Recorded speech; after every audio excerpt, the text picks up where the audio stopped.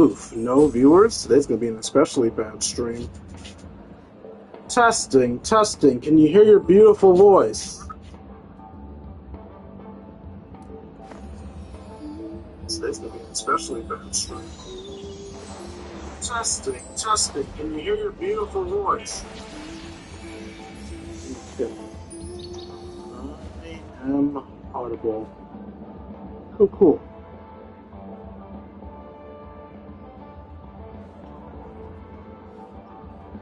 Got that pinned.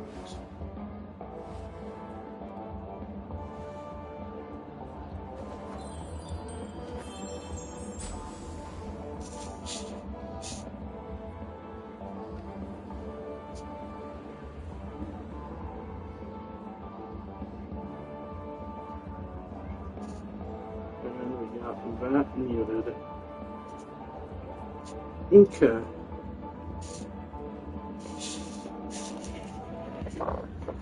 Ooh, what's up, Twitch?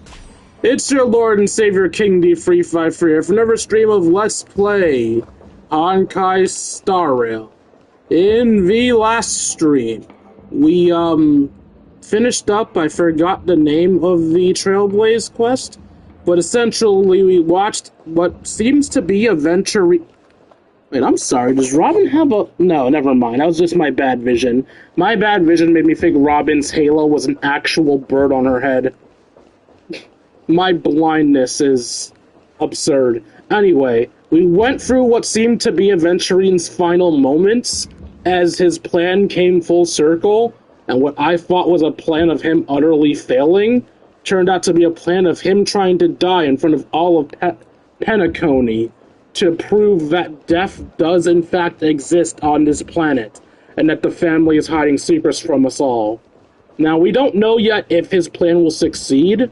Robin did just convince this little boy here that what he saw was fake by claiming it was all part of a show. So I think that might be a sign that, his final gamble might not have worked out as he hoped. Also, some weird guy came onto the Astral Express and threatened Don Hung's life, so that's neat too. In today's stream, we take part in our time story quest. I forgot to prep the list of quests. So let me get an idea of how long this is, and if I'll be able to do this in one stream, or if it will need to be split into two. From what I've gathered, I can do 4 to 5 missions in a reasonable time, and by a reasonable time, I mean a 4 to 5 hour stream, because goddamn this game. So, if it's more than 5 things, it's going to be split into 2. 1, 2, 3, 4, 5, 6, 7, 8... 9, 10, 11. Motherfucker! Not only is this going to be split into 2, one of them's going to have to be especially long. That sucks. Anyway, as per usual, I'm going to start off with a warm-up to give people time to come in, and I will use this warm-up time to actually level up King where he needs to be. Oh, this is from level rewards. Well, I can just get the level reward. Oh, no I can't, because I'm Robin.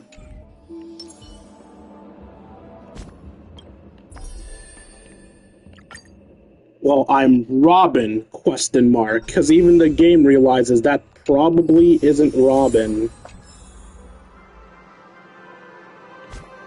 Okay. Let's see if we have the material to level up King. I mean, we should, because it's literally based on my Trailblaze level. And my Trailblaze level was the reason I was even able to, Alright, I forgot, I have a March side quest available. That's not what I'm here for. Pom-pom. King. How's my Trailblaze level? I'll do your little mission thing later. Fuel. Fuel in a mask. Fuel in a mask. Stellar Jades and stuff. Fuel in a ring.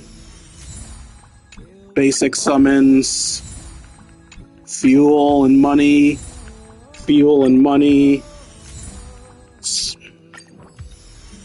stuff Stellar Jades, fuel, and whatever that is. Basic summon and fuel. What the fuck is that? Tracks of Destiny. Was that the level up material I need? Hopefully it was, because I really need to be on par for everyone else. Oh, thank God, I got this. I got this up. Didn't even notice it. Okay. I'm not done yet. Alright, we have our tank properly leveled now. Let's see what we can do about his skills.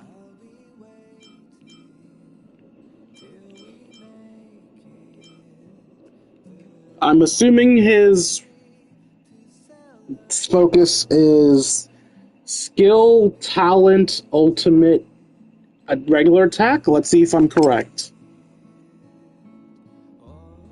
Nope, ultimate's the least important, and talent's more important than skill. Okay. Whatever you say, those who came before. I can't do... Wait, what? I thought you would like bring me to the transmutator thingy. Why don't you bring me to the transmutator thingy? Is it that this can't be transmutated?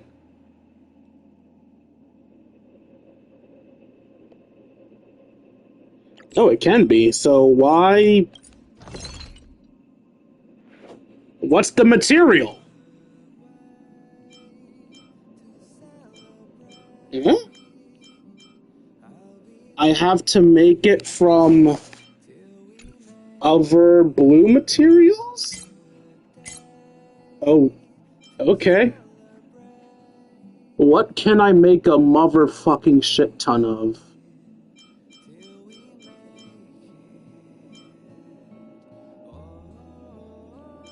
It looks like you're what I can make the most of right now. Alright, so the titers of thought can probably become fragments of impression, I'm guessing. No? Wait, I thought these were made from their smaller parts. Is that not how that works? Am I on the wrong screen, perhaps?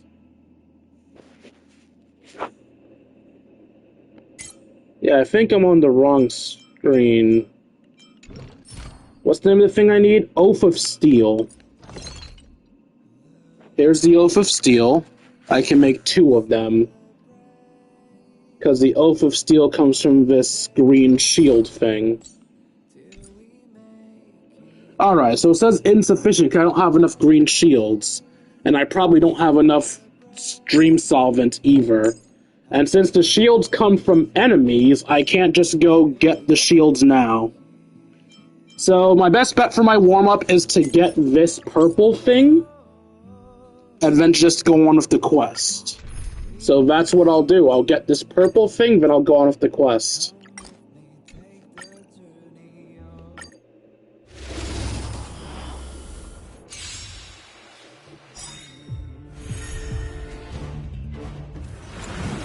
Ah, this boss. Ouchies.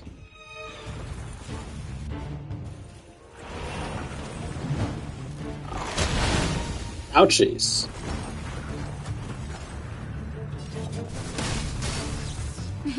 Time for a shot. You have the worst luck, right? All of you just got to expand your thinking.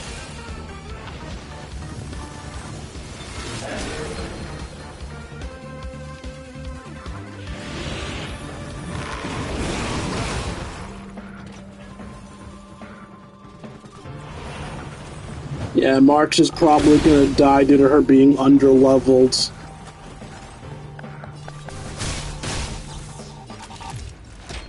Here comes the medicine. Thanks a lot. With me out here, how can we lose? What's the door to a whole new world? Alright, next turn the arm should be gone.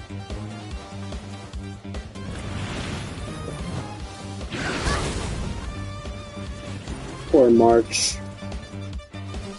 I don't know why I brought you into this fight, March. I'm sorry. All better now? Thanks a lot. Stay right there while I give you a present. It auto-set to re-shielding someone who was already shielded. Alright, the arm should be dead. Oh, only the left hand broke?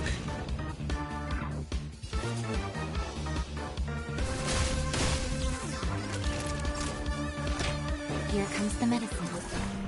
Thanks a lot. With No, me shield out here, yourself. how can we lose? Natasha already has a shield. Here I come. Ready or not.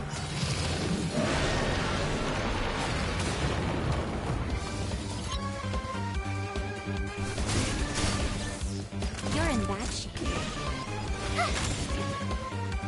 What's wrong? The door to a whole new world.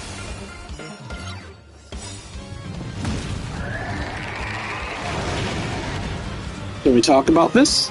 King, how are you doing today? I'm doing fine, Kane. Glad to see you're here, buddy. Curiosity. I was afraid you were actually having a good night's sleep tonight. Granted, I know you deserve a good night's sleep, but still, I like having you here. Your existence makes me happy. Is that creepy to say? Whatever, it's too late. Your existence makes me happy. No, I'm in hell. I mean work. Does hell at least pay well?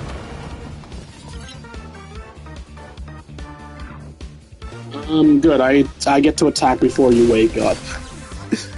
Nap time. My turn. Watch this. Alright, perish.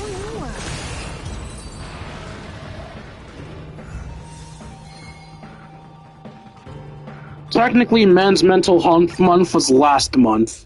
I know, because I wanted to make a video for it, but I didn't do it in time.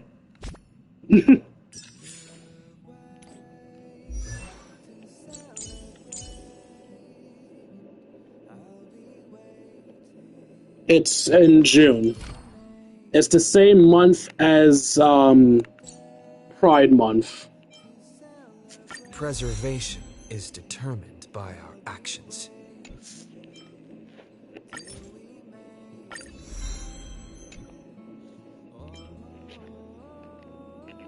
Alright, I've leveled up myself as much as I can without doing some absolute bullshit. Hey, Masha, what are you doing? Misha, what are you doing? You're here. That I am. This is my first time outside of Penacony. Wow. So awesome. I'm actually kind of glad to see Misha here, because that confirms that he actually exists and isn't a figment of my imagination. I genuinely thought he might have just been a dream in Penacony. Is that what you were expecting? I imagined the cosmos in my head, but actually seeing it with my own eyes is truly mesmerizing.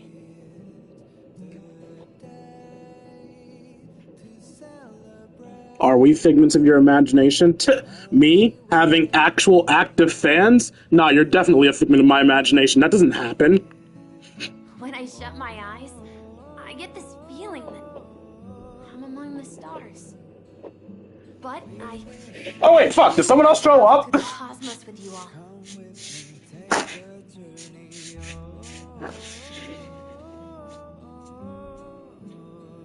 Oh. Hello, Outlaw Pegasus. Hope you're enjoying the stream.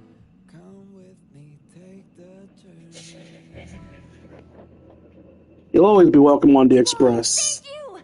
Well, once Grandpa returns, perhaps I'll get the chance to join you on adventures to far-off worlds. Wait, who's your grandpa? Actually, I often dream of a train traveling through the cosmos with brilliant stars whizzing by. I'd always be glued to the window, gazing outside. I dreamed I'd never leave, but once I woke up, it would all be gone. But I can't believe I finally got to come on board the Astral Express. It almost feels like home. It can be your home. Luckily, no, it can't. We're out of bedrooms. You can sleep in my bed. I don't care how that sounds. You heard me.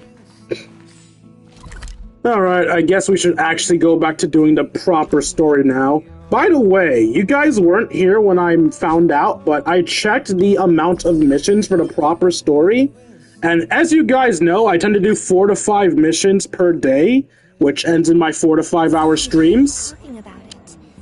This next set of missions... Definitely made waves.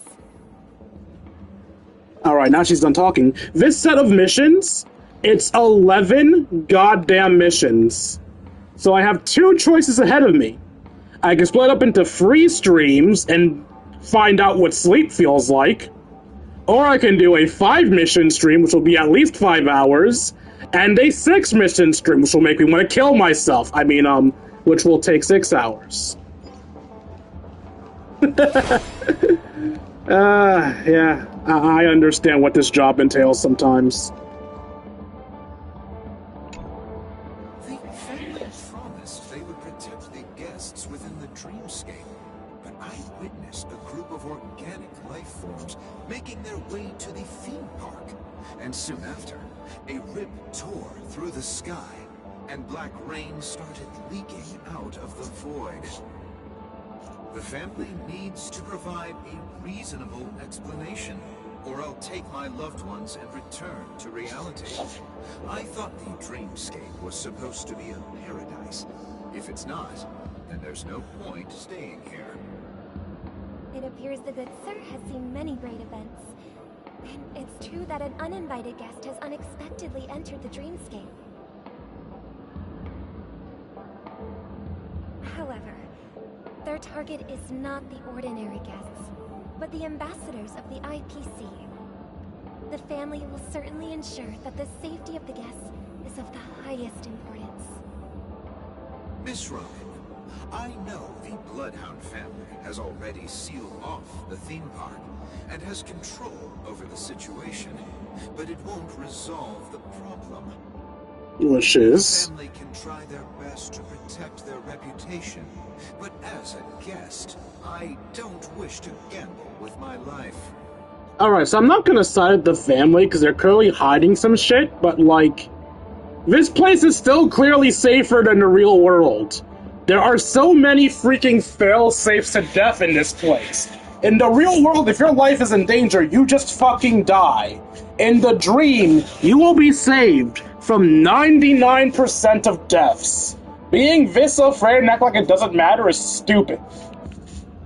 But as you can see, sir, no innocent bystanders were affected in this incident. Perhaps the dreamscape is not as perfect as promised, but there's no place safer than dreams under the family's rule. I believe you know this better than I do. If this incident happened in real life, how many people would be able to walk away from it? I could stay here, but keep in mind, guests come to Penacony to enjoy the dreamscapes. They do not wish to be entangled in a conflict between the family and the IPC, so let's not have any more unnecessary incidents. Of course. With the Charmony Festival about to commence, we will spare no effort in our preparation. Yeah, this is definitely Sparkle. To express our apologies, the family has arranged this gift for the guests. Thank you for understanding. So I was gonna question why Sparkle cares if people trust the family or not, but I get it now. She's used this as an excuse to give out her, mutual destruction boxes. Which are clearly not mutual destruction boxes, because why the hell would you give multiple random people the ability to kill you on a whim? Hello. May I ask what happened here? Nothing to be worried about. There's been a small rehearsal mishap at Clock Studios theme park. Please stay calm. Wait. I'm sorry? Do even Bloodhound family members not know that Robin is presumably dead? How are you guys not shocked seeing Robin before you? Are they keeping you secrets from even themselves? Huh. Hey, are you a fool? You don't even recognize Miss Robin? Who do you think you're talking to? I I'm sorry. I've just been transferred to the Bloodhound family, and I'm still not too used to working on the streets. I didn't realize it was you. I'm so sorry. Hey, don't sweat it. You guys have a tough job. I know how it is. How's the situation looking? Oh, we've sealed off the theme park. Most guests are used to bizarre phenomena in the dreamscape, and so far, no threats have been detected. We can expect order to be restored soon. Rest assured, Miss Robin will intensify our patrols to ensure that no incidents occur. I trust you guys. But regarding what happened in the theme park, what do you hounds think about it? That's okay. Feel free to speak your mind. Well... Actually, I was there shortly after it happened. Is it true that the IPC's ambassadors came with ill intent? And that Galaxy Ranger will easily cut through the sky? Miss Robin, to tell you the truth, everyone's been talking about it. The myriad factions on Penacony have already been causing unease for everyone. Thank you all for your loyalty towards the family. The planet of festivities has indeed run into some trouble. A representative from the IPC, he's trying to regain ownership of Penacony and is prepared for a hostile takeover. Of course, the family did not agree. The result of the failed negotiations is as you see it now. I wonder. So this is the main reason why the IPC staff are banned from entering the dreamscape. Did they apprehend the troublemaker in the end? Don't worry. Mr. Sunday is currently tracking his whereabouts, and I'll have something to show for it soon. However, given the situation, the IPC surely won't let this go easily. Therefore, we are relying on you hounds to maintain the order and stability of the dreamscape. Please be assured, Miss Robin, we take our orders seriously. We won't let those IPC cronies get away with this. Thank you for your hard work. If there are any other members who still feel uneasy, please tell them on my behalf that protecting the dreamscape requires everyone's help. This is a small gift prepared by the Iris family for the guests. There's one for you too. Please, open it at the Charmony Festival for an unexpected surprise. Oh, gods. I can't believe I received a gift from Miss Robin. It feels like I'm dreaming. Wait, I am in a dream. If trouble comes knocking on our door, we're not afraid to go to war. Rest assured, the dreamscape's peace will be protected by the Bloodhound family. It never occurred to me there are multiple families and not just a single family. So it's the Bloodhound family, the Iris family, and I don't know what the other families are, but the family is multiple families. Got it. Miss Robin? That's the renowned cosmic superstar, Miss Robin! I didn't expect to meet a fan here. I'm honored. Welcome to Penacony, a world filled with wonderful dreams. I can't believe I'm actually meeting the real Robin! Shouldn't you be preparing for the Charmony Festival? Preparation is important, but the ceremony is fundamentally about sharing the Great One's harmony with everyone. If there's a chance to sing with everyone, I will not refuse. Regarding the recent mishap, I understand it negatively impacted some of our guests. As a member of the family, it's only right for me to come forward and offer my apologies to everyone. But, are you sure it was actually a mishap? Everyone saw those chips descending like rain and the red light tearing through the sky. Claiming it was merely special effects seems a bit far-fetched. Plus, I met that generous gentleman. He looked really out of it and kept talking to himself. Is this also part of the performance? Everyone, please do not panic. I believe that the family will give everyone a satisfactory answer in due time.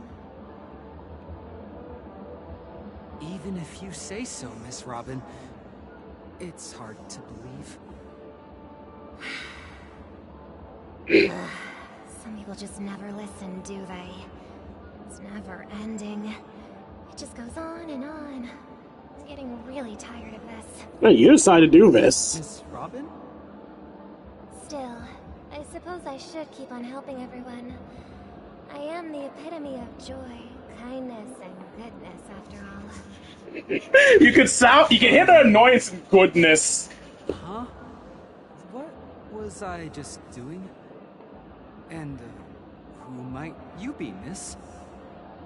Here, take this, little Smart.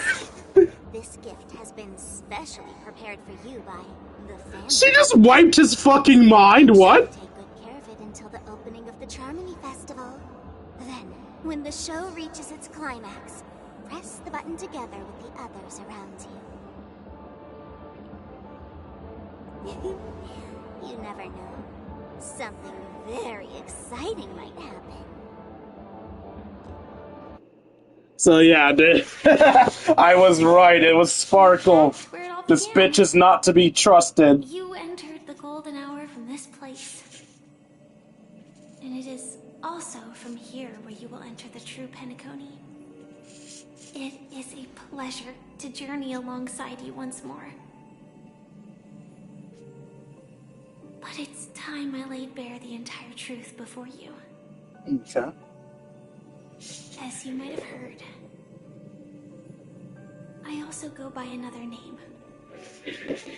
Stellaron Hunter Sam.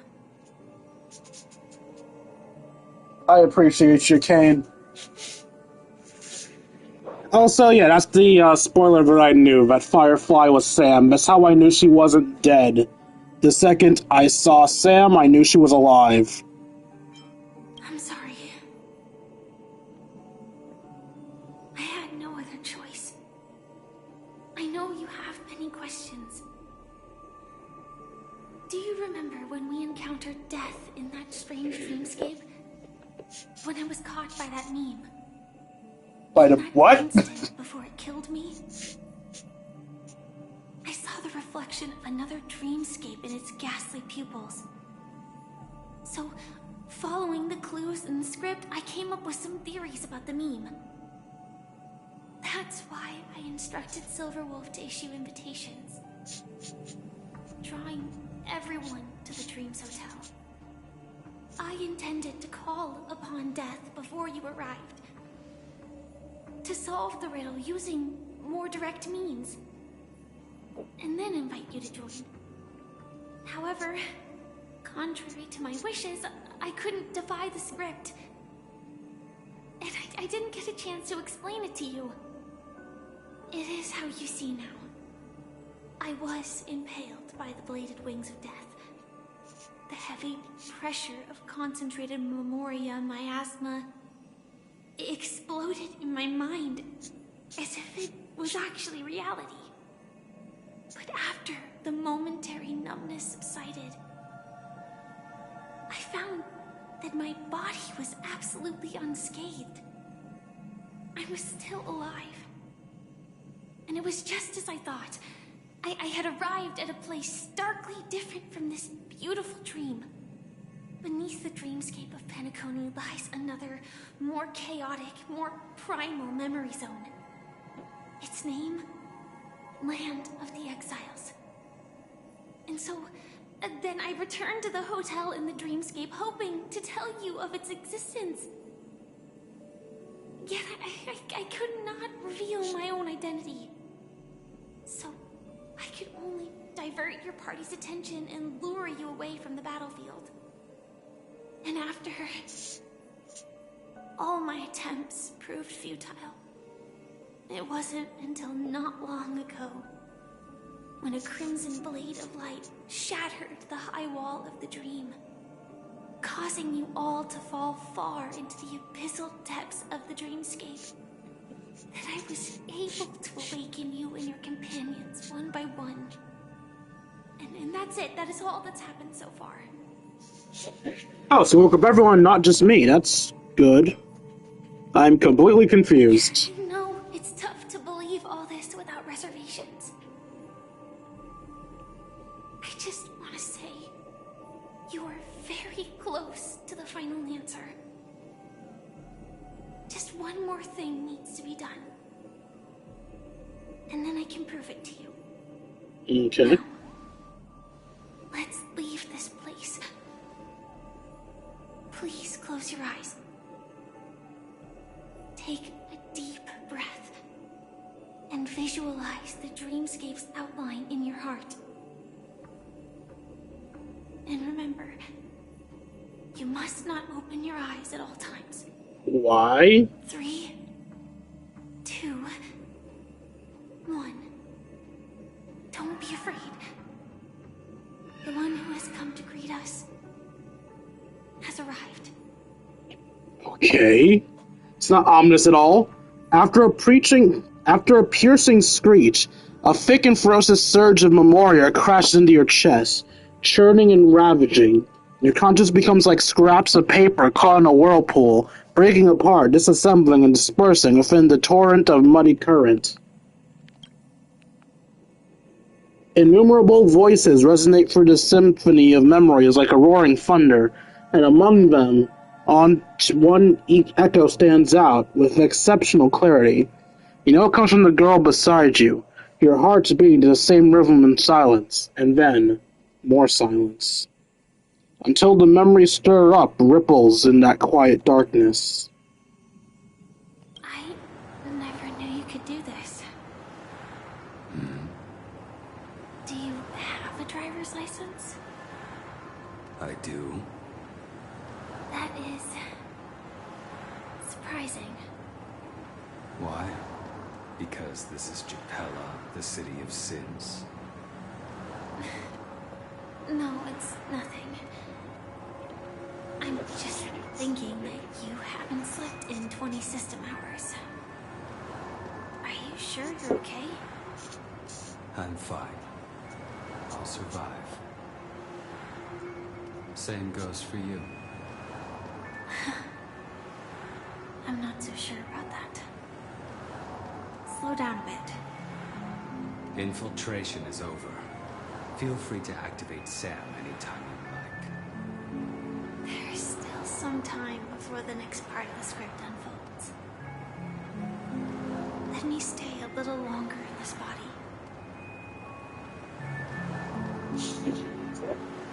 A long silence ensued. Neither of them brought up any topic, seemingly accustomed to silence. It wasn't until much later that a soft sigh once again broke the quiet in the air. Such a long tunnel. Didn't feel this long when I set off. In half a system hour, it will lead us to Kafka. And then comes the downfall of the Japella Brotherhood. Is that also part of the script? It's in your script too. Sorry. I didn't notice. Their destiny won't change just because of your selective ignorance. I told you before, it's a bad habit. What about you then? Is this the moment you finally find the death you've been looking for? As always, it's a blank slate. It's not on this planet. Why the sudden inquiry? Because I'm currently in a car with a sleep-deprived driver. I just want to get there in one piece. This car has full self-driving capabilities. I'll just put my hand on the steering wheel. Will that do? Hey, don't take everything so seriously. Elio would always say there's only one type of destiny. The inescapable type. He can see the future, and we, likewise, are aware of our predetermined end. But before that moment arrives, we we can still choose what we do. We all have this right, don't we? After today, Japella's name will disappear from cosmic history, and the Everflame Mansion will take its place.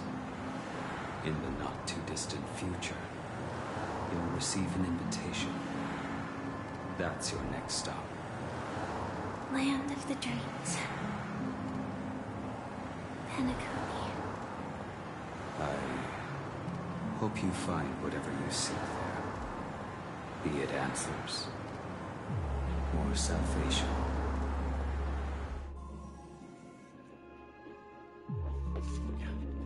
Glad to see you're safe and sound. Mr. Yang, you're here too? Close your eyes. This is the answer. Isn't it incredible? The monster that we have always known as Death is actually the guardian of the land of the exiles. It abides by a certain rule. Abducting people from their dreams and bringing them here. The question that has been perplexing us, does death really exist in the dreamscape, appears to be a cognitive trap. It was laid by those orchestrating events from the shadows to cover up the truth behind the disappearances and the existence of this fortress known as Dreamflux Reef. Every emergence of that meme is related to the Watchmaker. Since Dreamflux Reef is where it brings its captives, it's likely that many of our long-standing questions will be answered in this place.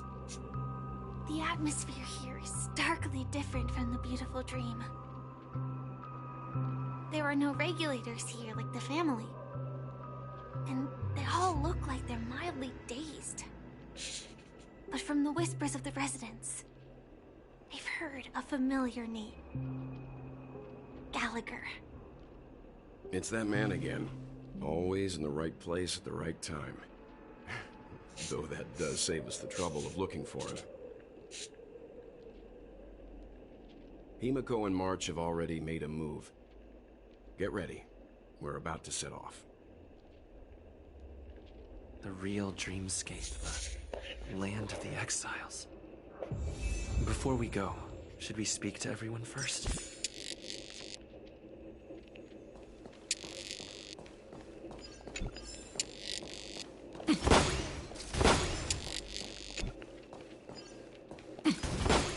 Wait, did I pick up the thing? Yeah, I did.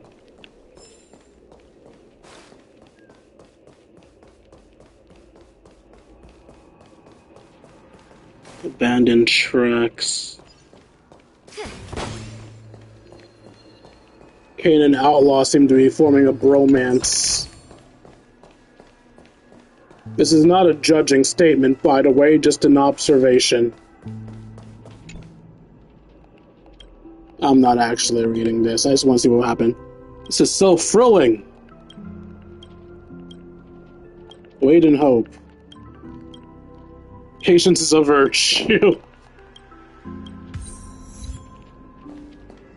Waiting for got it. What did I do to get more battle pass points? Oh, whatever it is, I'm taking advantage of it. Thank you for the money. I'm really sorry for waiting until now to tell you everything. You are not forgiven. Why can't you reveal your true identity? 2 reasons. Firstly, the script. In the future that Elio saw, Sam and the Astral Express's confrontation was inevitable. I tried to break the shackles of the prophecy, but this is as far as I could go. That aside, there were also my personal motives. I wished to travel with you as Firefly, and not Sam. This is still hard for me to accept. I get it. Being cautious around on to Stellaron Hunter isn't a bad thing. Do the Stellaron Hunters also want a piece of the legacy? Elio only gave me one instruction. Allow the Astral Express to pursue the Grand Legacy. It means that the Watchmaker's legacy holds great significance to trailblazing. And to you. Elio's scripts used to revolve and expand around certain specific Stellarons. But with your appearance, this condition has apparently ceased to be appropriate. Perhaps he also saw the impossible in the future. Technically speaking, if his plans now revolve around me, they are still revolving around a Stellaron, because I have a Stellaron in me. So what exactly is Sam? Do you still remember the medical cabin I told you about? Well, that's Sam. It belongs to the Iron Cavalry of Glamoth's Firmament Frontline, a Firefly Type 4 strategic assault mech. It is the cradle of my vitality and the meaning of my birth. And for the longest time it was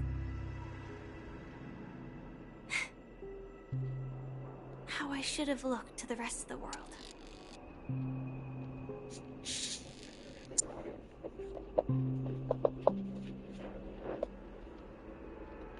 Sorry, what? Oh! Interesting. Sam is like a health support system for her? What the fuck? Alright, let's talk later. Time scale of Dreamflux Reef differs from reality, so we mustn't lower our guard. You're sensitive to Memoria. A slight misstep, and you could get lost in this memory zone.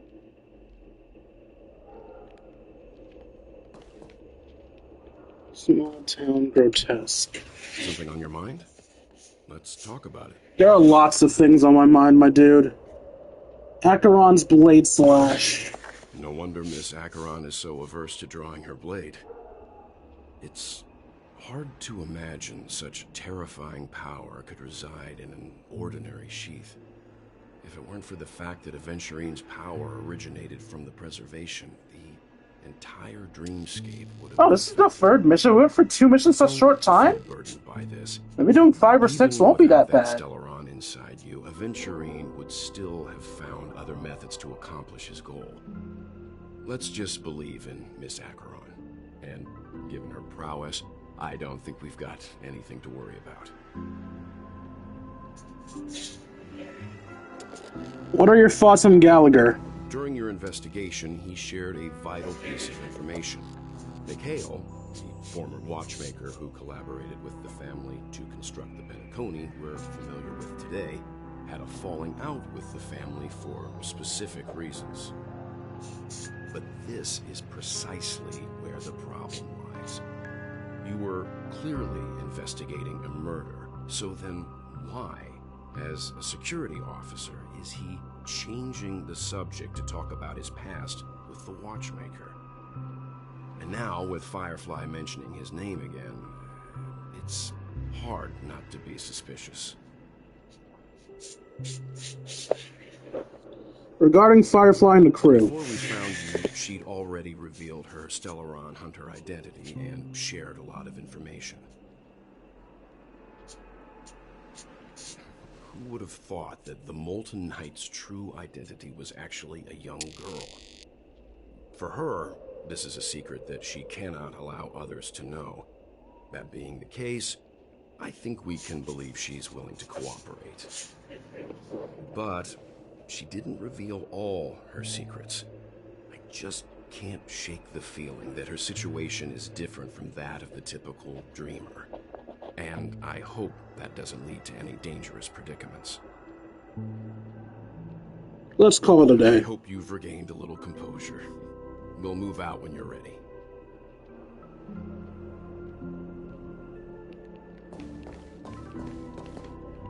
So is it just us and Mr. Yang? Oh, wait, Bird, you're here too? Why are you out here? We're not even in the main dream!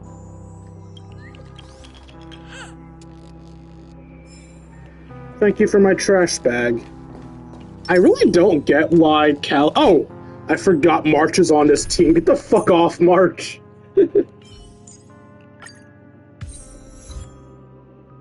Call me your heart. What's... Okay, I know I shouldn't be slowing this down for bullshit, but I'm curious what that is, because... I got that for what? Changing my team? Let's see, where's Call Me My Heart? It's not there.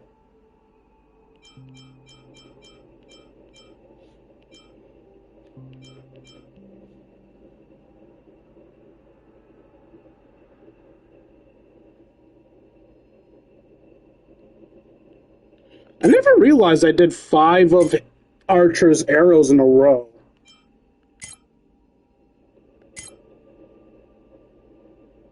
Call me in your heart. Trigger 10 unique voice lines after adding characters to a team of King. Oh! That was it. Oh, right! Because Saber and Archer! We couldn't hear it, though, because they're fucking mutes. Wait, how are you here? Welcome to heaven.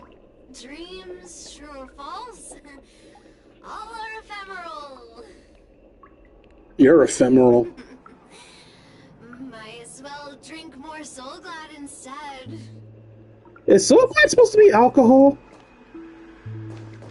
Must be some damn good booze if everyone's getting shit-faced. Keep going straight down this alley, and it'll lead to an elevator. It'll take us to the center of the land of the exiles. Did you also get kicked out of the beautiful dream? I want to go back, but then I don't want to go back. Tell me what I should do. I don't know what to do.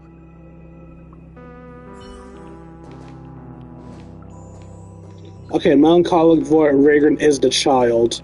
This guy is just quiet.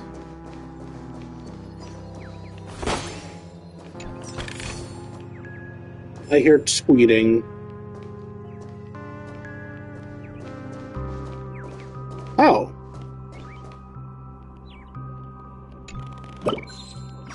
It was in the map.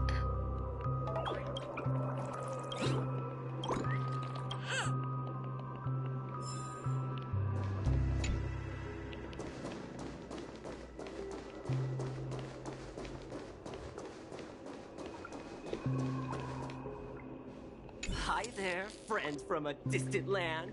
Hi, happy dude. I hear the Watchmaker's legacy is right here. Let's say we go treasure hunting. Sure, as long as there are not 2 powerful bosses blocking it. I wonder, do I have enough for a pull? I do. I'm gonna resist the urge to pull right now, but I might get lucky and find the guy that can one-shot people.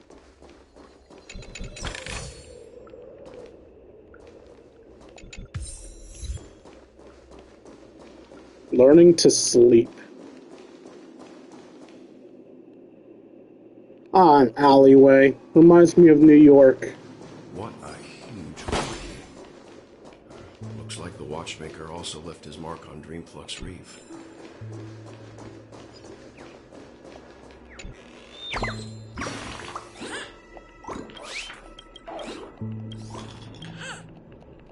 The fuck do you mean, Sinister Bird?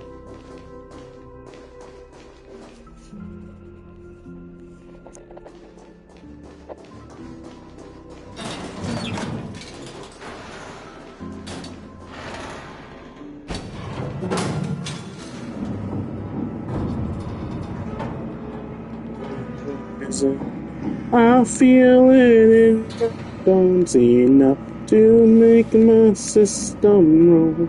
Welcome to a new age, to a new age. Welcome to a new age, to a new age.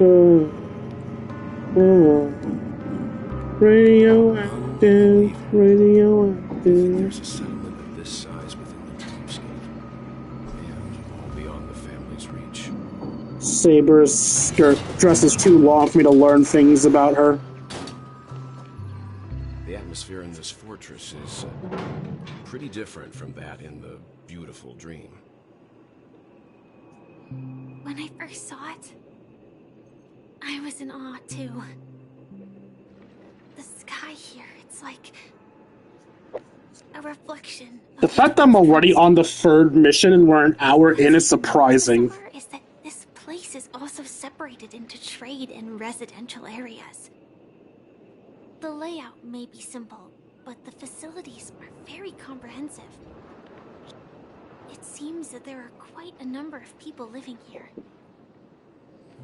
Though both dreamscapes have distinct styles, the architectural designs are quite similar. Works of the same hand, perhaps. Hard not to speculate on the connection. But there's no point in overthinking things. Let's meet up with Himiko and the others first. Take a right turn at the end of this road and you'll reach the trade district. There are more people there, and perhaps someone knows where she is. Not coming with us? The Astral Express likely needs room for some internal deliberation. In the meantime, I'll try and locate Gallagher. Sure. Let's reconnect later. Letting her go was the right decision. Further Misha! needed before we decide whether to trust her. But first, there's someone I need to talk to. Let's go. I'm sure you've already noticed him. Yes! Misha! Yep, saw him right away. He's right over there. The Reverie Hotel's bellboy. How did he end up here? And right after Miss Acheron severed the beautiful dream. We'd better check, just to be sure. Baby boy. And perfectly legal for me to stay in. You know what? Whatever you say, little man. You do you. You do you, baby boo.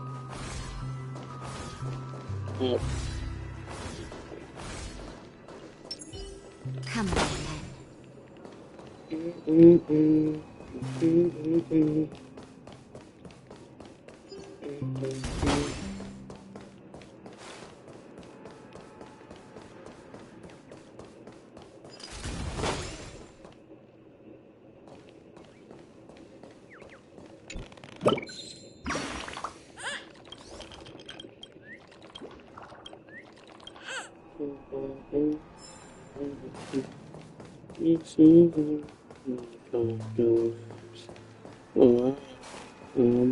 Getting up a feeling boozy to make my system low. Welcome to a new day. Get out, stupid thing.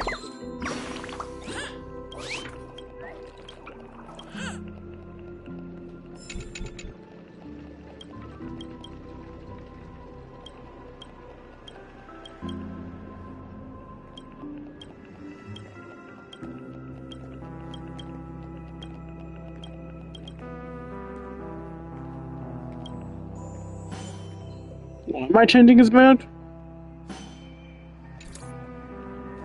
Alright, I might actually have to read him to find out why I'm changing his mood.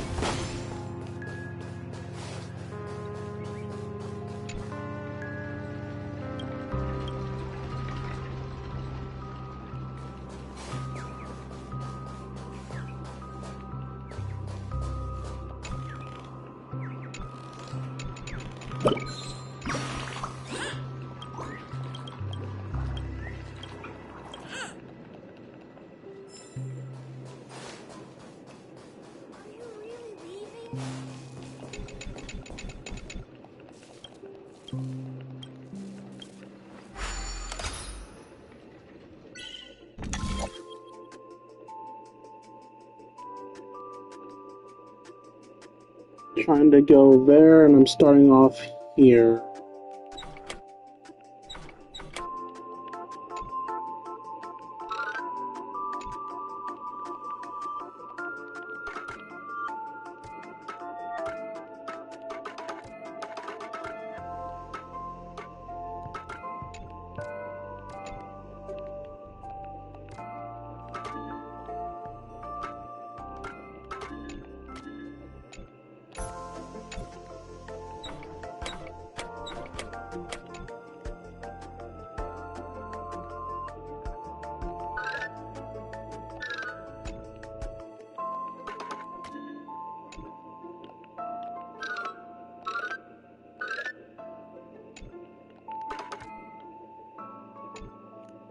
Okay, we got that connecting to that, which connects to this. There we go.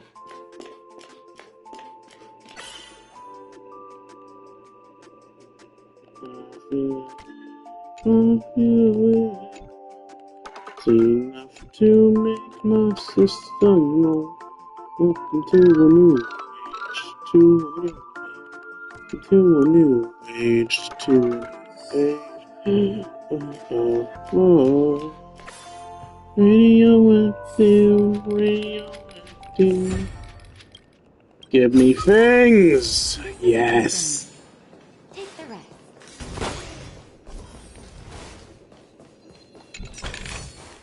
If there's medicine, it'll come in handy.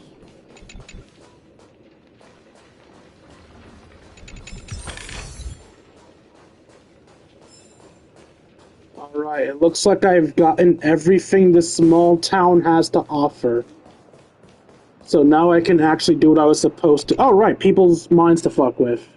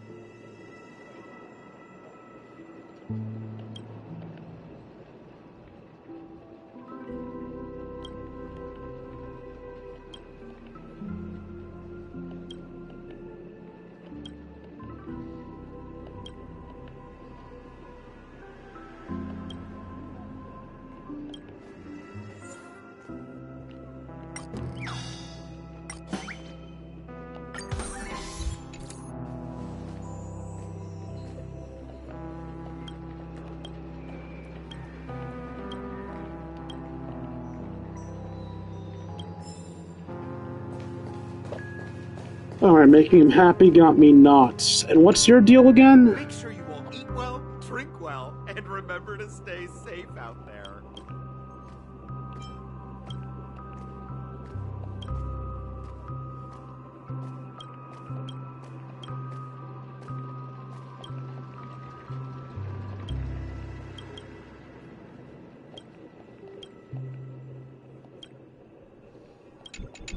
Yeah, I don't know why I'd want to change his mind. I'm just gonna leave him alone. Also, I should probably, actually do the damn quest.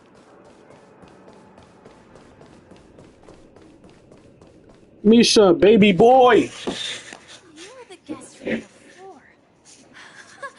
We meet again! And a new friend. Forgot to introduce myself. I'm the hotel's bellboy, Misha.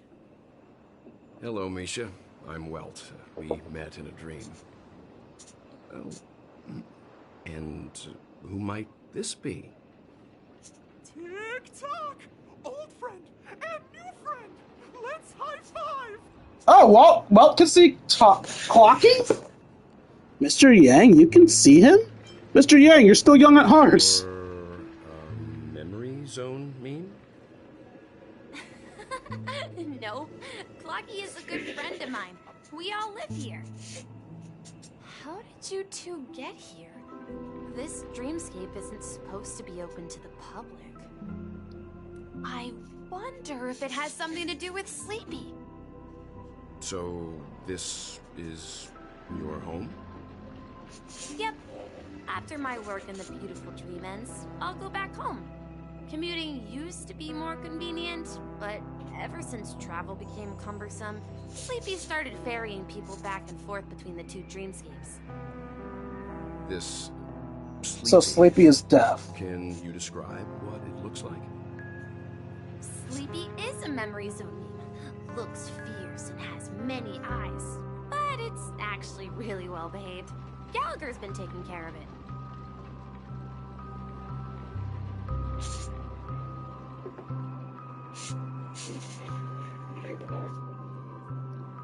This description. Could it be? Based on the description, that meme is indisputably death. A nightmare for the family, but for the people who live here, well, that couldn't be further from the truth. Death? Not in a dream, surely. Sleepy's just a little aggressive, and sometimes messes up by fetching the wrong guess. But it would never hurt anyone. I see. Has it brought back any guests recently? Say, in the last day or two? We're currently investigating a missing person case that occurred within the beautiful dream. I see. Then you'll have to speak with Gallagher. But he's currently busy hosting a visitor from the Oak family and specifically asked not to be disturbed. Mr. Yang, the person you're looking for, is it Miss Robin? Just as I thought. Considering what happened with Miss Firefly, this doesn't come as a surprise. If you're looking for Miss Robin, I can lead the way. She told me that she'd be willing to meet with outside Oh, guests. so Robin is alive! If it's not too much trouble. Also, we're looking for our missing companions. A woman with red hair accompanied by a girl with pink hair. Have you seen them? Oh, I haven't. But please, rest assured. Dreamflux Reef is a small place, and it's not as bustling as the beautiful Dream, but its safety is unmatched. How about this? Since it's your first time here in Dreamflux Reef, I'll be your guide and help you find your companions. And then we can all go visit Miss Robin together. She's gone to Mrs. Grace's to visit the children. She won't be leaving anytime soon, so there should be enough time. All right then, we'll follow your plan. Hi, Iron Reigns. Hope you enjoyed the stream. We now know the answer to both murder cases that have caused such commotion in Penacony. As for the intentions of the mastermind behind it all, we're still none the wiser.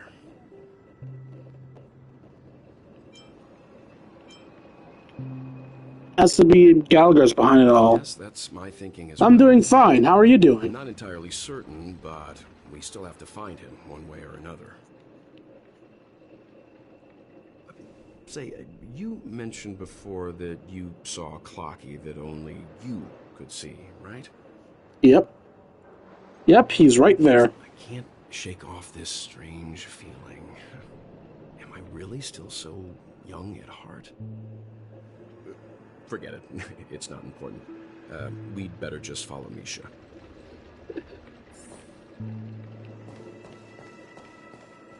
The fuck was that?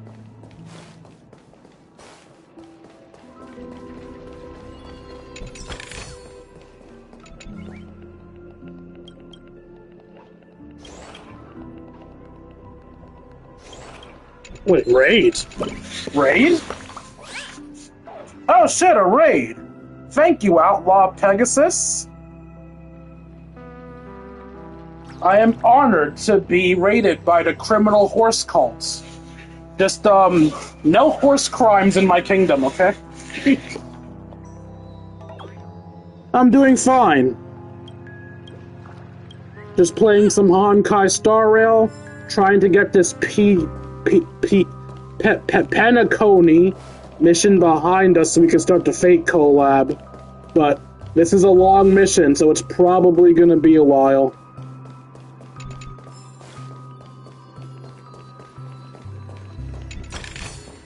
I agree, the graphics in this game are great.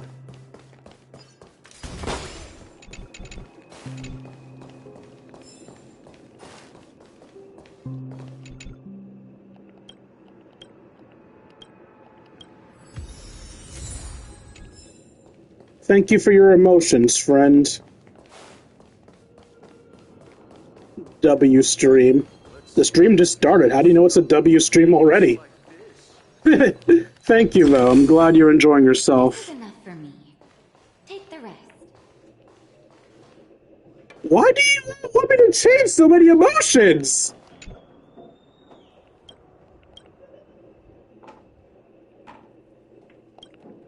Okay, you're clearly on edge, so maybe I need to calm you down.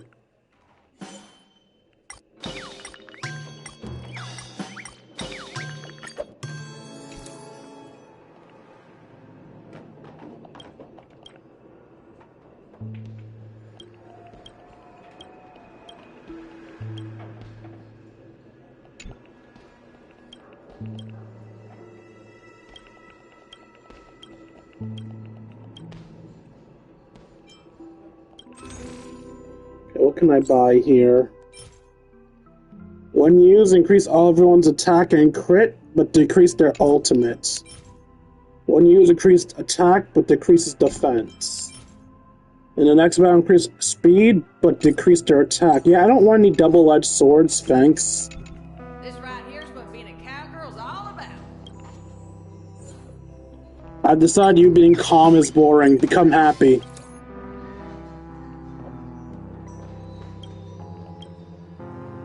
That didn't do much. No, not you again.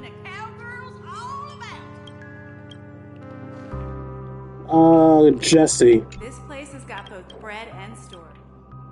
What's your default emotion? Happy. You're not missing anything. I'm just gonna stop fucking around with this. We should be doing missions, but here I am getting distracted. I say before immediately getting distracted again because puzzle.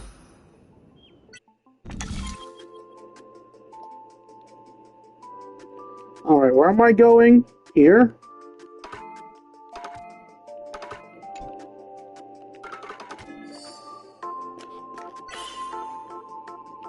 Now we need to go up there. So, bring you back down, bring you up. That doesn't help. Oh, wait. Wait, no.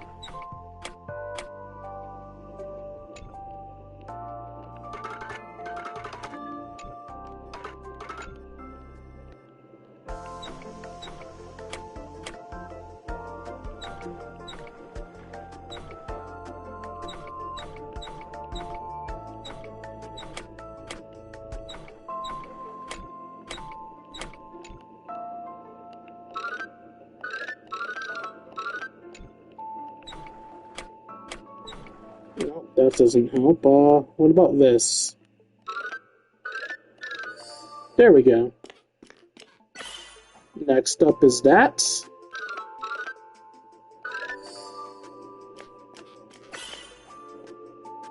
Now I need to go back. I need to keep that active.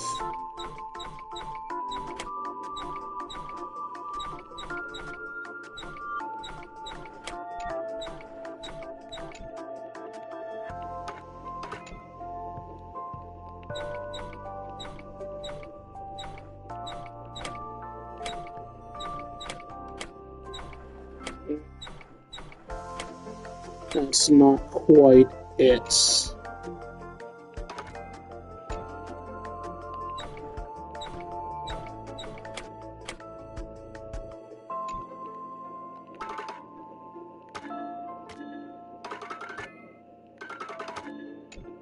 This is a tough one. Because I need to get you from here all the way down there. Okay. So you go down here, you come down here.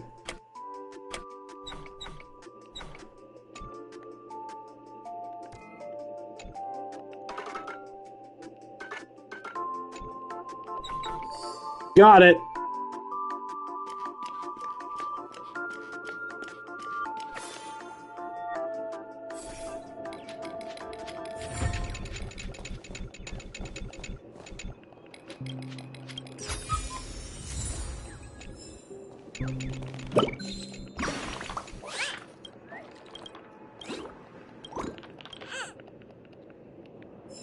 Painting bird. I am not quite sure how that works. I'm sorry, is this a guitar? It's a violin. Is a violin about to sell me things?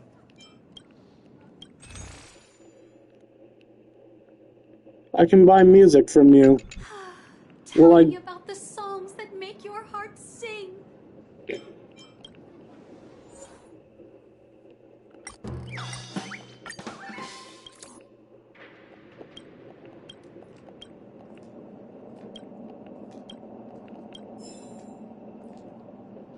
Or you get... Oh, you gave me an item. I thought doing that would make your prices decrease, but giving me an item works too. No, I'm doing it again. Stop! Stop! Focus on the damn story! You can get treasure chests later!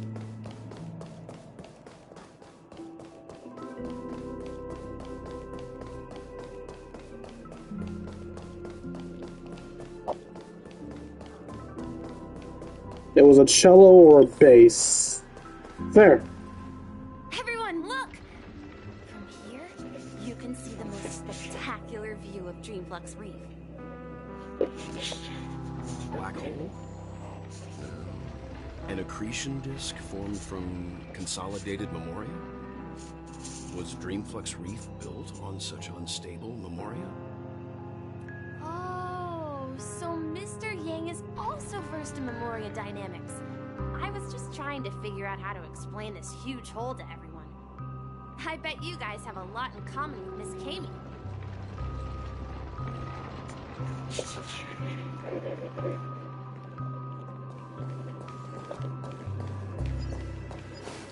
Now, there's no reason I can't look for treasure while going the correct way.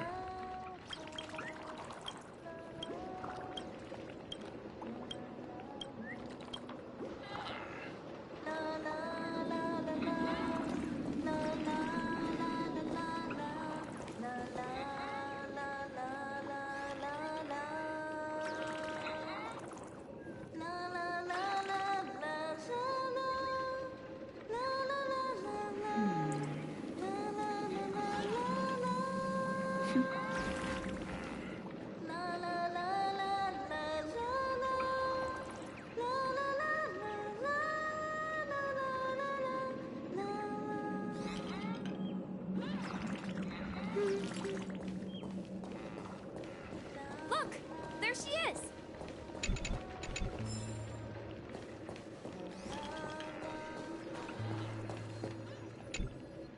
My calculations are finally done.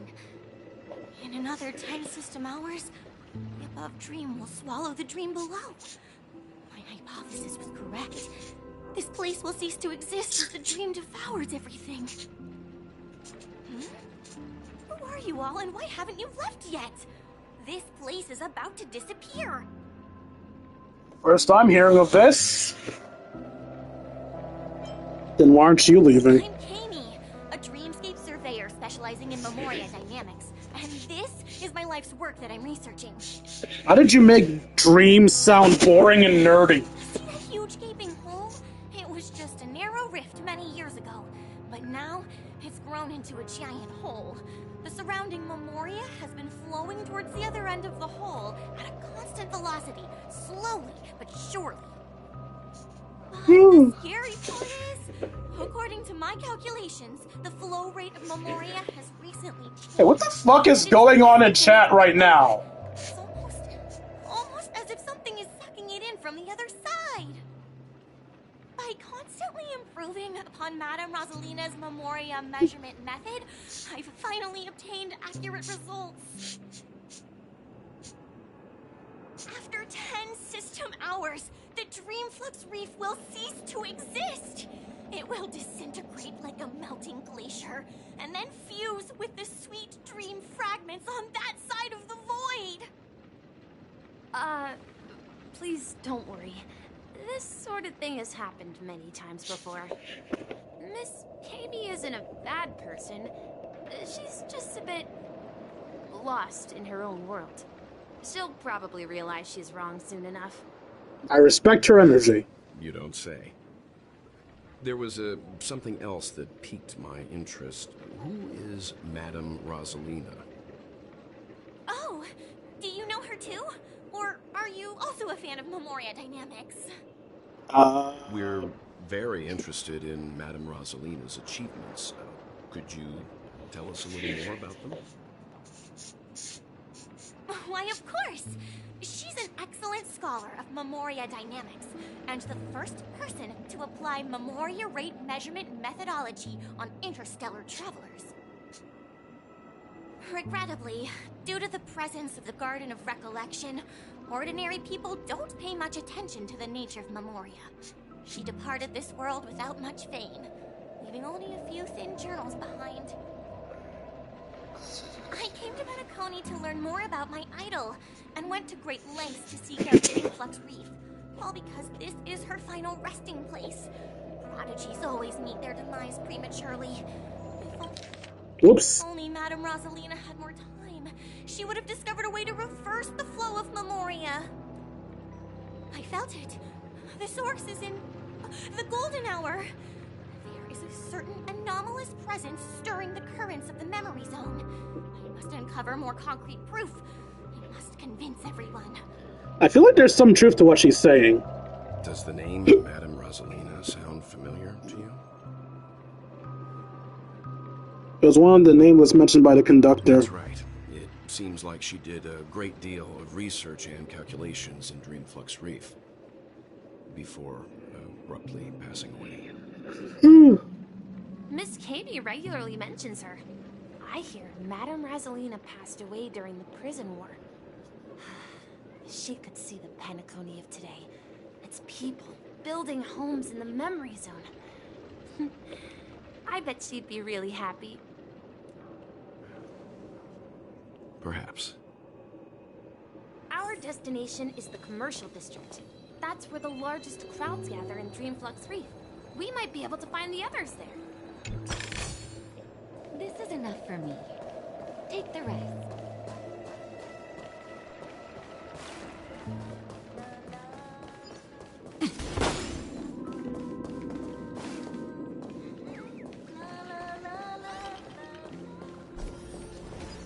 Let me go! I'll be right there, March. Come to your senses, I'm begging you. I'll be right there, I just want treasure.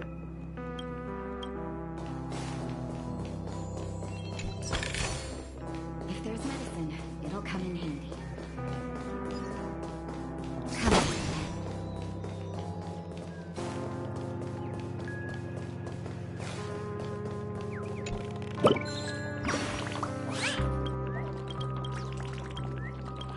Shut up and give me my treasure. Thank you.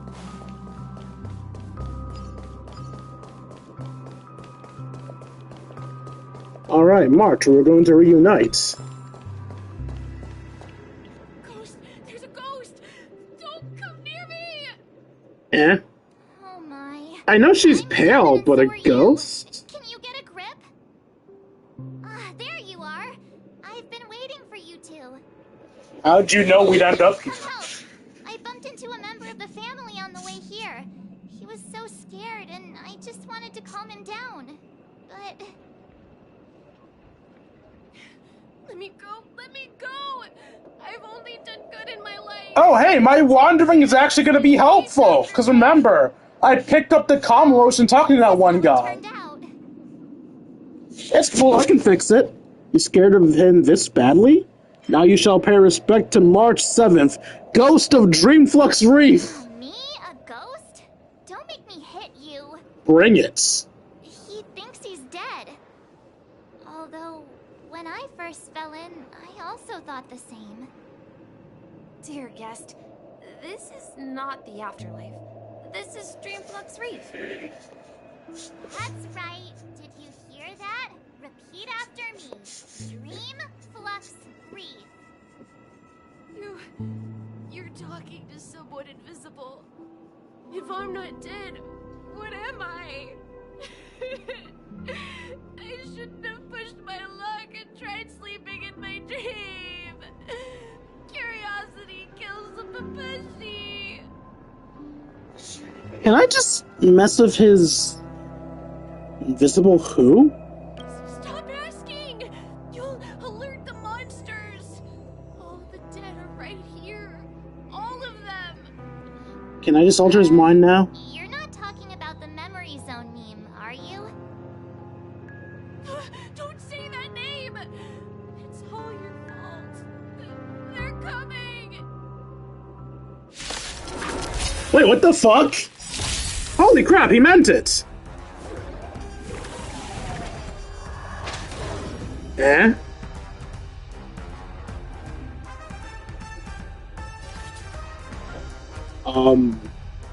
Okay then.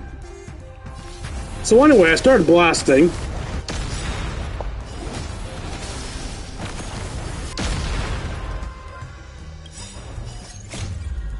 I am the bone of my blade. Unlimited blade works! Savor the vigor of life.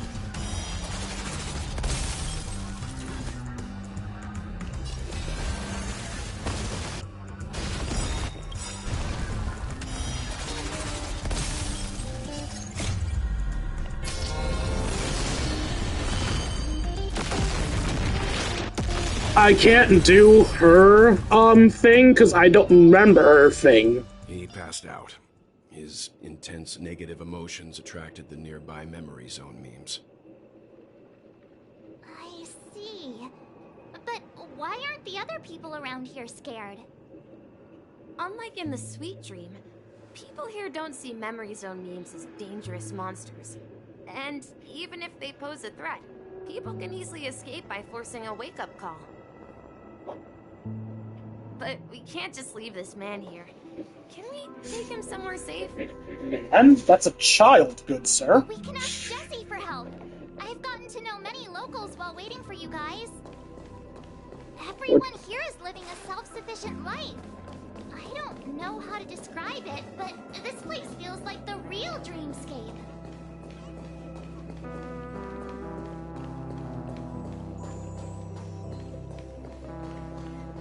Hello, madam. Evening, Jessie. Is it evening? Welcome, Miss March. Who might these be? These two are my friends. As for the man lying on the ground, he's a scaredy cat who fainted from fright. I see. Another poor guy who accidentally ended up here. I'll take care of him. There have been a lot of new faces lately. Things must be tough in the beautiful dream. The few remaining havens of freedom in Asdana will soon face trouble. Do such things often happen here? Not really, but they're becoming more frequent now. Guess it's one of the signs of the Sweet Dreams collapse. This man has had quite a shock. Could you help me find a Halovian lady, March? Her songs can heal mental wounds. A Halovian lady? That must be Robin. She's also here in Dreamflux Reef. Welcome back, Kane. Robin? But I thought she... Oh, right. Hey, I thought you start work around this time, not end it. Sound, then it means Robin must be okay too. Misha's about Have a nice rest, Outlaw. I hope your dreams are as sweet as you are. Let's meet up with Himiko. You were with her earlier, right? We met some stowaways in the residential area. Most of them came from neighboring star systems. Ah, so I got Kane's schedule backwards. Places like Dreamflux Reef are scattered throughout the memory zone of Asdana, like islands in the ocean. They existed before the family arrived. I also heard that when Dreamflux Reef took shape, it was the center of all dreamscapes in Penacony. If that's true, it's no wonder there are so many similarities between this place and the Sweet Dream. Himiko must be gathering information. Let's hurry up and get going. Sweet dreams are made of tears. Who am I to disagree?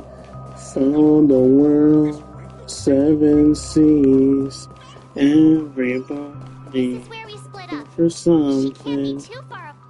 No, I don't, because some of these missions are short and some of these missions are long.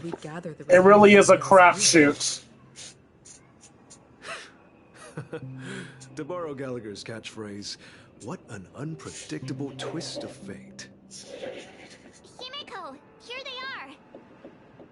Ah, perfect timing.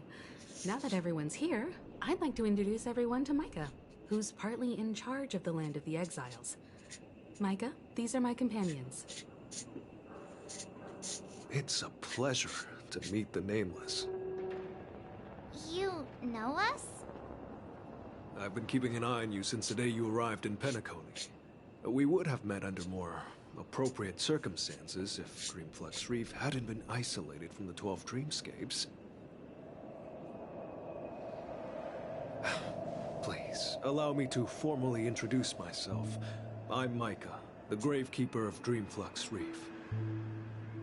Gravekeeper? Life in Dreamflux Reef is pretty liberating. Everyone here mostly keeps to themselves, without meddling in My others' affairs. plan is to stop at either, Cleaning a few tombstones. after 5 missions or 6 missions. When lost dream chasers stumble I'll try to not make the stream past 6 hours. I wish that wasn't a fucking point that I'd be considering, but you'll have a choice at this damn game. Of sorts.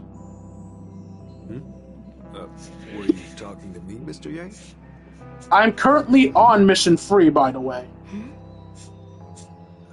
On that note, Mr. Mika, which tombstones are you referring to?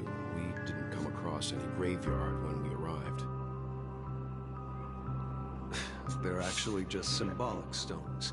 But since you're curious, Mr. Yang, I'll take you there. I have a feeling you might find something of interest there. But before that, you have an important guest joining you. An important guest? Who could it be? This way, please. The roads here in Dreamflux Reef are a bit run down, so watch your step.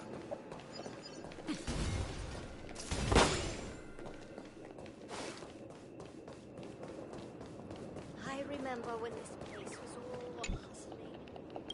Do you remember the September? Come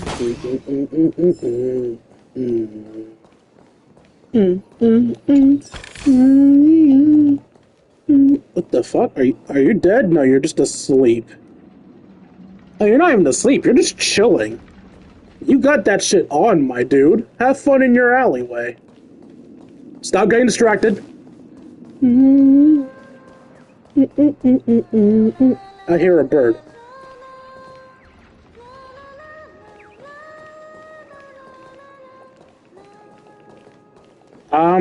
Sorry, man. I can't pluck you out of this. I guess you're just stuck there. Have fun.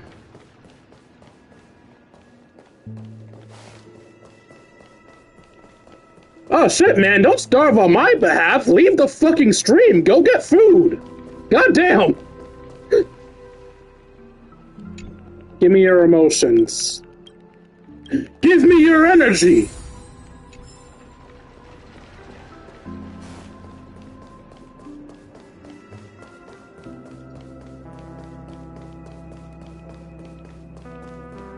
There she is. It really is her! Miss Robin! Everyone sings so wonderfully. It's not often that I tried this music style, but I've gained some valuable insights from it. And Robin fans everywhere rejoice. Your waifu is not dead. Yes. Incredible progress in only a few days.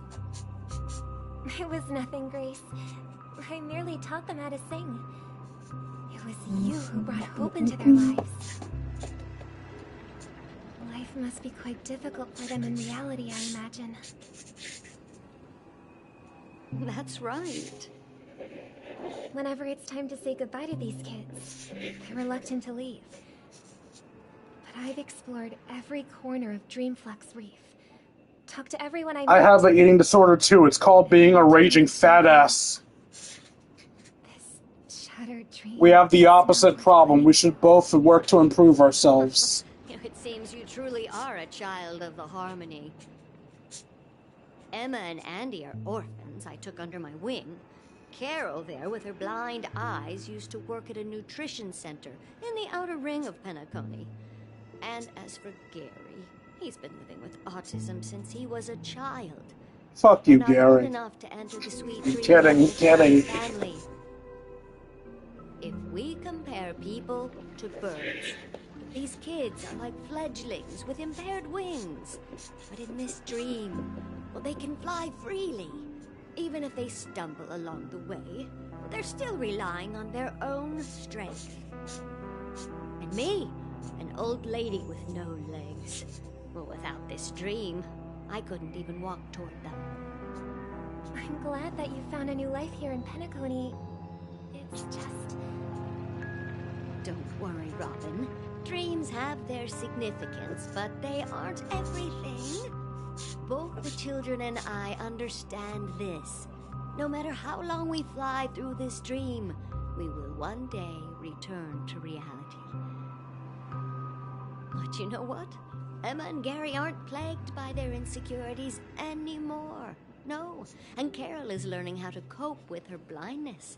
And Andy is livelier than ever. Well, even I've become more optimistic. You see, in dreams, we learn how to live. Once we return to reality, we learn how to survive. And should our feathers be damaged, then we share our wings with one another. There's no need to covet an illusory sky in dreams, because we have the right and the ability to fly towards a broader horizon. It's a relief to see you safe and sound, Miss Robin. It's nice to see you all again, Astral Express crew. I heard my disappearance caused quite the commotion out there. I'm really sorry about that. Since you're here, can we assume that you're fully aware of the situation in Penacony? Ever since I returned to Penacony, my voice started to change, until it gradually faded away. At first, I thought it was a temporary ailment, perhaps due to having been away too long. I thought maybe it just takes some time for my body to acclimate to the high concentration of Memoria and Asdana. But now it seems the root of the problem goes way beyond me. There are elements around me that don't align with the harmony. And losing my voice is just one of the signs of the Sweet Dreams collapse. Sweet Dreams collapse? That memo keeper mentioned the same thing. So it's real. While I was away from Penacony, the boundaries of the 12 dreamscapes kept expanding outward. But whenever I mentioned the anomalies in the dream, all the family heads refused to talk about it. Only my brother was willing to respond. Later, I discovered the secret letters from the IPC ambassador, which further convinced me that there are hidden secrets beneath the surface of Penacony. So, following the clues in the Oak family's dossiers, I found my way here. The land of the exiles, concealed by the family under the guise of death. A dream within a dream, where Penacony's past is buried.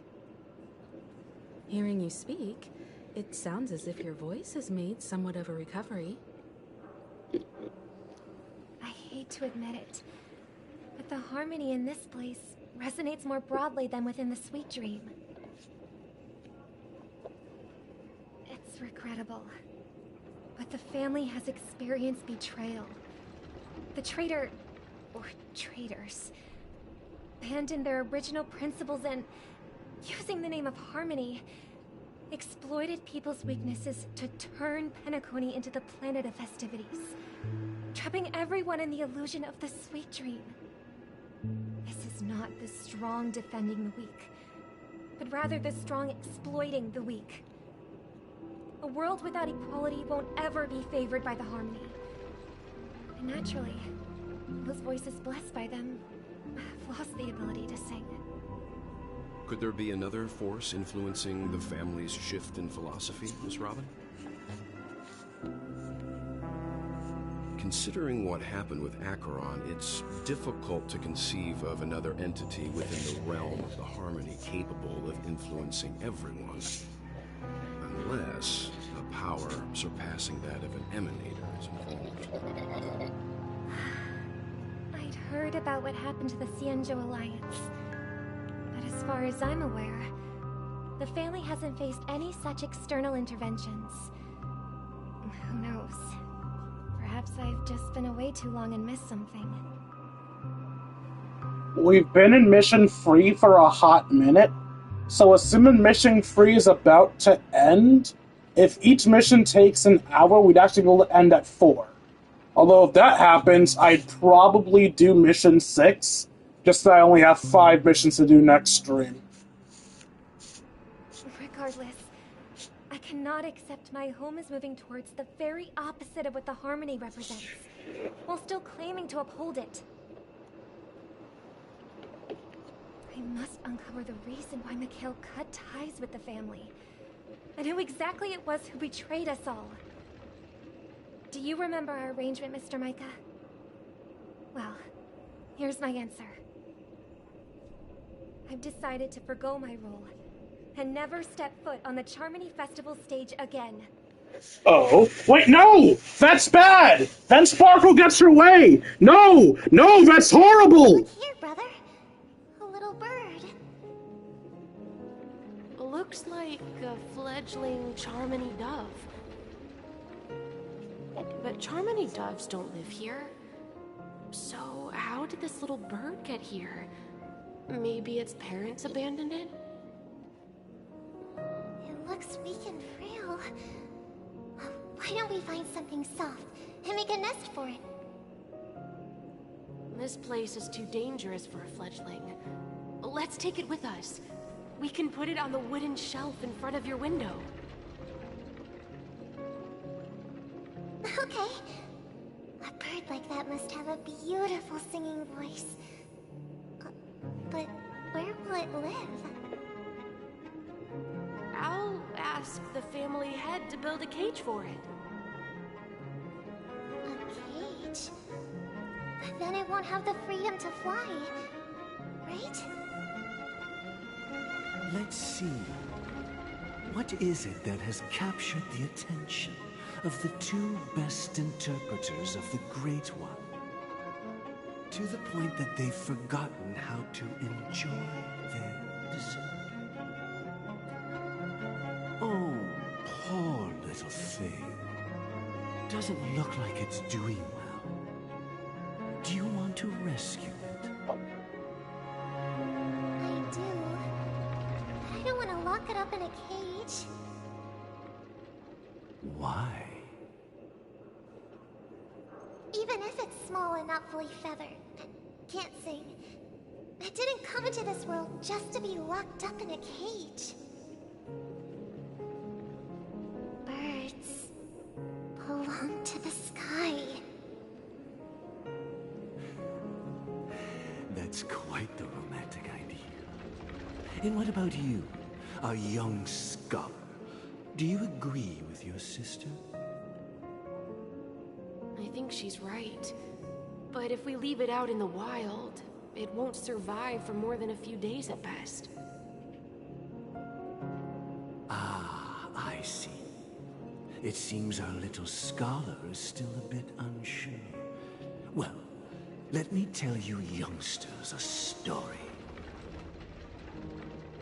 As you probably know, Charmony doves can fly through the air. When they fly really high, the friction caused by the flapping of their feathers against the atmosphere creates amazing lights, so that they look like shooting stars. We've seen this spectacle so many times that we think it's just something they can naturally do. But that's not the truth. Their radiant display is the result of countless struggles against nature over generations.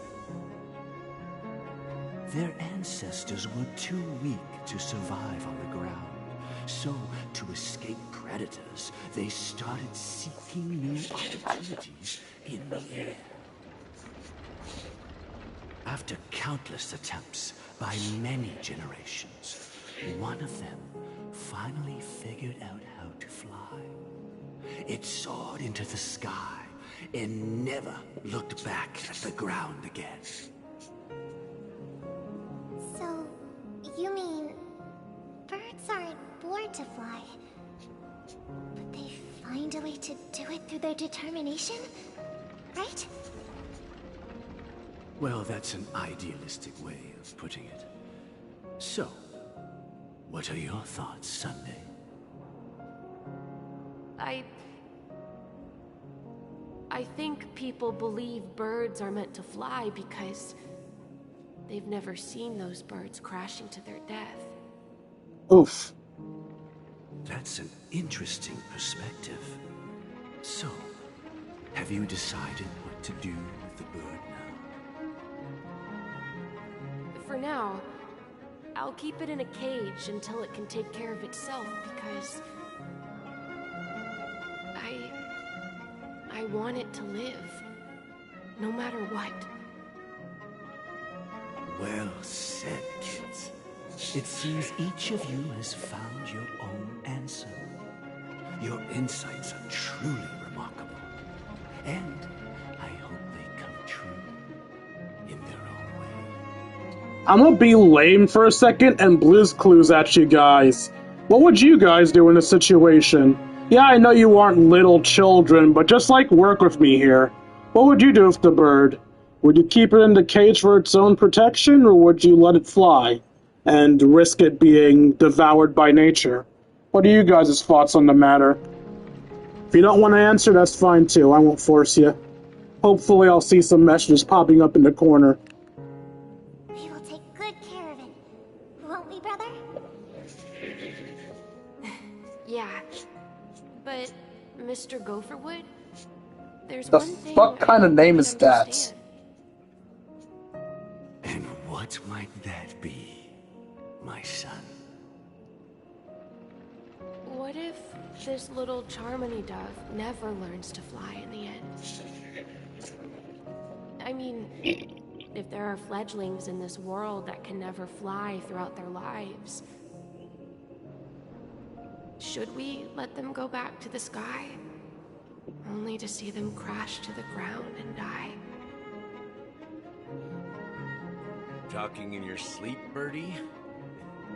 Time to wake up.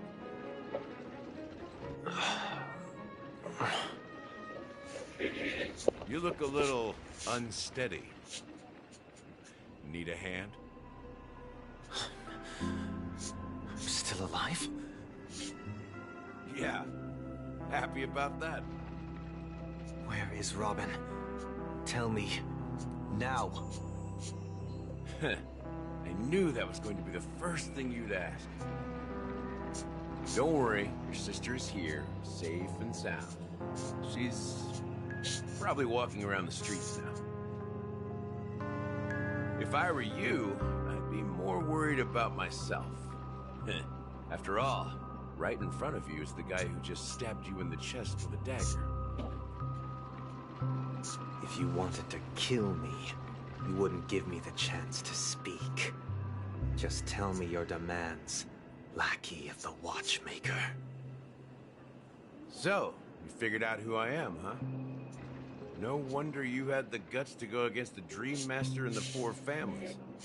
Looks like I made the right choice. Choice? You are aware of my plan, see through my fictionology. Time is running out, so let's drop the charades. I'm suggesting we cooperate. Cooperate? What makes you think I'd cooperate with you? The fact that the famous Robin has chosen my side. Plus, some clues about a traitor and a bright future for Penacony. Any of that catch your interest? I find it hard to believe a man who's full of deception. Fine. You don't have to trust me. What you should trust is the sense of justice inside of you. Show me Robin first.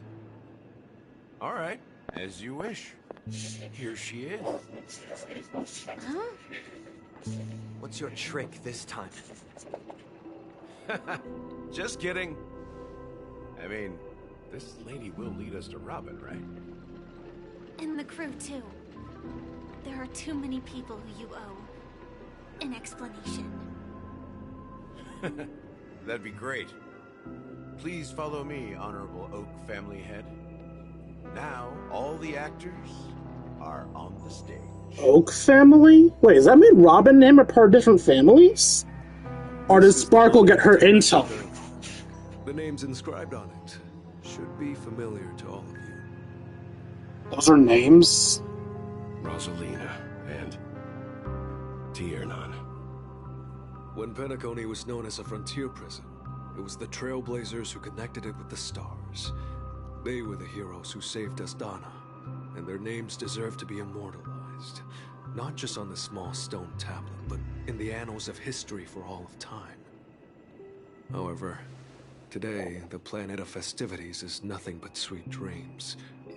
That heavy piece of history is all a distant memory. Just like that prison. If their names are inscribed here, then that means... According to Micah, they died long ago. Rosalina was killed during the War of Independence. She ventured alone into the heart of the star system to investigate the flow of Memoria, but she never returned. Tiernan was a skilled gunslinger, strong and reliable. He led the people through countless battles, but he didn't live long enough to witness the arrival of true peace.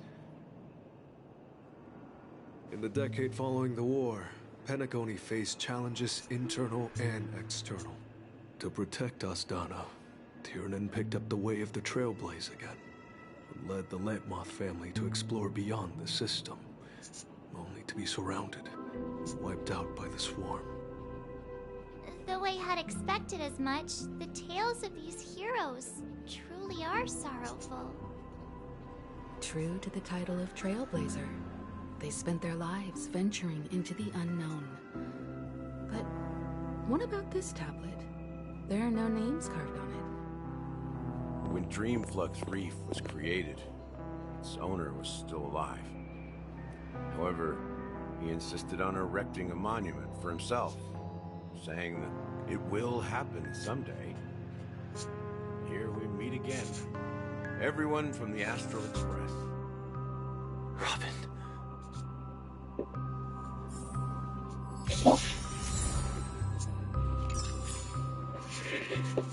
Okay, the Public Enemy. That's a new mission, but what number mission is it?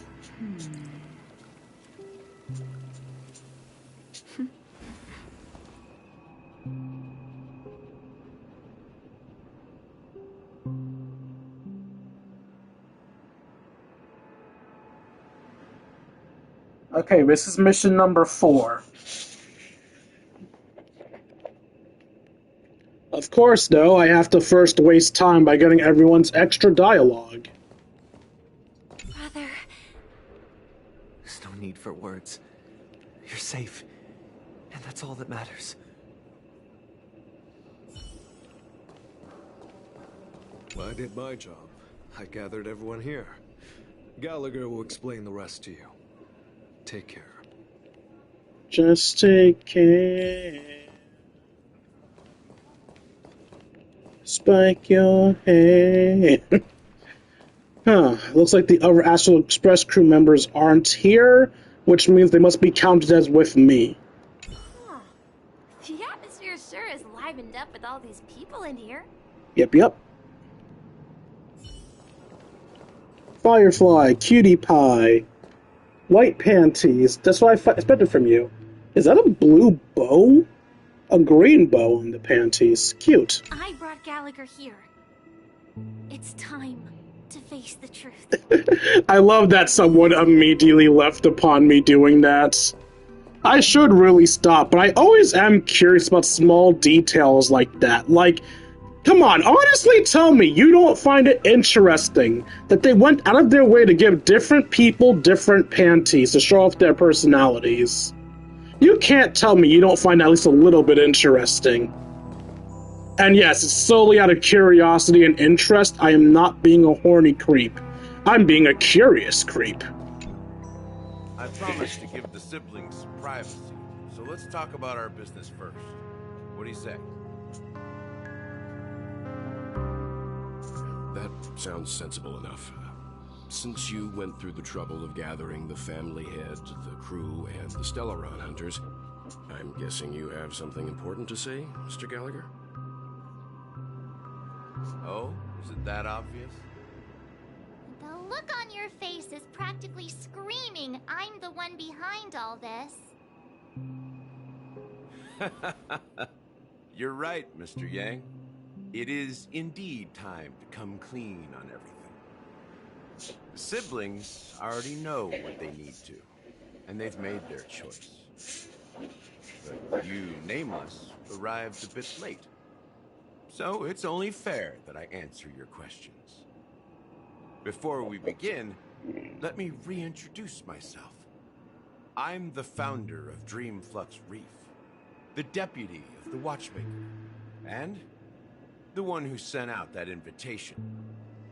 As Gallagher, the history fictionologist, I humbly extend my greetings to you all.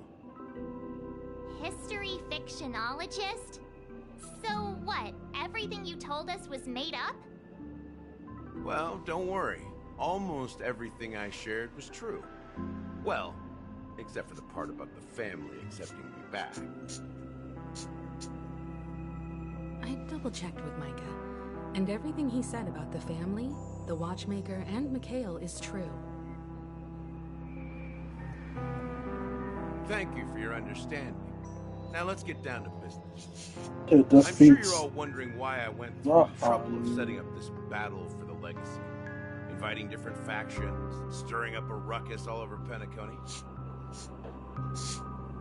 Well, it all boils down to something very familiar to all of you. The Stellaron.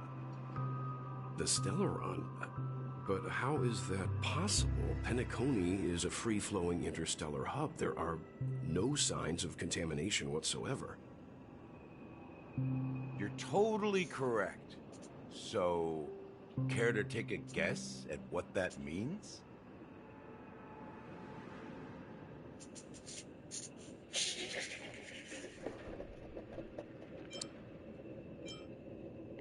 Someone's manipulating the Stellaron?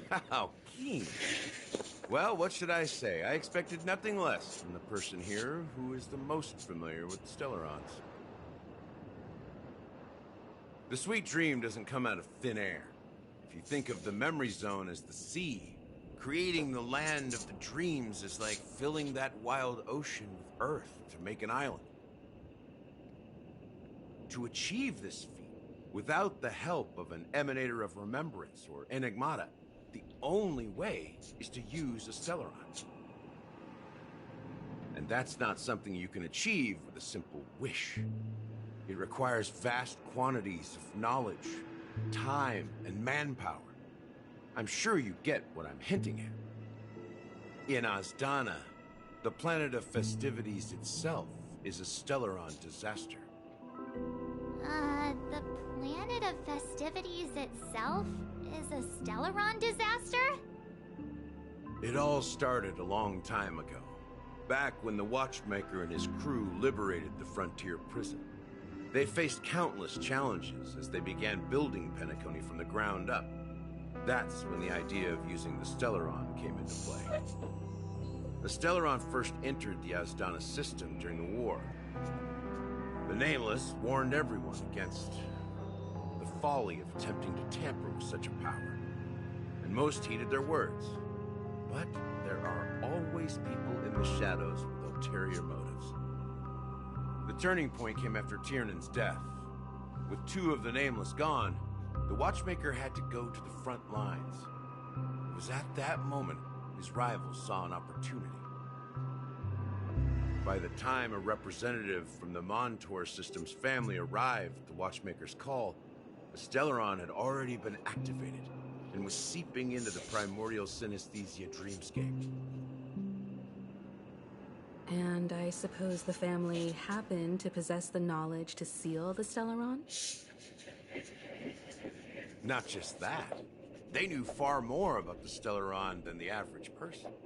They helped Mikhail swiftly quell the civil unrest and played a part in building Penacony under the disguise of the Harmony. Those three eras were known as the Age of Dreaming. The Watchmaker, who had been left in the dark, sent out invitations across the universe, spreading the hype around the land of the dreams. Then, how did they turn against each other? Remember the island in the ocean metaphor? The truth is, the Stellaron was never truly sealed. It existed in a different form within the dreamscape. Think about this. What would it cost to create and maintain such a lavish dreamland? It's people's lives. The opulent dream is built upon the decay of spirits, with a toxic elixir called pleasure flowing through the dreamscape. It tempts people to indulge in the dreamscape, and gradually their minds succumb. No. Nourishment for the sweet dream. Are we losing connection again? Confusion, laziness, and cowardice. Weaknesses that plague humanity were magnified and nourished by the family.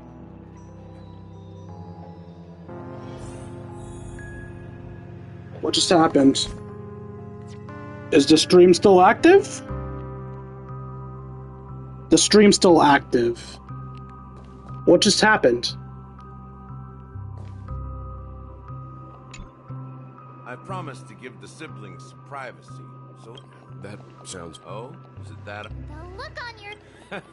Siblings, before we begin, as Gallagher, they... History fiction... Well, don't worry. I double-checked with him. Thank you for your well... We have to try to get back to where we were. Totally correct. I wish that were the truth. The sweet dream doesn't come to achieve this, and that's not something you... In Azdana, the planet of festivities itself is... the planet of festivities... Is this where we were? I don't remember. Stellaron disaster? It all started a long time ago. Back when the Watchmaker and his crew liberated the frontier prison. They faced countless challenges as they began building Penacony from the ground up. That's when the idea of using the Stellaron came into play. The Stellaron first entered the Azdana system during the war. The Nameless warned everyone against the folly of attempting to tamper with such a power, and most heeded their words. But there are always people in the shadows with ulterior motives. The turning point came after Tiernan's death. With two of the Nameless gone, the Watchmaker had to go to the front lines. It was at that moment his rivals saw an opportunity. By the time a representative from the Montour Systems family arrived at the Watchmaker's call, the Stellaron had already been activated and was seeping into the primordial synesthesia dreamscape. And I suppose the family happened to possess the knowledge to seal the Stellaron? Not just that. They knew far more about the Stellaron. Okay, we went back in time a bit, but we're probably close enough to where we were. Under the disguise of the Harmony. Those three eras were known as the Age of Dreaming. The Watchmaker, who had been left in the dark, sent out invitations across the universe, spreading the hype around the land of the dreams. Then, how did they turn against each other? Remember the island in the ocean metaphor? The truth is, the Stellaron was never truly sealed. It existed in a different form within the dreamscape. Think about this. What would it cost to create and maintain such a lavish dreamland? It's people's lives. The opulent dream is built upon the decay of spirits, with a toxic elixir called pleasure flowing through the dreamscape. It tempts people to indulge in the dreamscape, and gradually their minds succumb, becoming nourishment for the sweet dream. Confusion, laziness, and cowardice, weaknesses that plague humanity, were magnified and nourished by the family.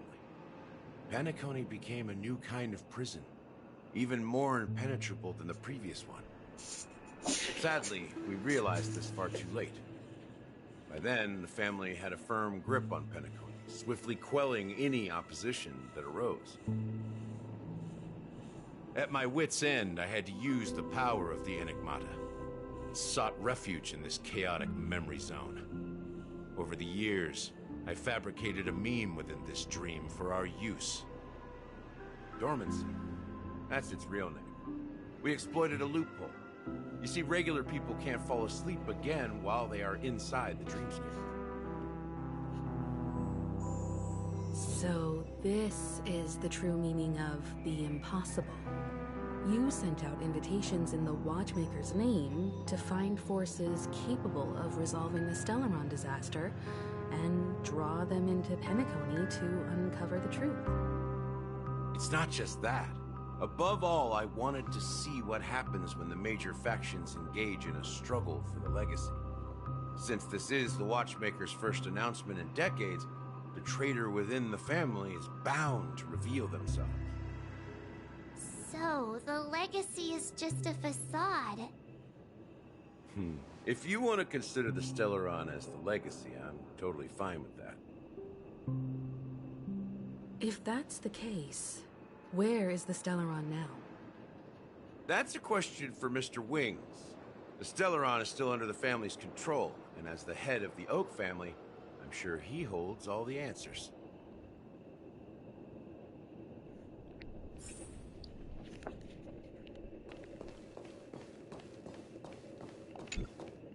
Are you done talking? So, will you tell us where the Stellaron is? It is the Penacony Grand Theater itself. The fuck? As I suspected. It's the embodiment of the family. The edifice that first materialized within the Sweet Dream. That's what turned Penacony into its current state. As for the person who employed its power, it is in fact Mr. Gopherwood, the current Dream Master. Well, that was easier than I thought. Did you conduct your own investigation already? Correct. When I was trying to track down the person who murdered my sister, apart from you, Gopherwood was my second suspect. Confronting me first turned out to be a smart move on your part. I didn't have other options. The Dream Master has been elusive, and even the heads of the families can hardly get an audience with him. Moreover, Mr. Gopherwood has been kind to my sister and me. And I didn't want it all to end like this. What do you mean by that? To be honest, my brother and I are also victims of the cancer of all worlds. We grew up as orphans, and were adopted by the family when they came to help. Mr. Gopherwood recognized our potential and brought us to Penacony. But I can't just stand by and watch Mr. Gopherwood become an enemy of the Harmony. I won't use my voice to support an evil cause. I won't step on that stage and sing, no matter who the traitor is, or what orders they give me. I won't let the Charmony Festival become an event that destroys Harmony itself. For the paradise in our dreams. Indeed. For the paradise in our dreams. As the head of the Oak family, I'm responsible for ensuring Penacony's promising future. Robin and I will head into the Sweet Dream and confront the Dream Master. And if it turns out that the family has truly strayed from the Harmony, I'll fight alongside you. We'll put the Charmony Festival on hold and make sure Mr. Gopherwood pays for his blood debt. The enemies you are about to face aren't like this old dog here, who can barely even bark. Since our interests are aligned, why don't we team up? Maybe, just maybe, we'll have a shot at success. We have always been following in the footsteps of our nameless predecessors, and there's no reason to stop now. Yeah, we Nameless won't back down from a challenge. Isn't that right, Mr. Trailblazer? See, do I have a good joke? Ain't nothing to fear no more, heroes never back down. Going up against Dreamscaper? Nah, I'd rather surrender. Come on, don't crack jokes at such a serious moment. I am all jokes. Rest assured, sitting on the sidelines isn't in our nature. Mr. Sunday, Miss Robin, I'm willing to accompany you on behalf of the Astral Express. Having a third party present should help with negotiations. And could make all the difference if things get ugly. Thank you, Mr. Yang. Thank you all very much. The Charmony Festival is about to start, and time is against us. We must hasten. Everyone, let's gather over here. We still need to make some preparations.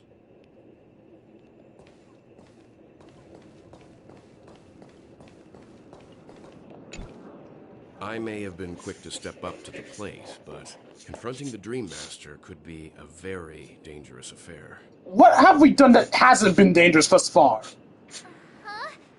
Even you're saying that, Mr. Yang? How powerful is that Dream Master? He's the leader of the families of Penacony, and he has the entire power of the Harmony behind him. Not to mention the Stellaron in his possession.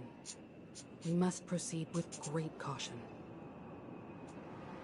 Maybe you can just stay behind this time, Mr. Yang?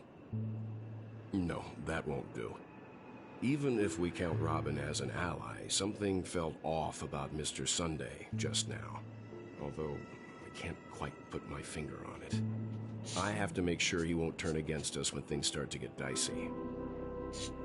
You're still carrying the keepsake the IPC envoy gave you, right? May I borrow it for a moment?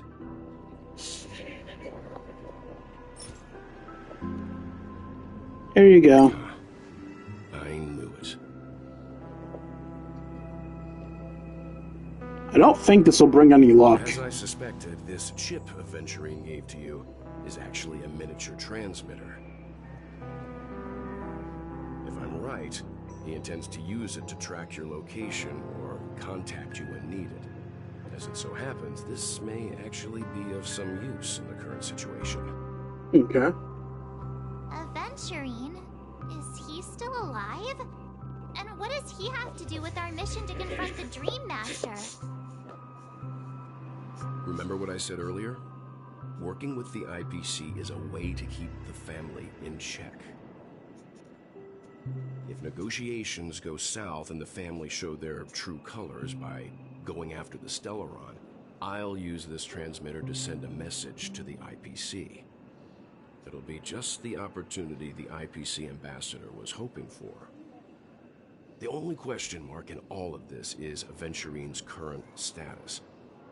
But the IPC is always listening, especially senior strategic investment department heads like him. Getting the message across shouldn't be a problem. Good luck to you, Welt. Well, you take care too. If anything goes wrong, don't worry about me. Just make sure to seal the Stellaron. Spoken like a true hero. Even if the Dream Master is innocent, the family's corruption runs deep. I won't make the same mistake Mikhail did. Let's wish him the best of luck. Don't you have something else to tell us, Gallagher? Why would you say so? Before we departed, the conductor asked us to inquire about the three nameless in Penacony. We've already collected intel about Rosalina and Tiernan, so the only one left is legwork. If I'm not mistaken, we've already met him somewhere, haven't we? It's not enough to say meet, but the answer is pretty obvious. After all, I've hinted at it in quite an evident way. I've been watching over you ever since I received the reply from the Astral Express, and I've seen the great effort you all put into linking different realms together across the cosmos. And now, after getting this far all in one piece, you have truly proven yourselves. Miss Himiko, were you the one who repaired the Express and got it sailing through the cosmos again? Yes. And you two, young nameless, you have very interesting life stories and extraordinary skills.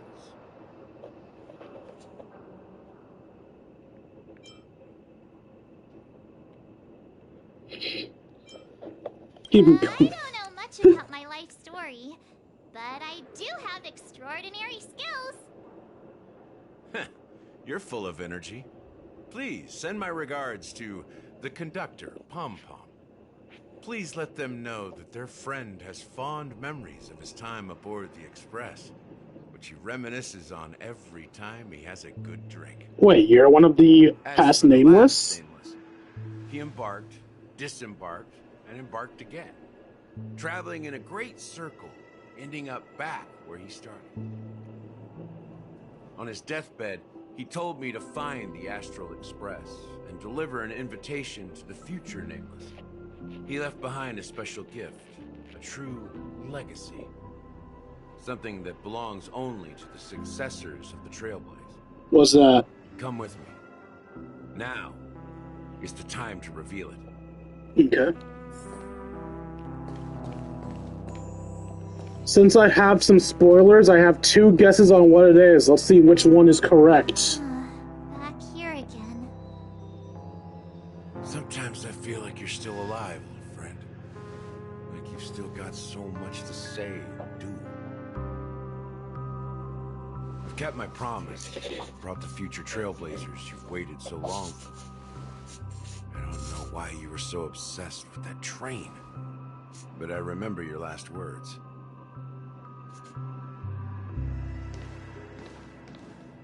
Don't let us down, old man.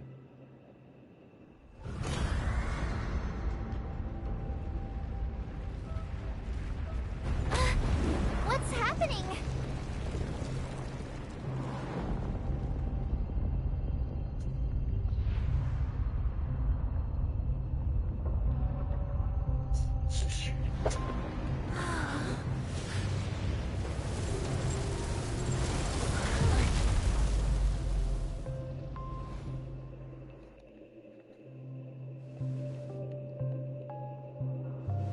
Go ahead.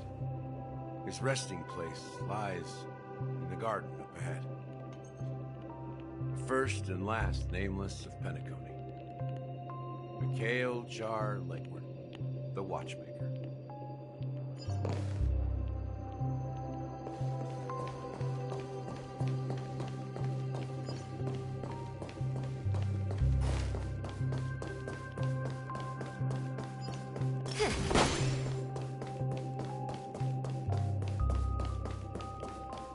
Come on.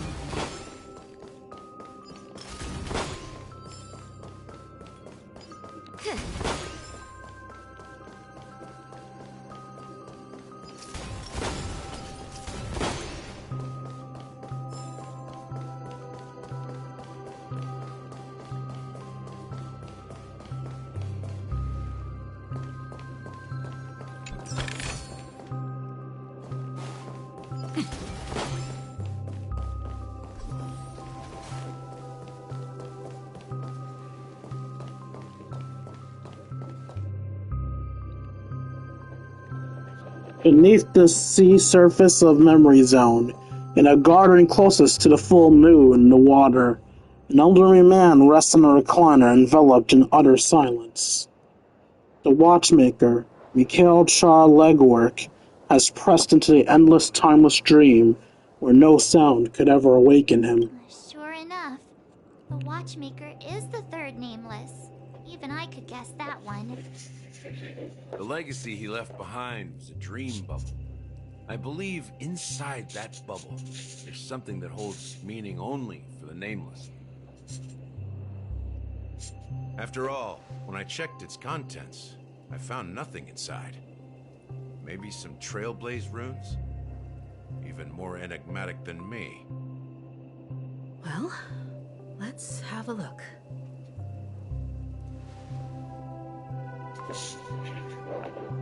As the words cease, Himiko nods ever so slightly in your direction. You take a brief breath, steady your mind, and turn your gaze towards the watchmaker. Touch.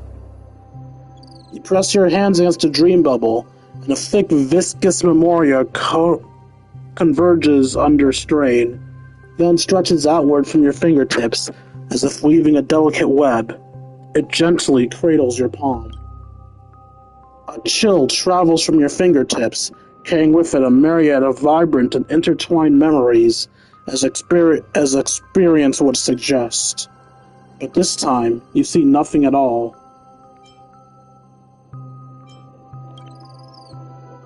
The dream bubble is clearly extraordinary. Perhaps the approach was wrong. You think, holding your breath and closing your eyes. With one knee on the ground, you press your forehead against this film coated in memoria. Yet before you, there remains an abyss of darkness. No crimson sun depending upon the snow-capped mountains. No gentle laughter. No twinkling stars. No echoes of swords clashing. And most of all, no traces of trailblaze. There is nothing, and nothing is there. Indubitably, this is but an empty space dream bubble. What's going on? Seriously? There's nothing inside this dream bubble? How could a dream bubble be empty? Just as I suspected. That old man always had this strange belief in the nameless and the trailblaze. And I never understood where he got that confidence from. Especially since he never managed to get in touch with the Express while he was alive. I could never figure out what was going on in that old man's head. This empty dream bubble is so typical of him. He was always full of weird fantasies and incomprehensible romanticism. A mischievous old man. Well, I didn't expect him to leave anything concrete behind anyway. Don't think that's the case, Gallagher. I'm sure Mikhail has left us the most precious thing of all. Don't start getting all philosophical on me, all right? Just as Mikhail believes in the nameless of the future, we unconditionally believe in the nameless of the past. How could they leave with regrets for the future when they were ready to dedicate their lives to the land they loved? There must be something contained in this dream bubble. It's just we haven't figured it out yet. We also have faith in the Watchmaker, don't you, Gallagher? Well, I'm a follower of the Enigmata. My philosophy forbids me to have faith in anything. That's why I understand what faith means in the path of Trailblaze. And I also want to know what he left behind. I'll leave it to you guys then. Can I borrow your pet? I need to make a trip back to Golden Hour and check something. Oh, fuck, a bird! Sales store. It's for Mikhail, and for the future of Penacony. Oh! I'm switching to his pay-per-view. Pay-per-view point of view. Greetings. We're the Nameless from the Astral Express, and we'd like to check in. The Astral Express? But I thought... Yes, my companion's already checked in. My name is Dan Hung, and I believe my personal information is recorded in your system. I see, but your companion said you wouldn't be coming due to a change of plans. Now the plans have changed again. And you are... Me? I'm Pong Pong. The Nameless, who's also with the Astral Express. Pom Pom. He's my fellow trailblazer. We responded to the family's invitation before he boarded the express, so he wasn't registered in your system. Is it possible to accommodate him as well? Oh, I see. Another one of the Nameless had a similar situation. Seems like a lot of people are joining the Trailblaze these days. 2 people's a lot of people? Since there's a precedent, it shouldn't be a problem. Just give me a second to contact your companions.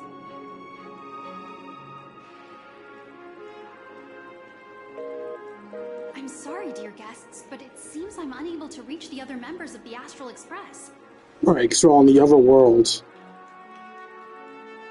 What do you mean by unable to reach them? My apologies. This is the first time I've encountered a situation like this. However, the system indicates that those guests are still in the dreamscape. How about this? Give me their room number, and we'll go check on them ourselves. I'm afraid that's not possible. I need to verify both of your identities before I can share any guest information. Wait, then verify Don Hung's. He's in the system. How about you just wake up someone? Let's say, Wilt? I'm sorry, but there are strict rules regarding forced awakening. It cannot be done without the proper clearance. So nothing works, huh? What's your solution then? Are you saying we sleep here? At the reception? Please be patient. We need to contact your companions in order to confirm your identities. And now it seems you need to confirm our identities before you can contact our companions. It seems so. You see the problem here. Look, nothing personal, but if you can't handle this, go find someone else who can, okay? Please calm down, dear guests. I do recall that Mr. Sunday, the Oak family head, personally handled this issue earlier. Oh, please wait a moment while I contact him. He's gonna throw a She's fit trying when to she... give us a hard time. She really just doesn't know what to do. I have a bad feeling about this. You tried to contact them on the express earlier, but they didn't respond. Something doesn't seem right. I need to leave for a moment. You can stay here with the receptionist. Sure thing. Just don't keep me waiting forever. Don Hung seems pretty worried about his companions. I should give him some space. Stressing out about it won't help anything.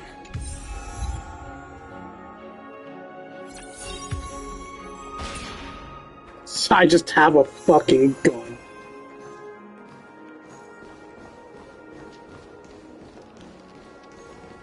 Whereas Neutral B, he wields a gun. Greetings. I'm Cody of the Bloodhound family, head of security for the hotel. How may I assist you? Hello. So, there's something I wanted to ask about. I've been hearing some unsettling rumors about certain incidents that might affect the Charmony Festival. Do you think there's anything to be worried about? I've traveled all the way from the Hawaii Federation, and I don't want my trip to be ruined. What do you mean? Wait. You haven't heard? I'm not sure where you heard those rumors, but they're completely baseless. I can assure you, as a representative of the Bloodhound family, that everything is going smoothly for the Charmony Festival. At present, all of the families are focused on making sure the festival starts on time. Even the Dream Master himself has arrived. So don't worry, your trip won't be in vain.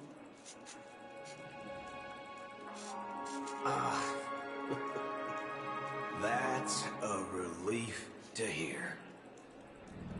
She doesn't appear to be acting. So, it seems that even the hotel staff are out of the loop.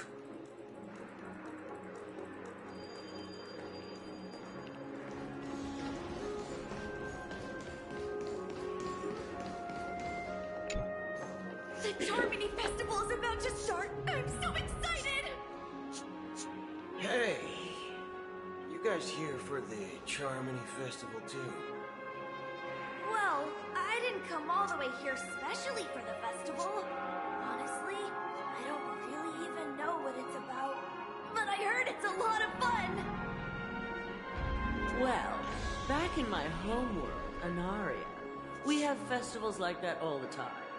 My dad threw me a birthday party one time that was just as extravagant as the Charmony Festival. Oh, come on! The Charmony Festival is a once-in-an-Amber-era event. How can a birthday party compare? Well, you never know, right? Maybe on her world, birthdays only happen once in Amber Era. Anyway, let's forget about that. Have you heard about the, unsettling things happening in the dreamscape? Unsettling things? What could possibly go wrong? It better not ruin the Charmony Festival! I've been looking forward to it! Relax. With a big event like this, there's bound to be lots of gossip and rumors. Don't worry.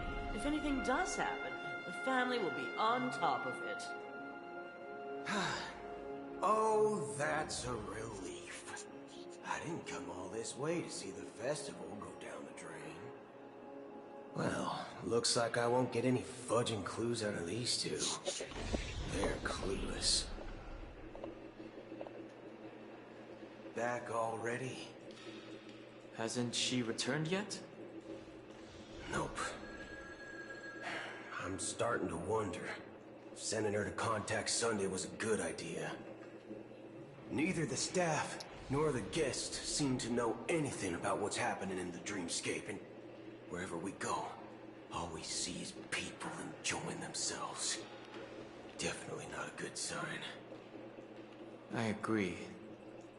Another unusual thing is that the Oak family is supposed to be in charge of organizing the council and managing everything inside and outside the dreamscape. However, I walked around the hotel, but didn't meet a single member of the Oak family on such an important day. Well, I'll be forked. If I remember correctly, the head of the Oak family is that Sunday guy, right? We shouldn't linger here too long. Let's go back to the Express for now. Not so fast. Have you ever robbed VIPC, bro?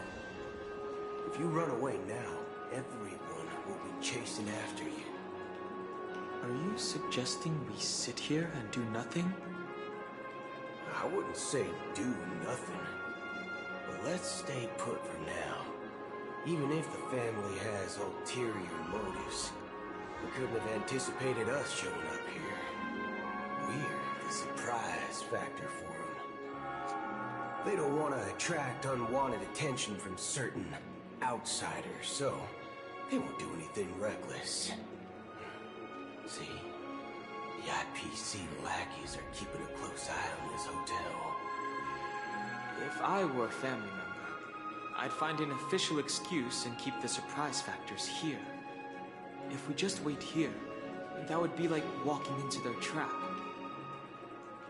Of course, we don't need to walk into their trap.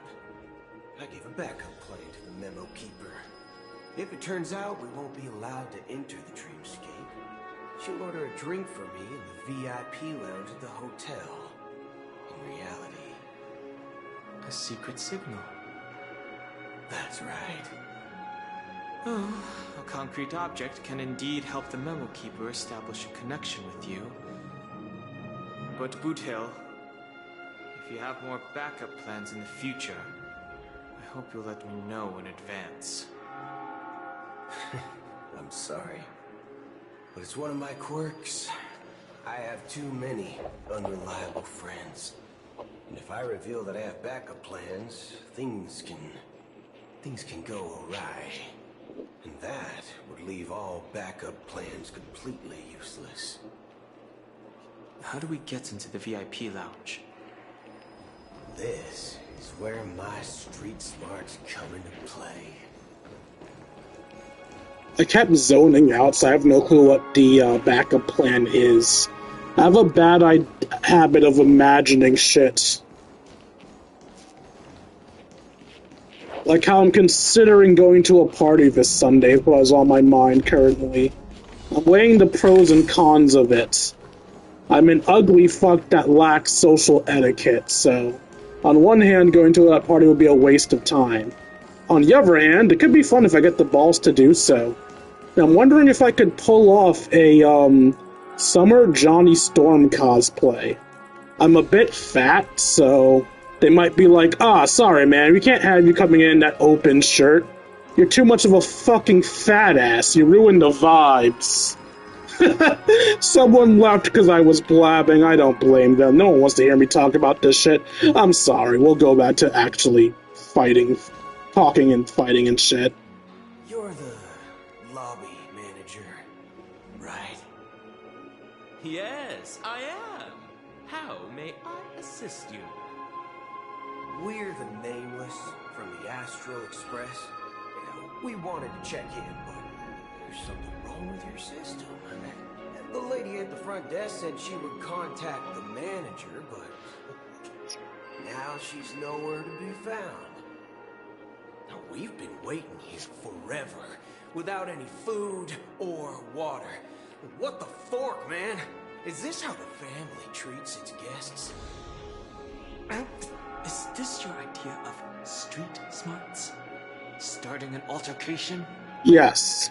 It's called standing up for your rights. I apologize for the inconvenience. Please wait while we try to contact Mr. Sunday. I'll arrange 2 premium seats in the VIP lounge so you can rest there while you wait. See? Just like that. Just don't call yourself Nameless next time. Wow, this bar's something else. Certainly worthy of the planet of festivities.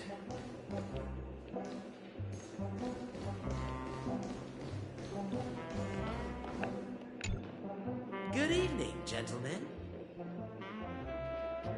Hey, I have an order for a bottle of Hasdana's White Oak. Can you help us find it? Hasdana's White Oak. I think there might be a misunderstanding. We don't serve that here. Oh, no way. Are you sure you're not mistaken? If someone had reserved such a beverage, I would definitely remember it. It sells for hundreds of thousands of credits per bottle, after all. I couldn't afford to cover for such an item if it were broken or lost. That's strange. Well, could it be that the memo keeper couldn't afford it? What should we do now? Oh, no need to rush. Well, let's grab some drinks first. Maybe I arrived too early and he hasn't come yet. Now, let's see what kind of juice malts you all have here. Well, give me a glass of Heenum Valley, 40 years. I'll have it neat. No ice. Wow, that's the most expensive one on the list. You have a taste for the finer things. It's on the house, anyway. What can I get for you? Anything you recommend is fine. Then I would recommend today's special, Glass Village. It's classic Soul Glad mixed with Laboon juice. It's refreshing and suits your cool demeanor. Just 1 minute. This flavor. Dynamite barbecue with rocket fuel. Ooh, really hits the spot. Truly the finest sherry cask-aged malt juice in the cosmos.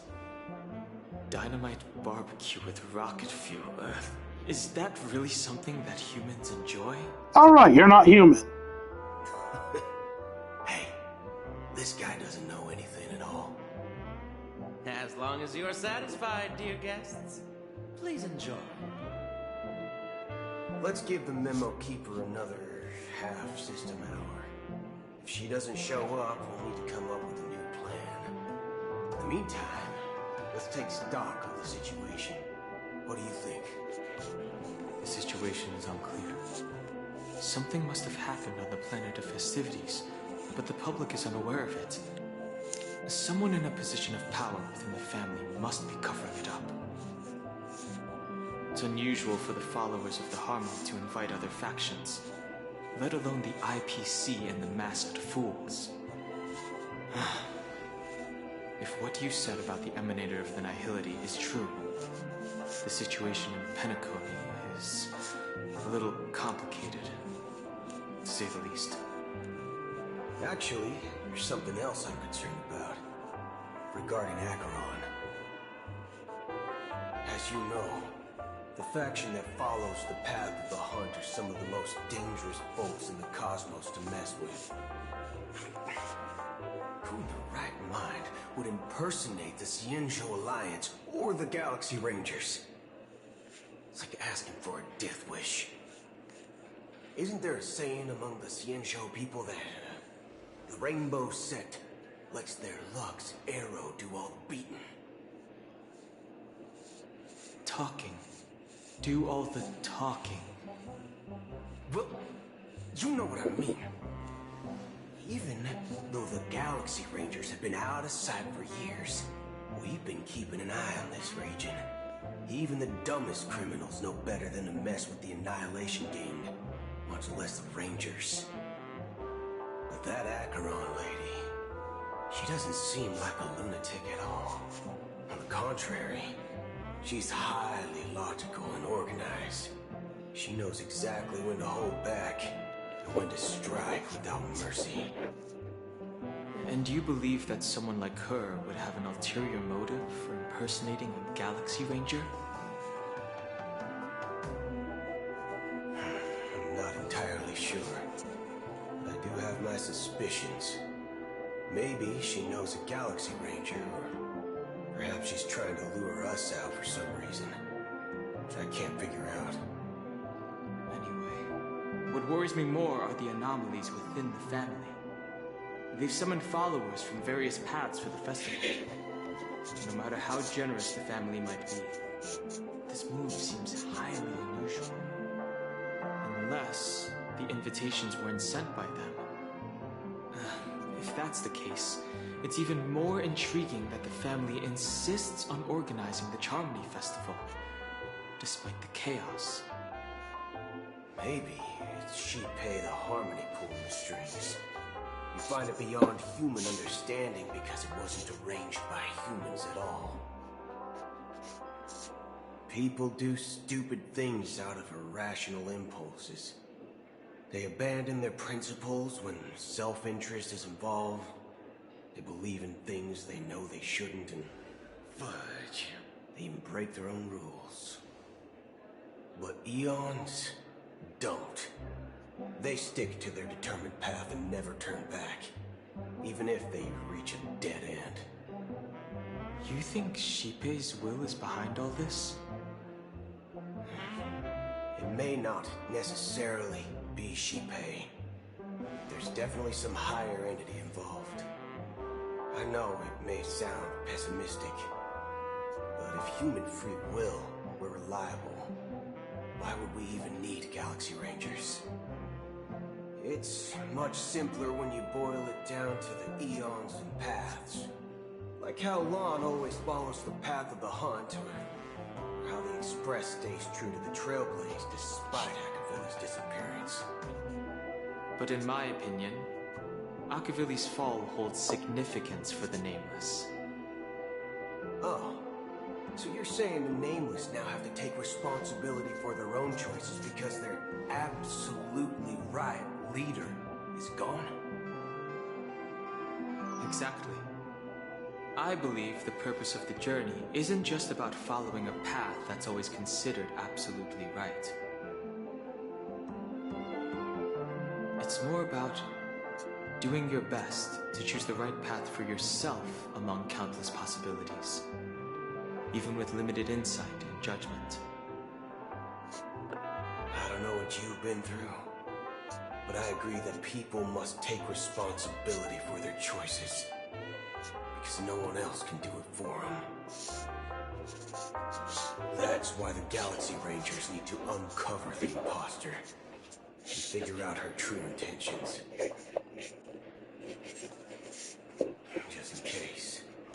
I have a backup plan if the Memo Keeper doesn't show up. This is my final backup plan. I promise. You sure have a lot of cards up your sleeve. Well, going back to my old career would make things a lot easier. By the way, when you were walking around the hotel, did you happen to see any important-looking guests? What's your plan? It's simple. We just grab some hostages and use them as bargaining chips with the family. Or maybe we can even take their identities. No need for that. We'll return to the Express now. Wait. Are you getting scared? Draw your weapon. Let's make a big scene. Are you leaving, esteemed guests? Would you like to cancel that Asdonis White Oak you just ordered? Huh? Asdonis White Oak? But didn't you just say... Oh, that means your friend made it. Looks like you are a bit intoxicated, esteemed guests. You ordered a bottle of Asdonis White Oak just a moment ago. The meme keeper came. Looks like your Memo Keeper friend. Memo keeper. I'm sorry, it's hard to remember what's meme, what's mem. Right. Sorry, my memory's not the best. You know, too many modifications and all. Anyway, let me check. Well, fork me. It says Donna's White Oak, all right. And there's a note. I'll be waiting for you on the Astral Express. No mistake. That's her message to you. She knew the hotel wasn't safe, so she suggested we find another place. Well, looks like we took a detour, but now it's back to the Astral Express. So, what are we waiting for? Let's go.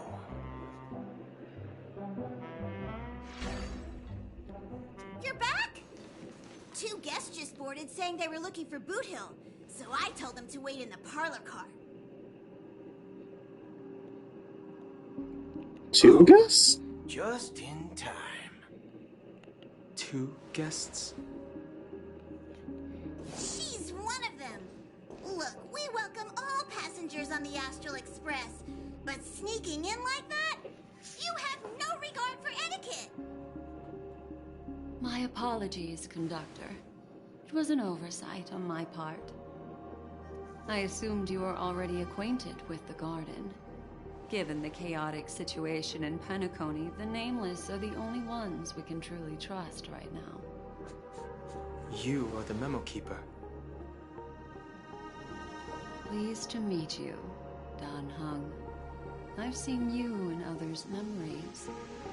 And as for Boot Hill, this is our first face-to-face meeting. I hope you enjoyed that bottle of Astana's White Oak. You sure have a refined taste. Finally, Memo Keeper. Well, let's cut to the chase. Spill everything you know. That's precisely what I intend to do. But before that, please allow me to introduce myself. My name is Black Swan, and I serve the Garden of Recollection as a Memo Keeper. As for Acheron's story, I'm sure she knows it better than I do. Greetings. I'm Acheron. What? You Garden of Recollection shirtbag! You betrayed me! I apologize, but she did that at my request. Due to certain reasons, I have been exiled by the family. Thankfully, this Memo Keeper came to my aid and helped me escape their surveillance unnoticed. To be honest, it was more like stalking than helping. And the process was far from unnoticed. But we did escape. I asked her to guide me to a place beyond the family's reach and to contact a few trustworthy individuals. Mainly all of you. Trustworthy? Son of a nice lady. You think I'm dumb or something? How about this? I'll put a few bullet holes in your head and see what secrets spill out. Then, we can talk about trust. It doesn't have to be like that. I'm willing to answer all your questions, but not right now. If my cover hadn't been blown, we might have had more time, but at the moment, we don't have any other options. No other options? What do you mean? This is the only way I can ensure everyone's safety. I kindly request an immediate warp jump out of the Astana star system.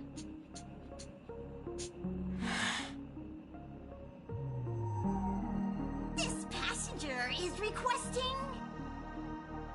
As far as I can tell, she's not a threat, and seems to be telling the truth. I've briefly traveled with your companions and know their whereabouts, Don Hung. Please rest assured, your nameless companions are safe, but they need our help.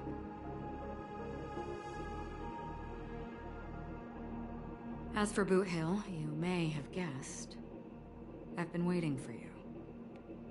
Galaxy Rangers are known for their elusive nature and limited contact with each other, so this was the only way I could reach out to you. Only by doing this can I find a true Galaxy Ranger and fulfill a long-standing promise. To return his relics to their rightful owner. Someone once told me that every rainfall is like a gift from the heavens, a sign of their mercy upon the world. Raindrops are said to be the tears of the gods, shed in response to the sorrows of the world.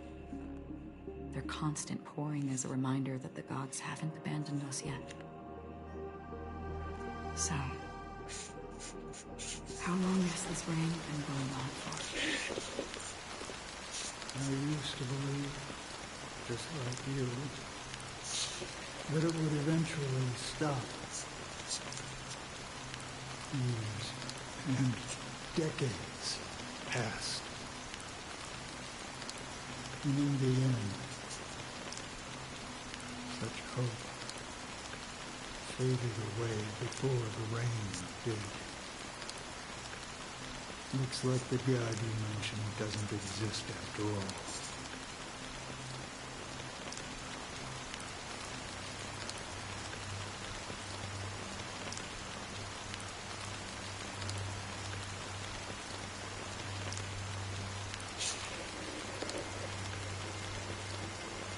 Oh. Let me share a story. I didn't realize that line was supposed to be me narrating, sorry. As he spoke, the old man's gaze remained fixed in the distance. Amidst the fine drizzle of black rain, countless shadowy hands emerged from the sea, shrouding an ethereal mist, reaching out towards the sky one by one. Mortals who walk the paths are like sailors in a vast ocean, leaving behind a trail that creates countless ripples of possibilities. These ripples last longer than the fleeting lifetimes of humans. And for some, their presence leaves such a strong mark that it's reflected in the waves. Like those shadows on the ocean. Sinbursters, the obsessions of the pathstrayers. They emerge from the depths of our lakes, seeing themselves as masters of their own destiny, unknowingly repeating the actions of their past lives. They emerge from the nihility and head toward it, leading purposeless lives. However, these hollow phantoms. They were once my dear companions. A group of galaxy rangers. You talk so quietly, I can barely hear him. Watching over them? No. I'm guiding them toward transcendence. It was a brutal war. A crusade that shook the universe. The universe witnessed the fall of Zuro, the Lord Ravager, but it came at a price. A price so hefty that only those who were there still remember. The unwavering determination of the Hunt followers persists even in death. So someone must guide these lost souls to their life beyond. They were heroes in their time. And they shouldn't be reduced to mere puppets of nihility. As for me, I've suffered too many losses on that battlefield to advance any further. And that makes me the most fitting person to carry out this task. But you know, these sin thirsters, they're not who they used to be. Does this seem pointless to you? Well, some tasks have to be done, even if they are pointless.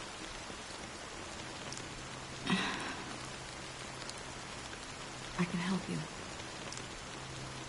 For what? For the meaning of the nihility. That's what I've been seeking.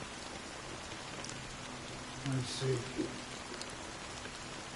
After all, this realm is off limits to ordinary souls, right? Thank you, stranger. I wish that you find what you seek.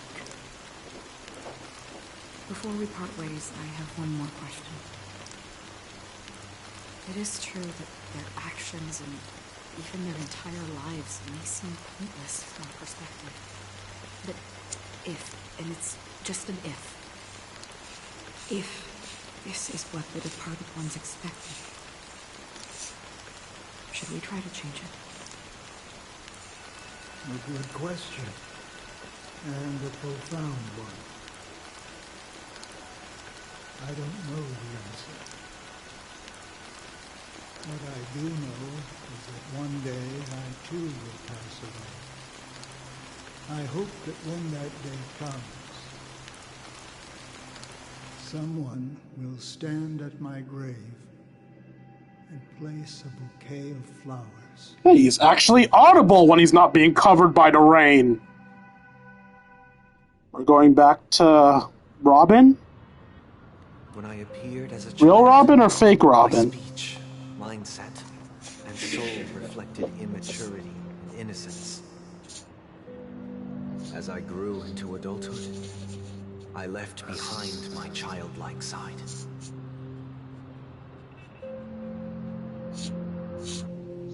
I humbly request your blessings, esteemed advocate of Shipe.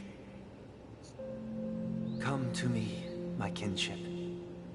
I have sought their presence with us. As you wish. I have faithfully served the Alfalfa family for nearly a decade, promoting the path of the harmony to the best of my ability. However, I made a mistake yesterday. While I was preparing dinner for the family head, I accidentally dropped a prepared dish on the floor.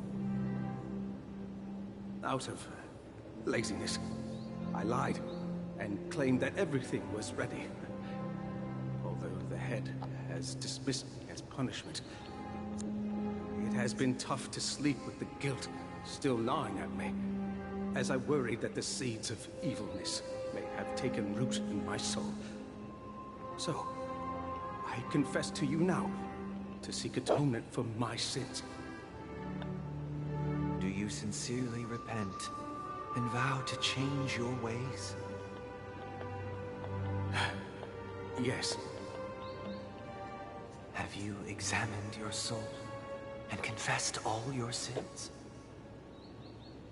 Oh. Yes. Are you willing to accept the process of atonement? Yes. Very well. Show your dedication and goodwill to the family, and you shall be reinstated among them. Now, please, leave in peace. Oh, praise Sheepy. And thank you, esteemed advocate. Next, please step forward. I wholeheartedly confess to you. Please, pardon my sins. Rest assured, I have implored their presence to be with us. As long as you are sincere, absolution will be granted. Oh, great. You know, I arrived in Penacony as a stowaway. I sold everything to get a ticket. My house, my land, and my 2 children. I see. Please, go on. My children were starving, and I hoped they'd have a chance at survival if they became slaves here. If I can strike it rich here, I'll lift them out of that situation and give them the life they deserve. But the Bloodhound family got wind of it. They're on my tail, hunting me down. I thought I could bring my kids here. It was all my fault. All my fault. The family is ready to forgive all sinners. I'll ask the Bloodhound family to cease their pursuit. You don't need to live in fear anymore. Oh, thank you. Thank you. I'll work my hardest to redeem my children and make them part of the family. Praise the harmony! Next, please step forward. Hey! Long time no see, Mr. Sunday. The most esteemed individual in Penacony. And the next leader of the Oak family, right? I have sought their presence with us. Let us proceed. Sure. Let's just get this over with. I have sinned. Please forgive me. I wasted half a pizza at breakfast and a bottle of Soul Glad. Wait, is Soul Glad's alcohol? What's a little kid doing drinking it? When we wrap this up, I've got a robo-ball game to catch, you know? Do you seek to atone for your sins through good deeds? My sins? Starting to sound like a saint, huh? Well, let me tell you something. Neither the family nor you have the right to judge me. Then why are you here? You think nobody knows what your precious family has done? About the watchmaker? Huh? Don't kid yourself, Featherbrain. Those dream chasers might be fooled by your act, but don't fool yourself. Before you start spouting off your holy verses, answer me this. Where does the power of the Oak family come from? And your power? What makes you think you can sit there all high and mighty, looking down on everyone else? Well, I've spent enough time in confession today to enter the Harmony's paradise, right? Then I'll take my leave. Good luck with your election, and, don't make me regret regret my investments in you.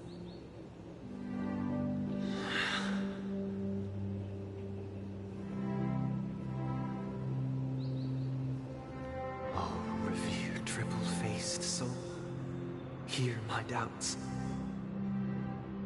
Who can judge the strong when their power hides their crimes? Who can vouch for the weak when they will pay any price to survive? Who can comfort the purest souls when even they get led astray? If the strong defending the weak is truly the foundation of paradise, then who is responsible for the suffering and anguish in this wretched world? Brother? Brother? Brother, are you all right? I'm fine. I've been working long hours, and I just made a trip to Dreamflux Reef and back. So, I'm a bit out of sorts. But it'll all be over before we know it. You've been working non-stop on the Charmony Festival, Mr. Sunday, and no one could have predicted this incident. Even if the Stellaron does pose a grave threat, I still feel sorry for all the trouble we've caused you. No need to worry about troubling anyone. The Charmony Festival was meant to spread joy and harmony across the cosmos. But now that we know the truth, I'm afraid we'll have to cancel it. It has always been our wish to make everyone happy, so... we'll do our best to explain everything to the Dream Master. I'm sure he'll understand. Even if the negotiation does not go smoothly, I'll refuse to go on stage. Without the Chordmaster, the Harmonious Choir would not arrive. Embodiment of The Charmony harmony. Festival would be just a grand performance, and nothing more. I'm relieved to see your determination. You know, since arriving in Penacony, we haven't had any contact with this Dream Master himself. I'd heard of the heads of the 5 major lineages, but the Dream Master is a mystery to me. The Dream Master rarely grants an audience, even for us. But, given the urgency of the situation, he's agreed to meet us in person. Perhaps he'll be the first guest to meet the Dream Master in years, Mr. Yang. Let's hope we can reach a consensus that satisfies everyone. Indeed.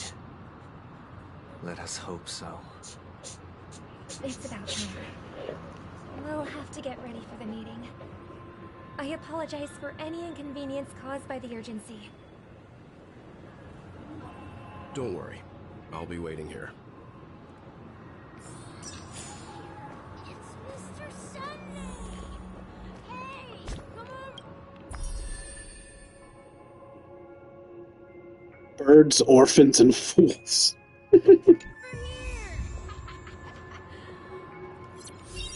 like someone needs help. Let's go check it out. I will check it out in a moment. Okay, so how far are we? Where exactly that's the main mission. The only path to tomorrow is what we're on currently.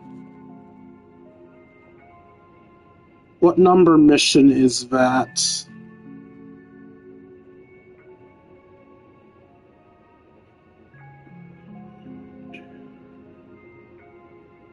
Ah, this is mission number 6. Alright, so after this mission we'll end off today, because then it'll be 1, 2, 3, 4, 5, or 6 tomorrow. Because, like, one of them has a submission, that should be fine. So, yeah, let's do the only path to tomorrow, and then we'll do everything else, well, tomorrow. Thank you for everything you've done. I'll be waiting here.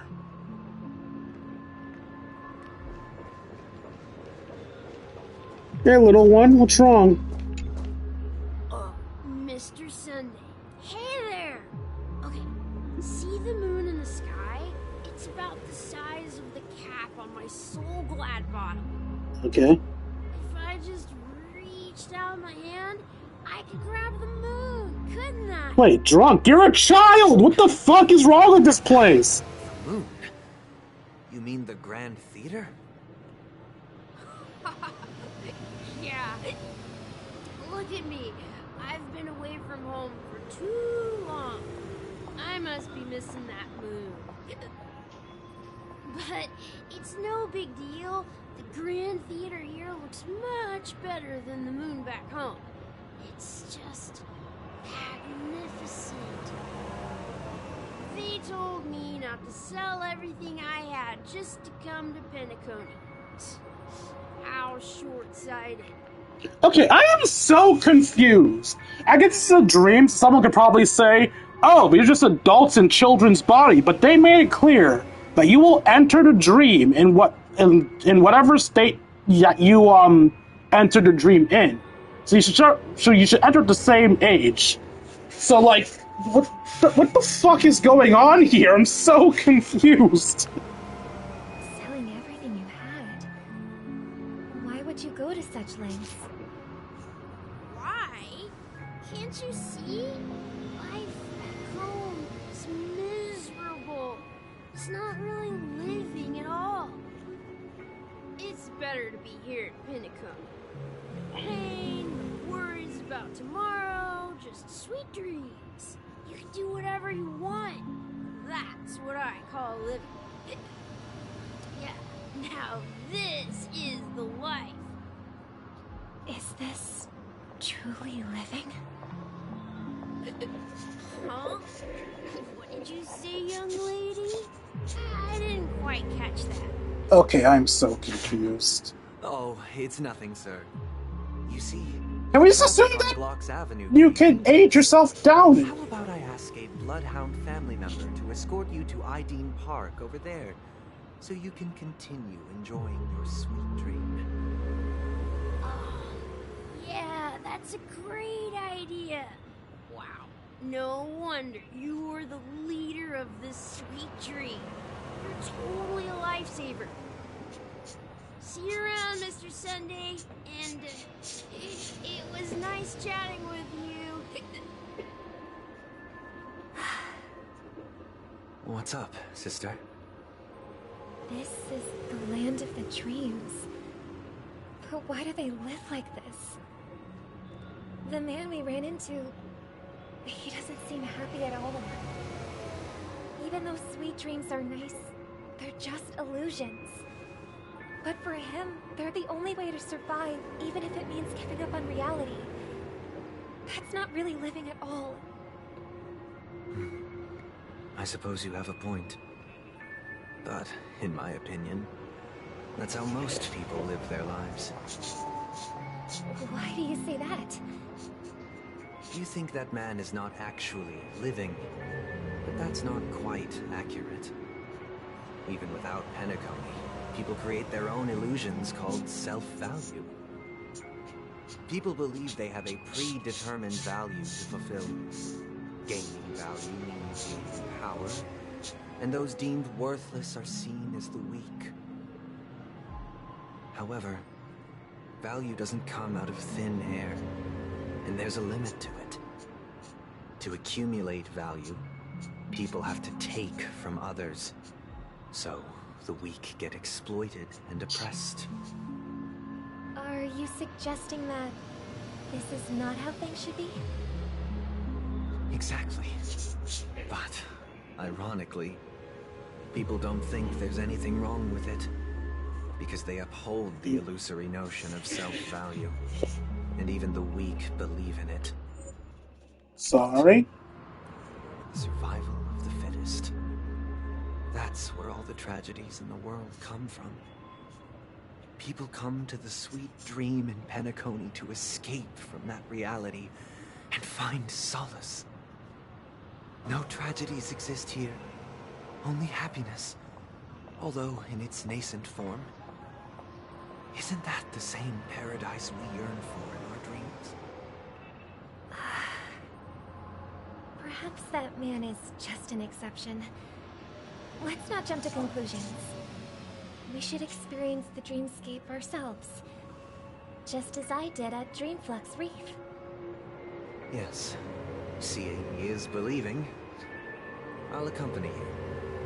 The Dream Master hasn't shown up yet, so we have some time for a stroll.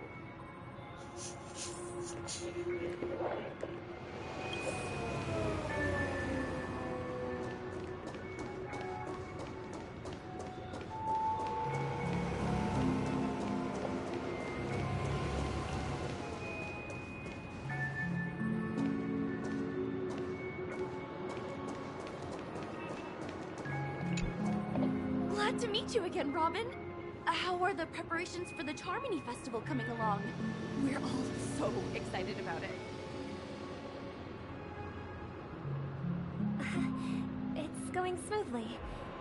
Thanks for making the trip to join the festival. You're too kind, Robin.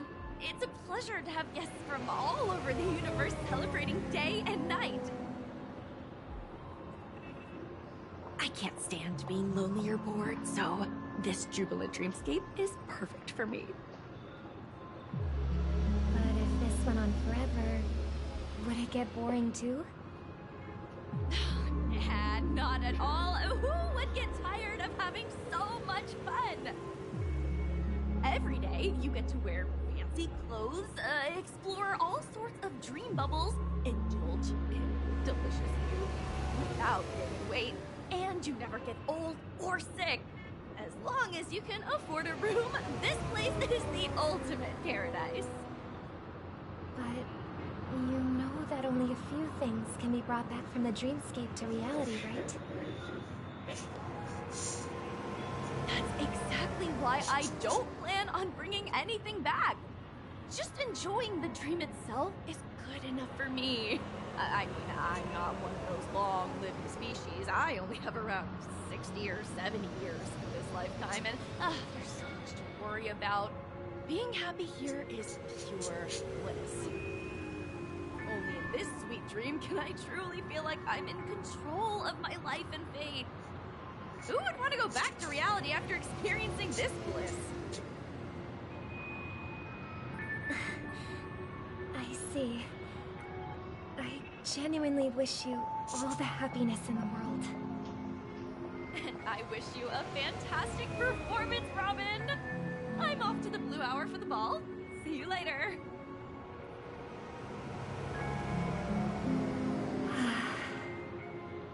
Seems like that guest's perspective didn't resonate with you either. She had a valid point. And I could sense her genuine happiness. It's just that... What you're trying to say is, she thinks she's in control of her life. But in reality, she's just escaping from reality and seeking solace in this sweet dream. Once she steps out of this sanctuary, everything will be lost. Well, she did make mention of being able to afford a room. Didn't she? However, the paradise in our dreams, it doesn't have to end. No. And the paradise we yearn for shouldn't be just a fleeting dream either.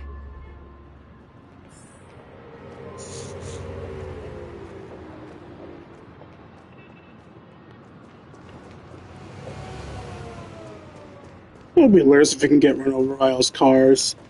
I know we can't, but it would be funny. The scenery in this dreamscape is truly breathtaking, isn't it? Oh, Robin. Can't believe I'm meeting you in person here. What an honor. You're right. Even though time stands still in this dreamscape, it always feels fresh. I find something new every time. A philosophical mind. I hope I'm not intruding. Oh, not at all. With little time left, I yearn for meaningful conversations, especially with someone as esteemed as you. Do you mind if we chat? It's my pleasure. No need to be formal. Just speak your mind. You said, with little time left. Please, Forgive me for being blunt, but is that why you came to Penacony? Yeah. I was part of a war, and while escaping from the Sarkosian mothership, I got exposed to some radioactive materials. And then, all my comrades died, and my hometown was wiped out by neutron bombardments. I couldn't bear to live. Everything I knew gone. That's when I heard about a possible solution here, so I came. How heart-wrenching. I hope the family has been able to help you. They have. And I'm truly grateful for that. They provided me with a comfortable room, the most advanced life support devices in the cosmos, and a stellar team of caregivers. My physical body is now in the dream pool, sustained by life support. The me you see here is whole, rational, and no different from any other person. But I can't say the same for the me in the hotel room. My true appearance. None. I hope you never have to witness it, Robin. So, you'll be living forever in this dreamscape, right? Just being able to live at all is good enough for me. Whether it's in this dreamscape or not, well, I don't really have much say in the matter. My world has been torn apart, and my life could end any second. So, even if this whole place is an illusion, it's still my paradise. And I'll treasure every moment I spend here. How I envy those everlasting things. An old man's story. It's so tragic. Fortunately, this sweet dream gives him joyful memories to hold on to for the rest of his life. That's precisely why this sweet dream in Penacony exists. However, even this sweet dream has its limitations. While it provides solace to the disillusioned, it can't completely eliminate pain in reality. There will be a way out. Penacony is already on the right track.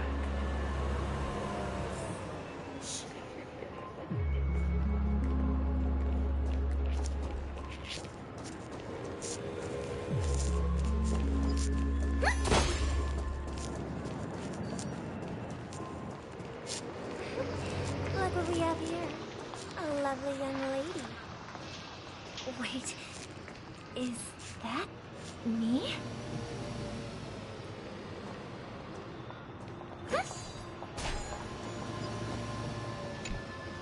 Brother, what a surprise to see you again. Show yourself. Your trick won't work on us. I've heard that a skilled masked fool received an invitation too.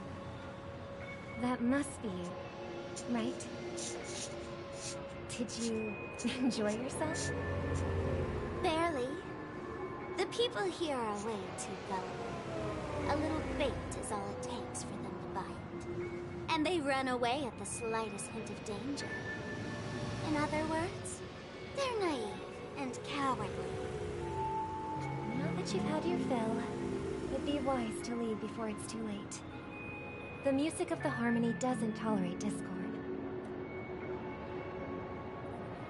What? Now that you have the real Robin, I'm useless? Oh, how disheartening. I've done so much for the family. You should be thanking me, because if it weren't for me cleaning up this mess, Penacony would still be in shambles. Don't you think? That was a personal request from the head of the Iris family, and it has nothing to do with us. Step aside and stop causing trouble for the Charmony Festival. The Charmony Festival?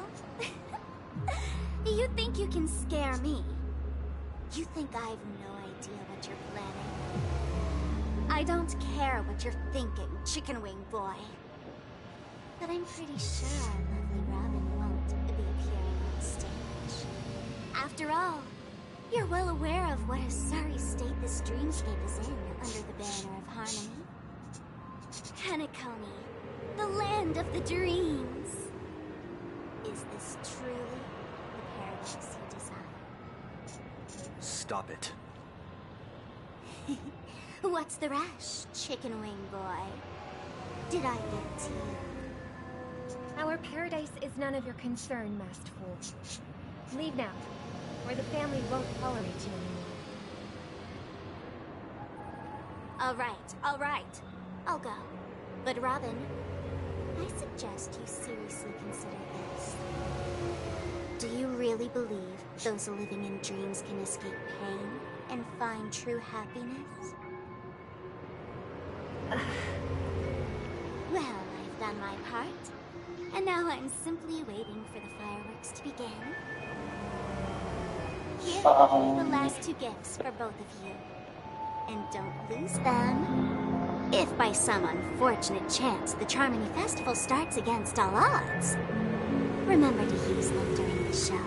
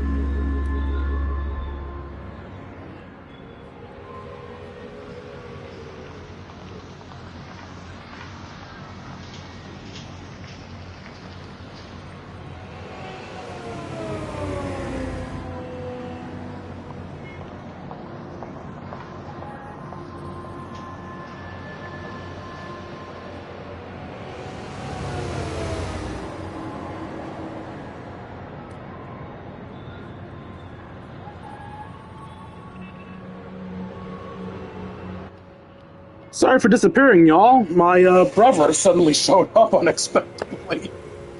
Alright. And it'll be thrilling. Bang! I heard a raven calling in the distance. It seems the Dream Master will arrive soon.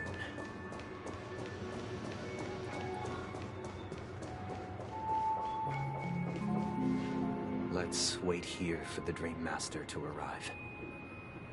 Okay. By the way, brother, I heard you no longer have a sweet tooth. Back when we were kids, you used to steal my desserts. Seems like a lot has changed during my absence. Why can I see her eyes through her hair? What exactly happened? Someone has to stay awake even Oh, that's with all of their eyes. But that someone doesn't have to be you, or anyone in particular. That's super weird that I notice it. Too much on your shoulders, brother. The paradise in our dreams. It shouldn't be like this. Penacony is nothing more than a dream. It can't erase the worries and pain of reality, or bring true happiness. It only offers an escape from reality. Nothing more. Remember the old man we met earlier? Without this dream, he might have completely lost himself. That might be true, but even without Penacony, he could have chosen another path. As far as I know, the Intelligentsia Guild has been promoting their rehabilitation techniques for a long time now. That path may have been more ordinary and challenging, but now he's in a comatose state. And this sweet dream has become sort of end-of-life care. Is fate sealed? Is Penacony granting these people a future? Or is it taking it away from them? Well, don't forget this. Not everyone really has a future. The future for humanity is like the sky for birds. People mistakenly believe that flight is inherent to birds because they've never witnessed those birds crashing to their death. Do you remember how we took in that little Charmony dove when we were young? Yeah, we took care of it.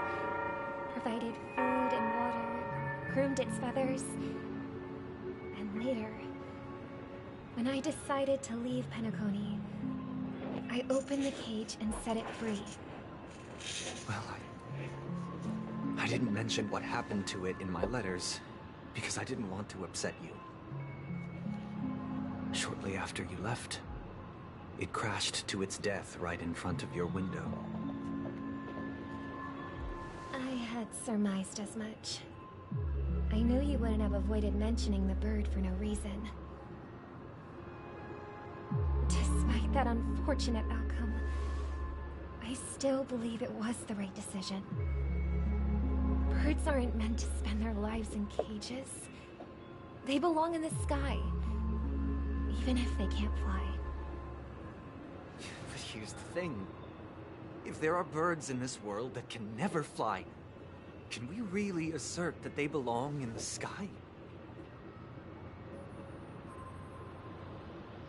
Are you implying that the same goes for humans too? Let's take the Astral Express as an example. The Nameless made tremendous efforts to bridge worlds, gaining fame across the Wait, shut the fuck! Did that pop into existence? Only a few extraordinary individuals can endure such a perilous journey. That's because the pursuit of the trailblaze exceeds the capabilities of ordinary humans. Otherwise, why would this path be filled with broken rails, an abandoned express, and even a fallen eon? Cavilli. That's just sophistry. If that were true, then only the powerful would have the right to determine the future. Unfortunately, that's exactly what happens. Another name for the future is self-value.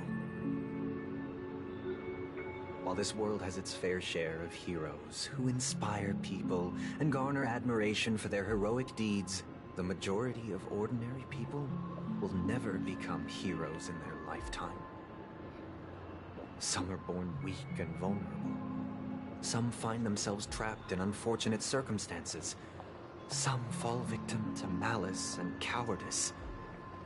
When it comes to survival, everyone is equal. And the weak can only watch as their value gets constantly diminished by external forces. That's why we should care for the weak and support them as if their suffering were our own. That's what the Odes of Harmony have always taught us.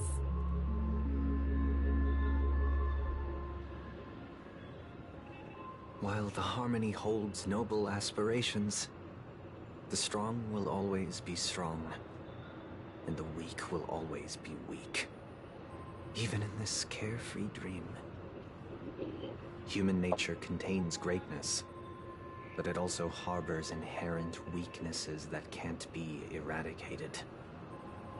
In the end, if people can't even secure their own survival, they won't care about the illusory future of equality. As long as the law of survival of the fittest prevails, there will always be fledglings crashing to their death. But if people don't live for the future, do they merely exist for survival? If even you, my brother, don't believe that the Harmony will save the weak, then which eon can make our dreams come true?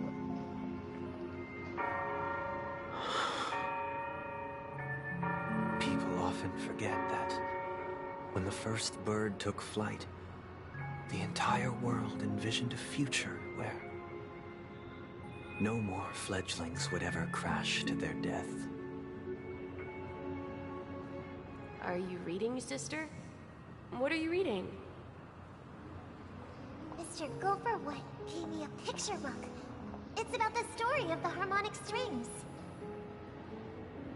If I could become a chord master, I'd like to summon Dominicus, the harmonious choir. I want to sing with everyone and spread our wishes so that all can feel happiness and joy. I see. Then I would summon the harmonious choir too. Don't you have a wish of your own, brother? Of course I do. It's just that it includes your wish and everyone else's. I long for a true paradise where everyone can find peace. Then let's build a stage there and invite everyone to our performance so that both our wishes come true through the power of the harmonious choir. It's a deal then. Yeah, it's a deal. But how can I become a chord master?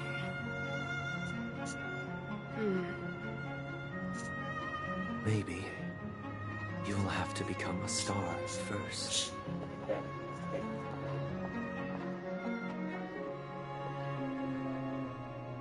A system hours until the Charmony Festival. Any results?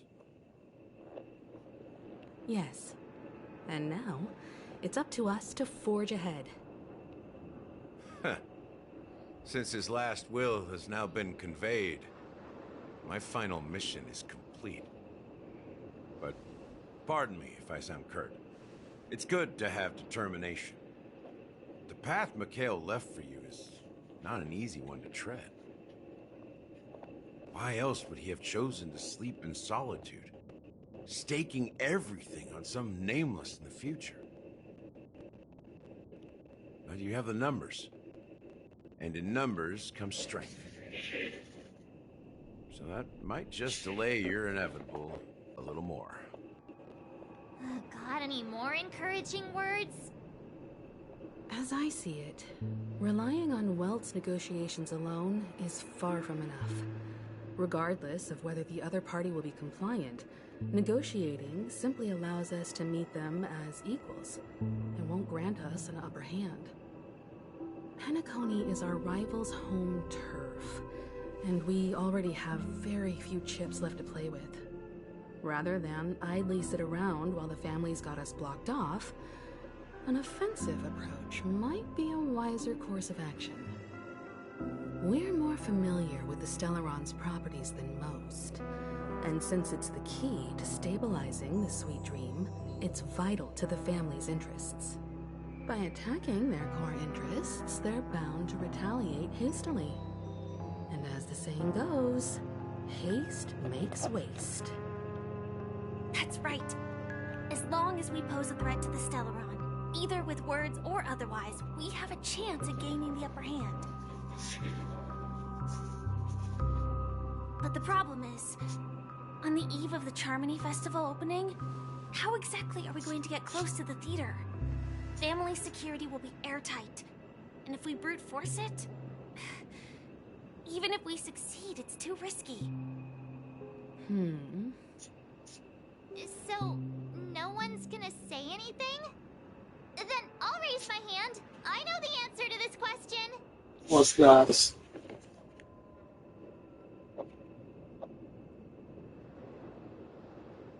You of all people? What's that supposed to mean?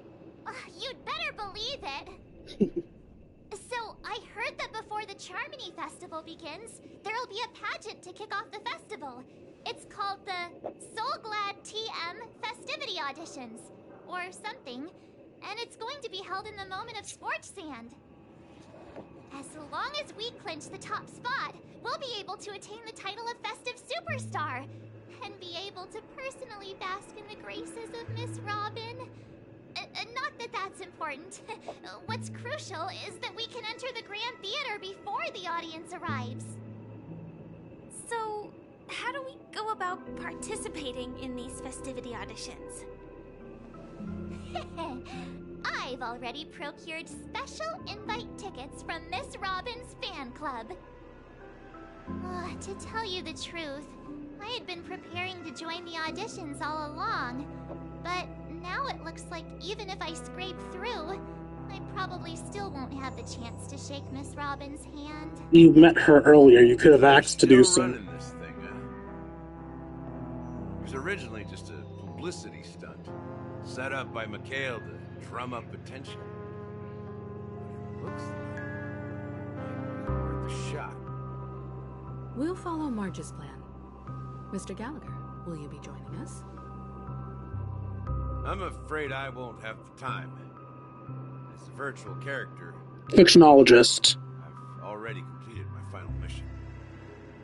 Whether Penacony can awaken from this dream is all down to you. Should we ever cross paths again?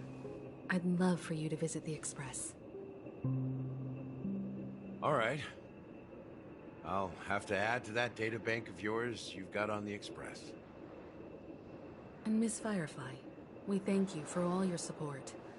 We're faced with a formidable enemy. As long as the Astral Express and Stellaron Hunter's objectives are aligned, we're willing to cooperate with you. We've already come this far together. I'd like to join you for the rest of your journey on Penacony. I'm pleased that we can finally fight shoulder to shoulder. I couldn't ask for a better ending. This is also the spirit of the Trailblaze. Now, everyone, let's prepare to move out.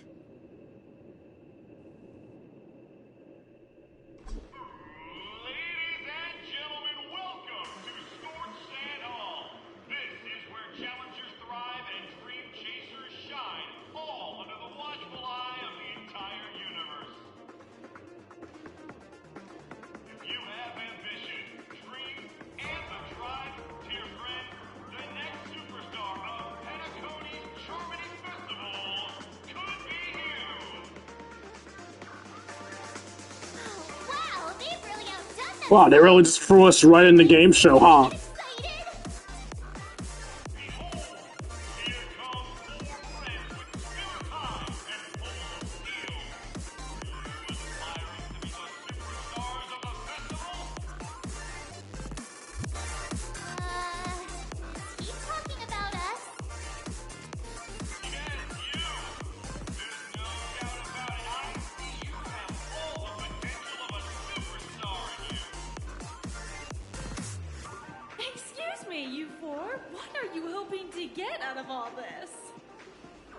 As the last group of contestants, how confident are you in overcoming all of the challenges? Would you be open to a brief exclusive interview with us? It'll be quick. Your journey is long and fraught with peril, yet under a sky blanketed by banners, you fly for the crown. The sword and rose! Protect the beauty! Magnificent and majestic! A knight's head is hard as steel. Brotherland's focus is stubborn as a heel. We don't all have to be winners. But if we don't have fun, we'd all be sinners. People are pouring in. Kinda feels like all sorts of baddies are showing up. Let's get in there quickly and enter the competition. Ladies and gentlemen, please, make way. Make way. Coming towards us now is one of Penacony's top 10 wealthiest tycoons, and the soul-glad business empire's founder, Mr. I.D. Allow me to introduce myself. I'm the director of Soulglad's factory. I team thee.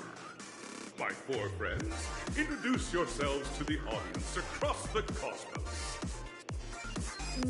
Hello, everybody. I'm Himiko, a nameless from the Astral Express, and these are my companions. Don't you guys need to hide your identities? Guess not. But anyways, Penacony is plastered with our posters. And because the Astral Express is so well known, the family won't dare to make any rash moves. They say it in front of the camera, where the family can hear them.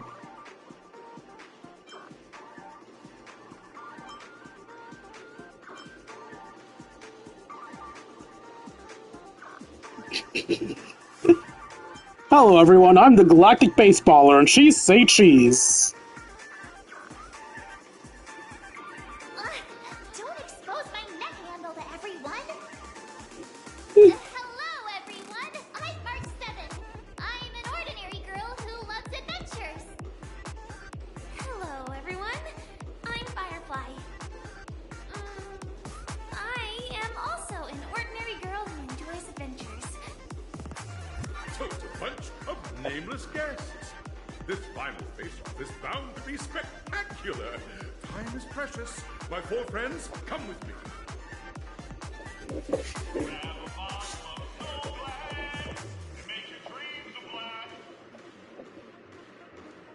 Lame. Alright, I looked into the future missions, and it seems like the only reason I got through free missions so quickly was because those missions were obscenely short. So I am going to go through this one last mission just to ensure that tomorrow's stream isn't ridiculously long. So one more mission before we end it off for tonight. And if my assumption was wrong and tomorrow's stream is shorter than expected, then so be it. Just means I have more sleep tomorrow. As the era filled with boundless possibilities.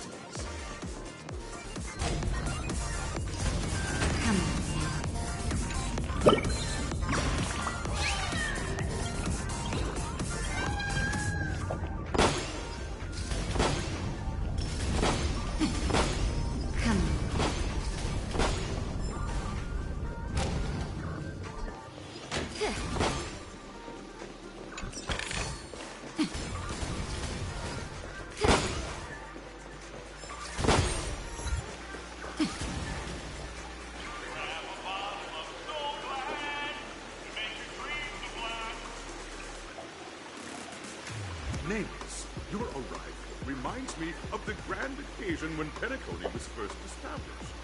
I was still a young, bright-eyed lad back then, lured here by the watchmaker's ads, full of zeal and ready to make my first fortune in life. Once, during a particularly grueling day, I passed out and was resuscitated by a drink from Mr. Sousa. That sweet taste has since been etched in my mind, and that was what drove me to create the Soul Glad that we all know and love today. The dream-chasing era was truly a wondrous time. Oh, I miss those days, and the watchmaker. Scorched Sand Hall is my homage to that time of boundless possibilities. I wholeheartedly hope you make it to the finish and emerge as the next superstars of Penacony. Now then, is there anything you'd like to say before the competition officially begins?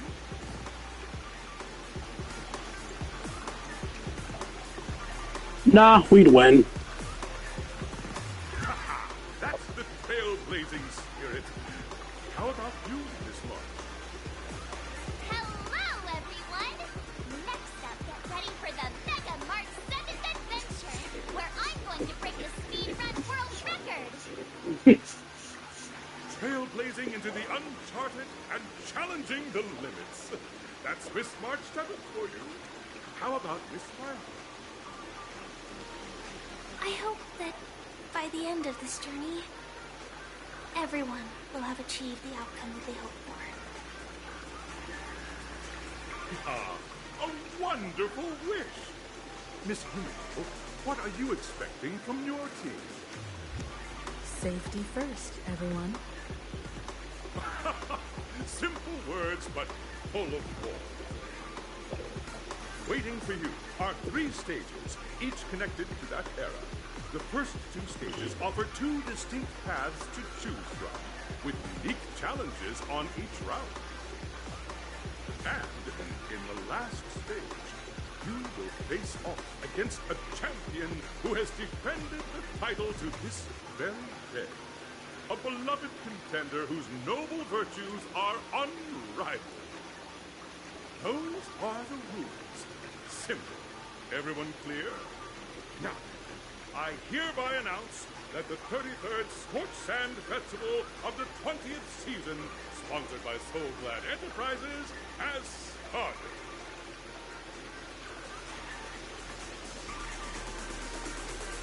Everyone, as the Charmony Festival is drawing closer, we must reach the end as quickly as possible. Factoring in efficiency and safety, splitting up into two groups is the best choice. March and I haven't known Miss Firefly for too long, and aren't overly familiar with her. It'd probably be better if the two of you paired up. KK. Fine by me. Let's do it. All right. I don't have a problem with that.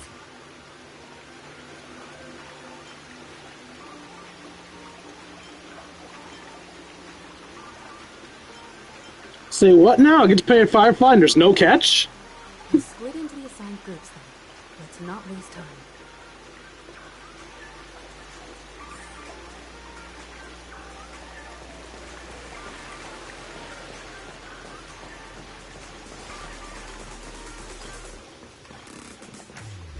Welcome to the first stage of Soulglad Enterprises' 33rd Scorch Sand Festival of the 20th season, Dream Play Fantasia. In this stage, you can choose between two challenges, the School of Acting or School of Action. In the School of Acting challenge, you have to complete 3 performances from 3 scripts and move the panel judges. In the School of Action challenge, you have to defeat 3 groups of enemies convincingly and reach the end. Now, make your choice.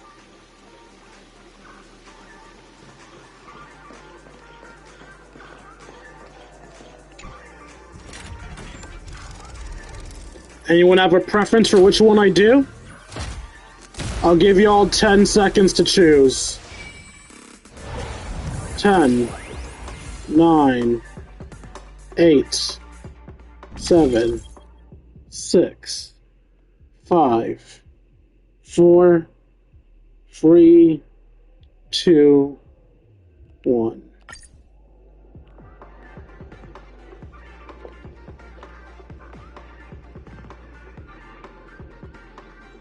Yeah.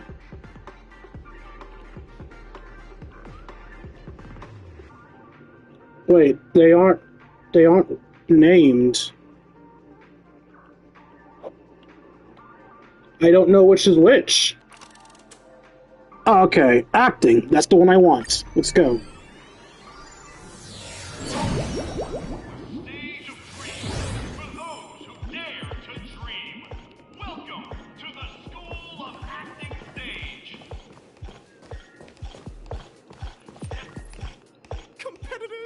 Allow me to introduce the rules of this challenge to you. Yeah. There are 3 stages up ahead. On each, you will find an outline of a script. These 3 scripts were written by the legendary filmmaker, The Watchmaker, and depict various stories from Penacony's era of pioneering. Yep. Your task is to bring those moments to life, find the right words, and act convincingly to make the judges feel the script's intended emotions. Oh, I wish you a successful performance. Also, a bit of trivia. The record score for this stage is held by a participant with fiery red hair. His exceptional performance brought even the strictest judge to tears. It's like he wasn't even acting at all. I think I know that character because spoilers. We are running out of time, so let's get this over with quickly.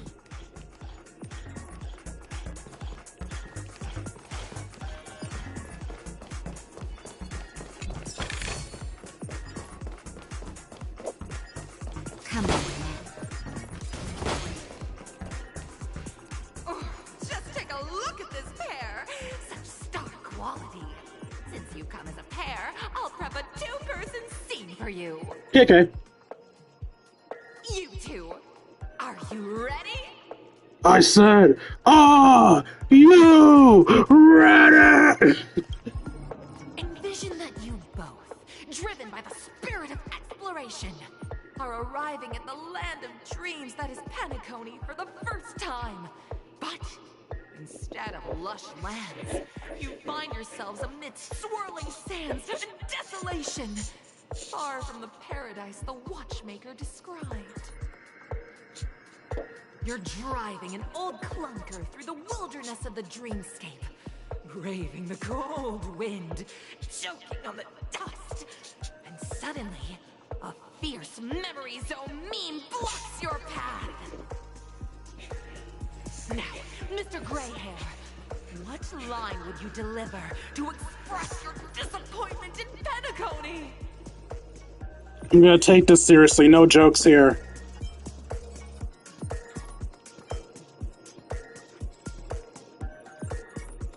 What in tarnation is this hellhole? The Watchmaker's a big fat liar. Wait, they didn't say what I'm supposed to feel, right? They just said that I'm in a sandy space.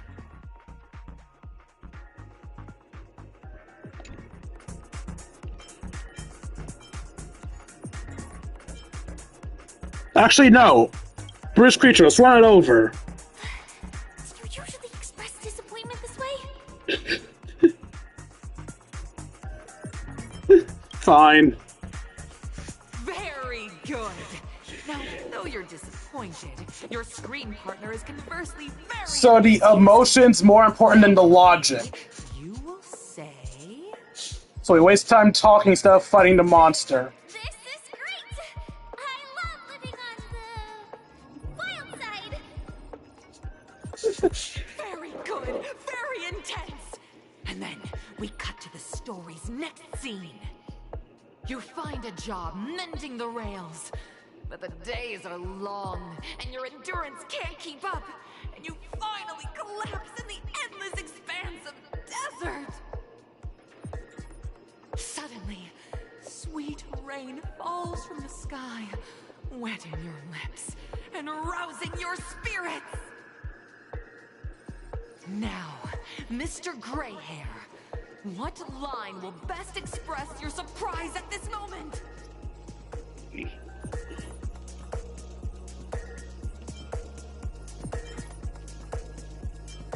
Oh, Penacony, my Penacony, you truly are abound with opportunities. But at this moment, your partner yet gazes into the sky, both her eyes closed. The raindrops fall, blurring her vision, and she tragically says... Perhaps we were never meant to succeed. Right?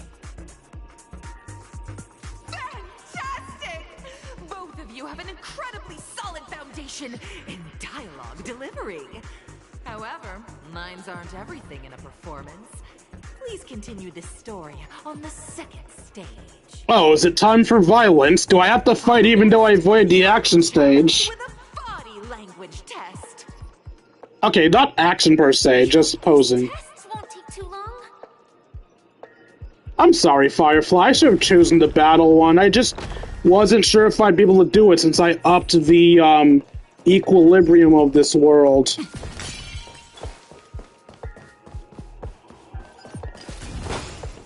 Treasure.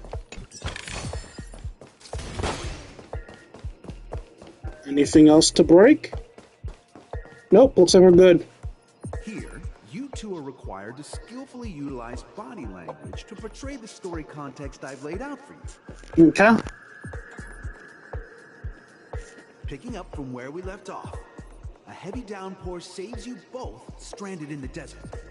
This rain quenches the anger in your heart. You look to your companion, now completely devoid of fighting spirit, wanting to comfort her. At this moment, What should you do to make her laugh? Tickle her!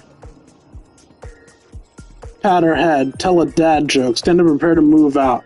Roll about in the sand. Tell a dad joke. The test now is about body language. I don't think dialogue is allowed here. Rolling in the sand it is, then.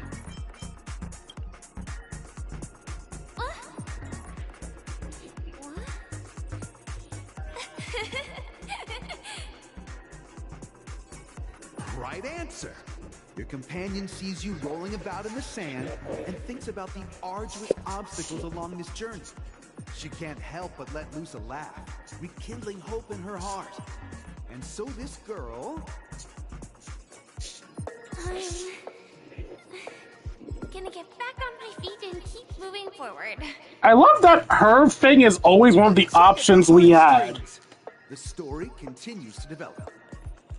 The heavy rain leads you both to sense a business opportunity. So you start venturing into the umbrella industry. But just as the business begins to pick up, competitors start flooding the market with low-priced goods, squeezing your market share. No, those bastards! You have no choice. The goods you stockpiled at high prices have to be sold at a loss. This is a pretty self-destructive move, which drives your business to the brink of bankruptcy. At this moment, what would you, who refuses to admit defeat, decide to do? Clench my fist! Leave dejectedly, get on my knees and grovel. Stand up and smack the table! Ow! I am such a weak bitch. You slam the table and rise up. They think you'll back down? Impossible! Dream catchers cannot be knocked down, but never knocked out! Fantastic! But it's a pity. Your friend does not agree. My hand hurts now. Fuck. There's nothing but despair in her future. And then... I leave Penacony in utter disappointment. Is that okay? Of course! Absolutely! I was this close to tears. Both of you possess exceptional acting talent. However, the true test is yet to come. You're about to encounter the harshest judge this show has ever seen. You'll need to rely on perfect performances if you want to win them over. So no fuck-ups for me, I'm guessing?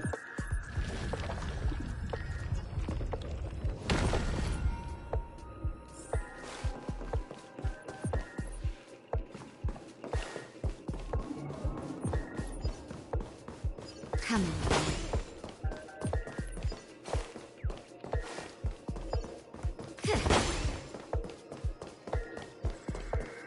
Looks like I can't get my treasure chest until I beat this area. Which is weird, the other ones gave me the treasure chest beforehand. Alright. Welcome to the final stage. Actually, all the scenarios that you previously encountered were all from the film Once Upon a Time in Dreams. I love that movie. Two companions arrive on Penacony with nothing but a dream. Their desire for achievement is met with continuous setbacks. Ultimately, one continues on, despite spiraling into debt, while the other concedes defeat and leaves. Many years later, their paths cross once more in the thriving Penacony. Yet, they refuse to acknowledge each other because...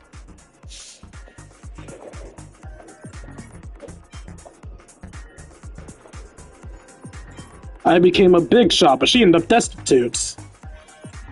Against the backdrop of a revitalized Penacony, the joy of reunion mixes with the sorrow of past separation, the awkwardness of being strangers, and the shyness of a long-awaited encounter, all converging at this very moment.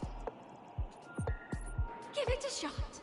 Try and convey this bittersweet scene to me. bring it to life with precise and emotive acting. Is this ever going to end?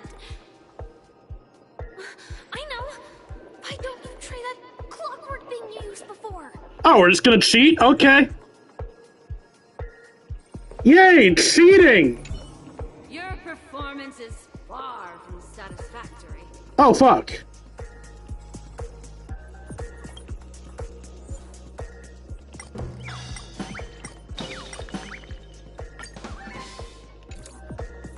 God! I never imagined that such a sad scene could be portrayed by you two in such a joyful and heartwarming way. Two people sharing a long, cherished friendship, as if time and status meant nothing to them. Huh? But we haven't even done anything! Is this imagination running wild again? I guess I'm supposed to make her sad? Your portrayal outdoes the original. No, I was right. I made her happy. She likes us.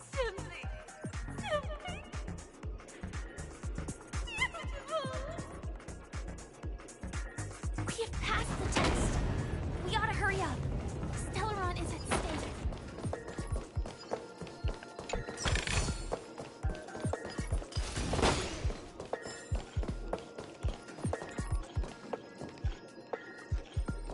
I'm surprised there's no birds here for me to grab.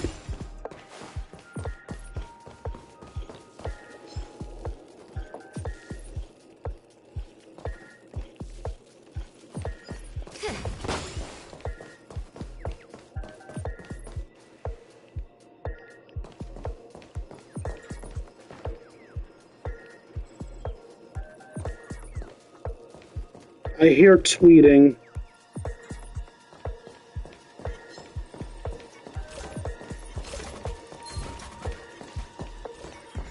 Come on,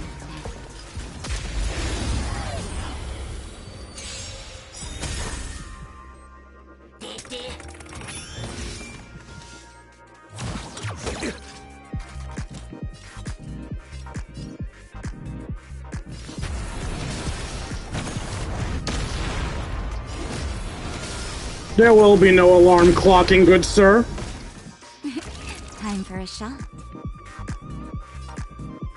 You're in bad shape.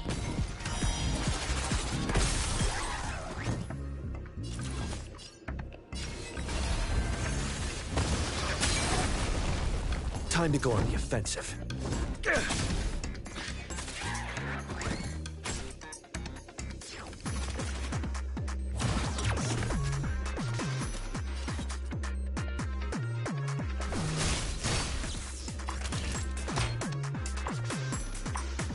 All better now? Nice teamwork.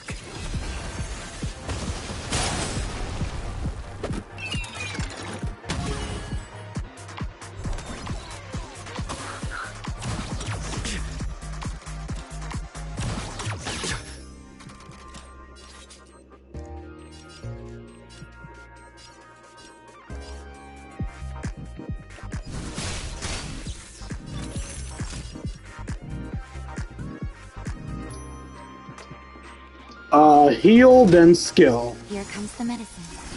Nice teamwork.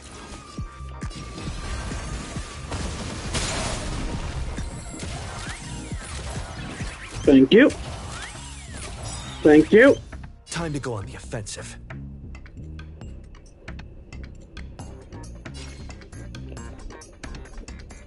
Oh, why'd I think I had my skill?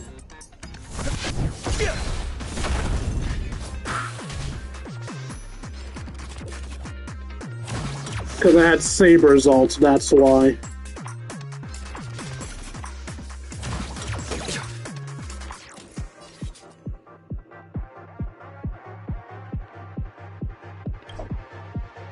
Lance ablaze. I thought I had Saber's ults. Forward!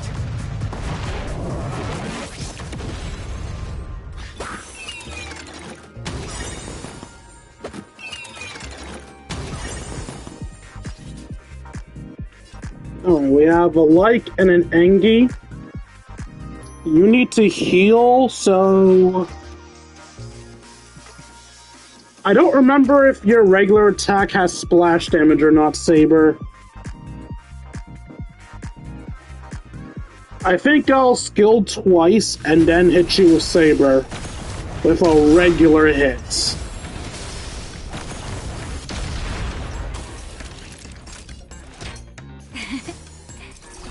Nice teamwork. There's no splash in the regular one, right? Yeah, there's no splash in the regular hits. Give us meter. Thank you.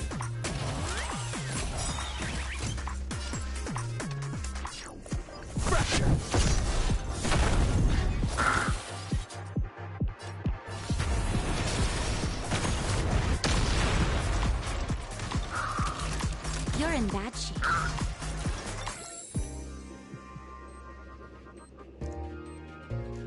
We'll use Saber's ult because hers can be rejuvenated the easiest. Not like it needs to be, because that wiped this man off the face of the earth. Alright, where's the bird I heard tweeting?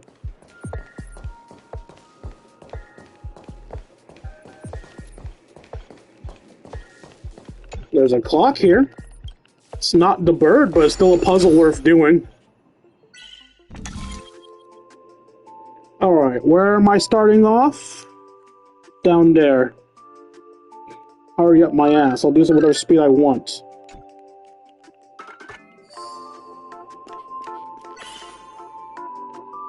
Okay, this one's not too difficult.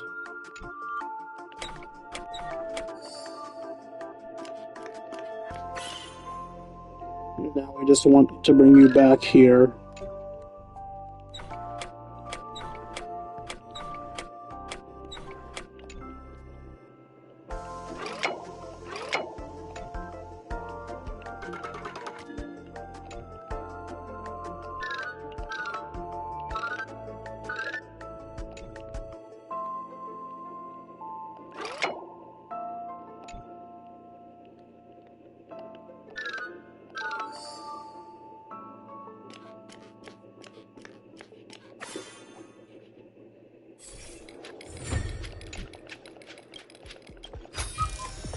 If there's medicine, it'll come in handy.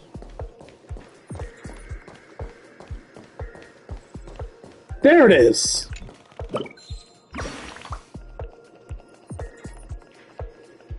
The show already began, actually.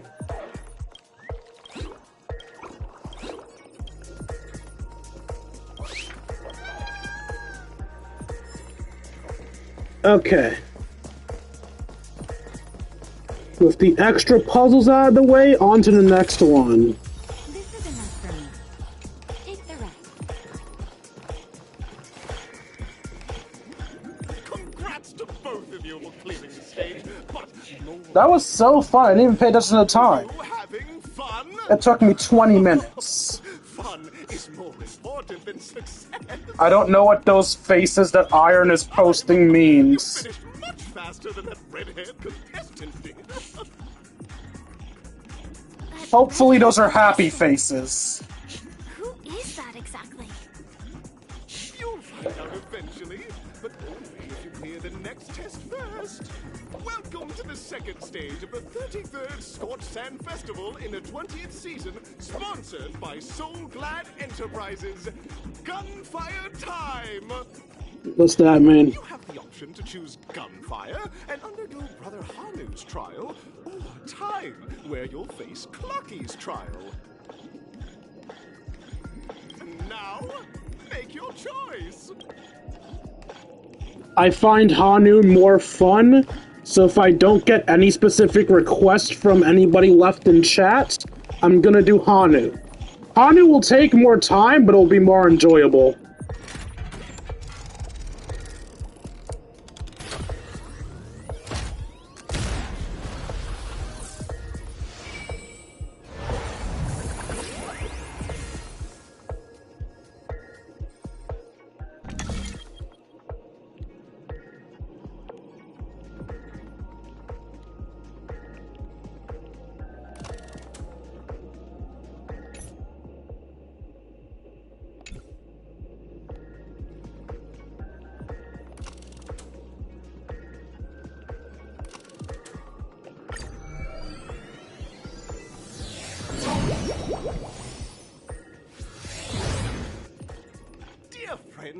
Welcome to the enchanting universe created by the Watchmaker.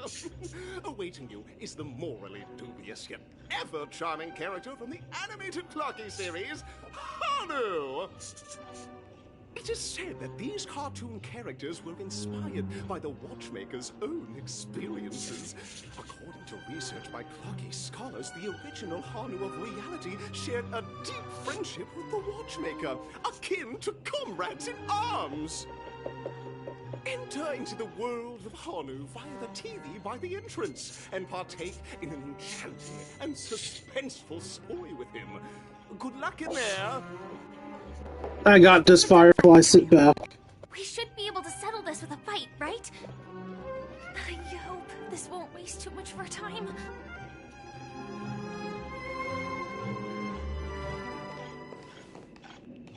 I changed my mind. Let's go.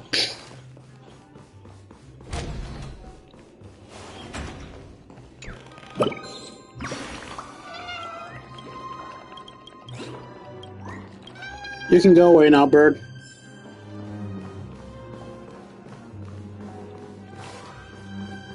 Ready? 1, 2, 3. It's morphin' time, Hanu! Are we both in control of this Hanu character? I guess so. Very good. Looks like you've got the hang of it. In this Hanu's Adventure episode, Stone has gathered his battleships for an assault on Dreamville. Old Buzzfly, Cousin Wolf, and Bombhead are all raring to go. Hanu must thwart their advance and protect his home. Alas, Hanu presently is ill-equipped to fend off malevolent mischief makers, which is why he is preparing to seek out the Puzzle Gentleman's aid. Go forth and speak to him.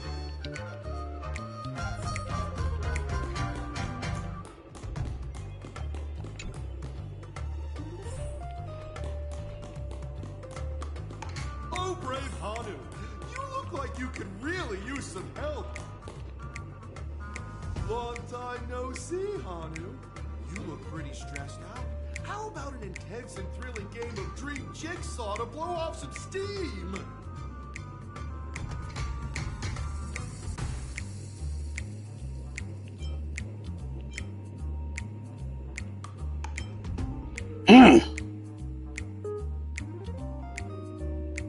Might just be the coolest humph in history. Telling me that Lost Stone has rallied the villains to seize Dreamville?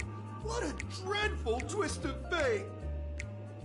Listen closely, Hanu. I'm aware you're in need of a suitable weapon. And I also know there's one just upstairs. But you know what? You'll have to play an exhilarating round of Dream Jigsaw first. No Jigsaw, no moving forward.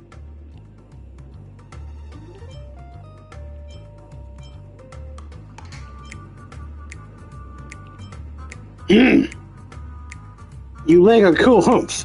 Only someone as cool as you can produce something cool humph. Perfection! Now scurry along, Hanu, but tread carefully. Two ne'er-do-wells are also eyeing those jigsaw pieces. Either outsmart them with the quick knockout, or ensure they don't catch you in the act. I can't wait to see you finish the dream jigsaw. Best of luck, Hanu. Let's stay alert and make sure those monsters don't spot us.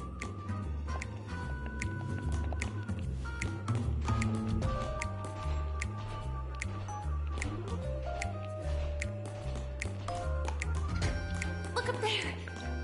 If we can push that thing down, do you think that would do the trick?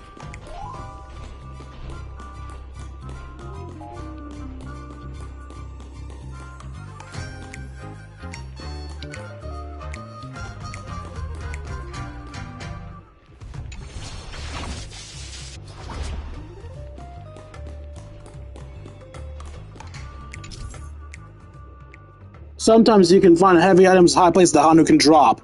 They fall on heads of Boss Lone's lackeys, you can temporarily disable them.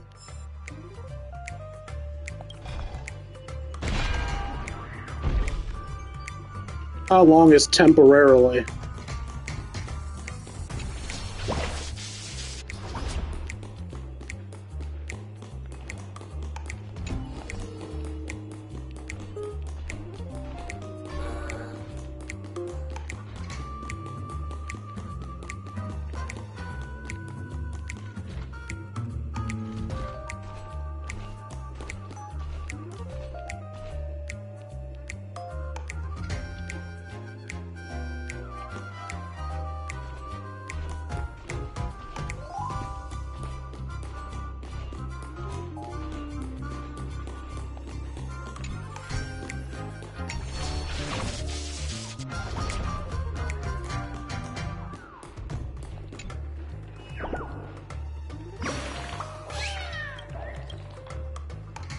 Finally,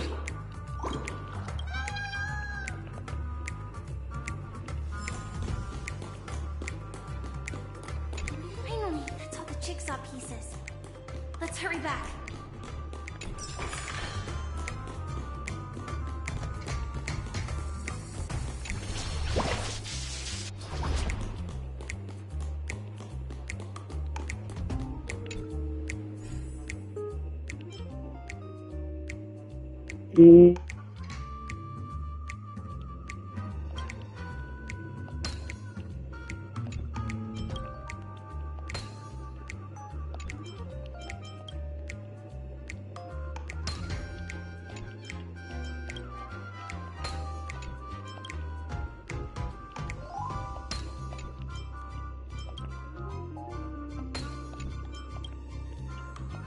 Oh my! The exquisite sensation of perfect alignment! My organizational itch has been quite thoroughly scratched. Hurry now, Hanu. Touch that TV set and transform back into your own self. Then head upstairs. Your weapon awaits you there. Are such haphazard instructions really okay? Let's just do what the man says. Disconnecting from that thing so suddenly has left me feeling slightly disoriented.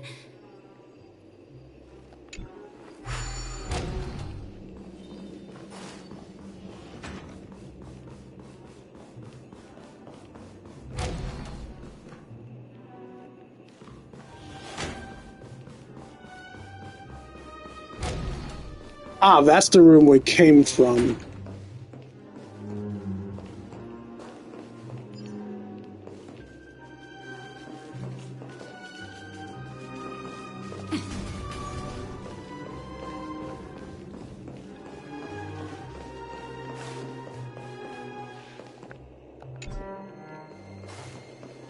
Alright, well, looks like there's nothing else to worry about in here, so let's run up. Is that Hanu?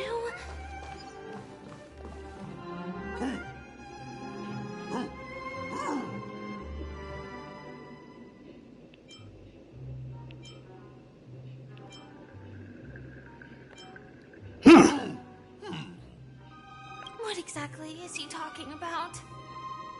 Tick-tock! It's time for me to make an appearance! Hi, Clocky. Ah, the plot thickens! Help! I can also see him. Is this character part of the show? In Dreamville, Clocky is everywhere and can do anything! Like right now! I can be your translator! Tick-tock! Cool, translate. Hanu says, battle! We must do battle!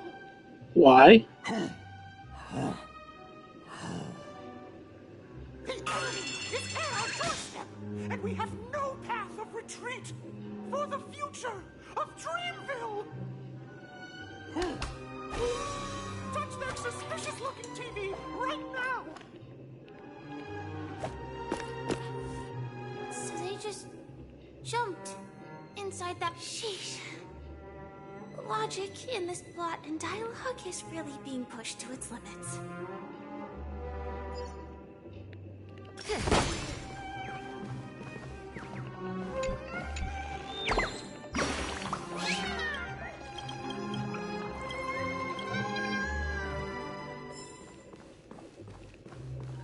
Well, there we go again. Ready? I am gradually getting used to this. Huh. Who knows? I might even be able to perform some high-level moves with Hanu. No? Did someone say high-level movies just now? That's right, pal. The upcoming script is just exploding with all sorts of high-level shenanigans. Last we saw, Hanu was preparing for battle. Suddenly, he hears heavy footsteps coming from the hallway. The mischief makers have broken into his home. But brave Honu won't go down without a fight. He instantly sprints for the storage room, ready for a do-or-die showdown against the baddies. Where's the storage room? But we still don't have any weapons in hand. Guess what? Honu's favorite bazooka just so happens to be in that storage room. So there's a move on. What a coincidentally convenient plot twist. It'd be even more awesome if the organizers allowed me to wear armor. You never asked to be Sam.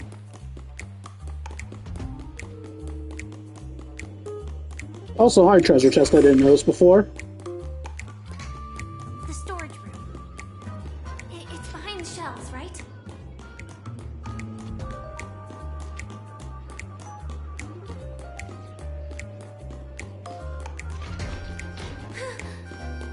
He wasn't lying. There's actually a bazooka here. Now we should have a this thing feels just like the soaring locust too.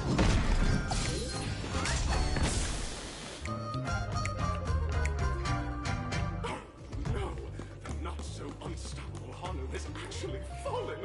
Quickly, return to the battlefield and seek revenge against the bad guys. Oh my! The unstoppable Honu is battlefield. Everyone, please proceed with caution.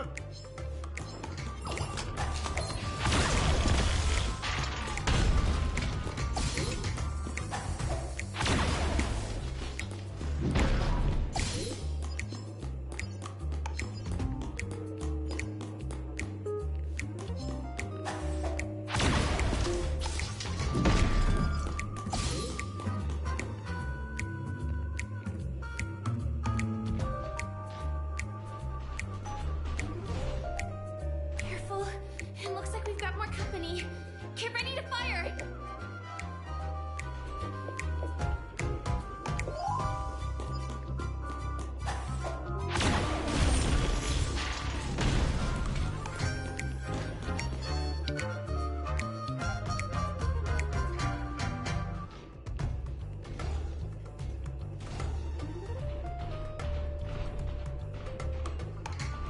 Here we go again. But no big deal. We're pretty handy with this bazooka now.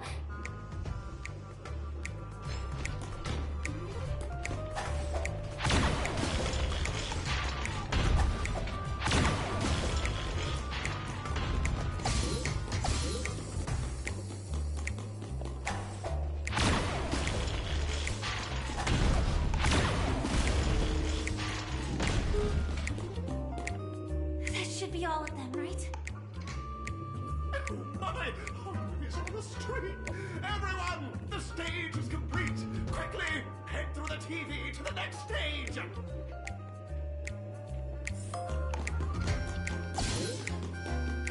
There's no treasure chest or anything I've forgotten. Oh, hey, look, a book. Can I pick it up as Honu? No, I need to be myself to pick it up.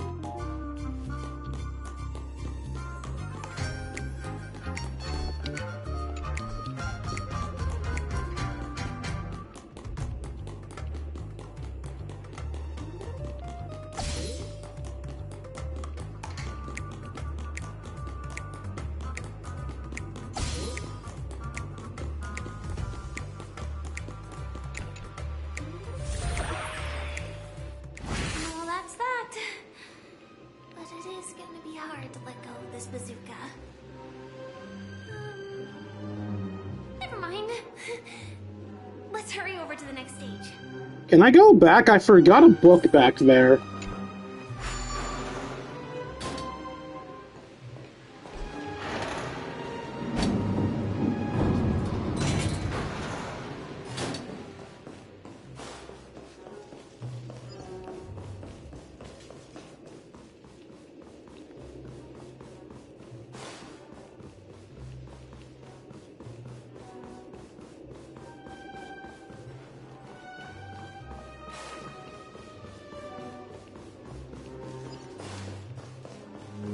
Was there a Honu TV up here? Yes, there's a Hano TV in here that we can use to turn small.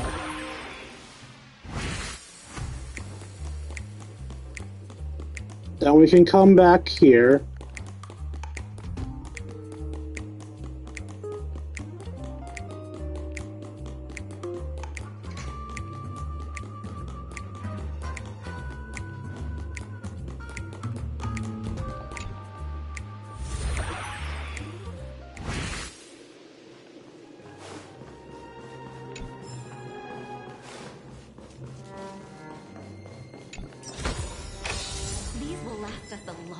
Oh, is this where I already was and I'm just dumb?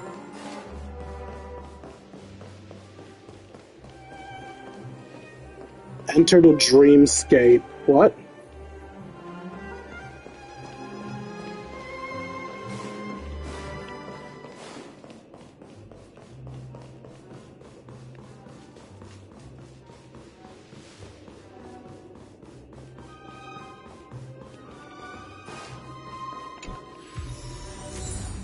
Yeah, I think I was in the right floor originally and didn't realize it. How I'm that stupid, I don't know. Congratulations to both of you! Oh, you've overcome all obstacles and proven yourselves. But, unfortunately, there is only one who can be Penacony's festive superstar. In the final stage, you will face the defending champion. If you fail, you will lose the opportunity to become the festive superstar. Welcome to the 33rd Scorched Sand Festival's third stage in the 20th season, sponsored by Soul Glad Enterprises, Superstar Showdown. And I have an ult ready, so I should be able to decimate this quickly.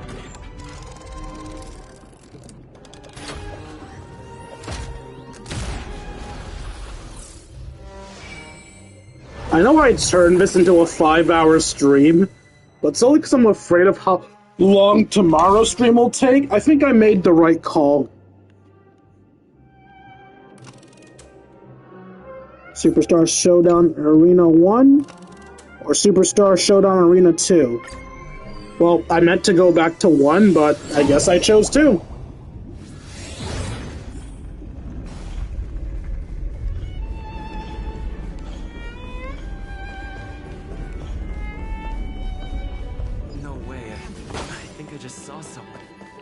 Extraordinary.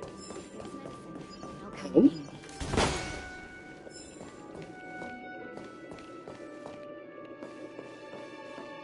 Please wait! Handsome gentleman. Beautiful miss. Who are you and why do you radiate bisexuality? I never thought I would see you again. In such turbulent times, your kind faces are as spring's gentle breeze, bringing solace to my scorched heart. Who the fuck are you? Are you a knight of beauty?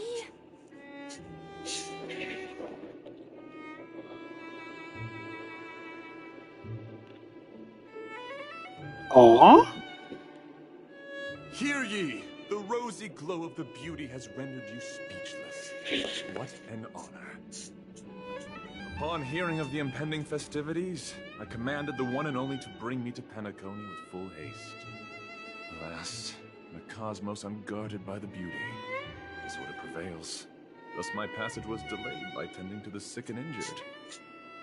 Fortunately, the mini-rabbit mech pilot, stray cat duelist, galactic ninja, and quad-drive Intellitron, along with 32 other souls in distress, all emerged from their predicaments safe and sound. I then led them all here to revel in the harmony with the countless other splendid beings. The fuck did I just hear?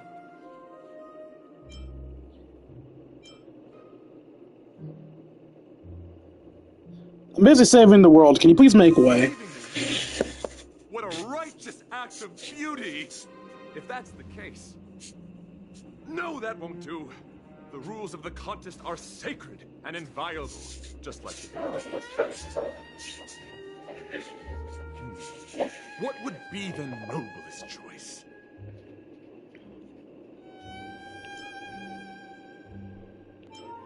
I'm begging you, all I speak is the truth.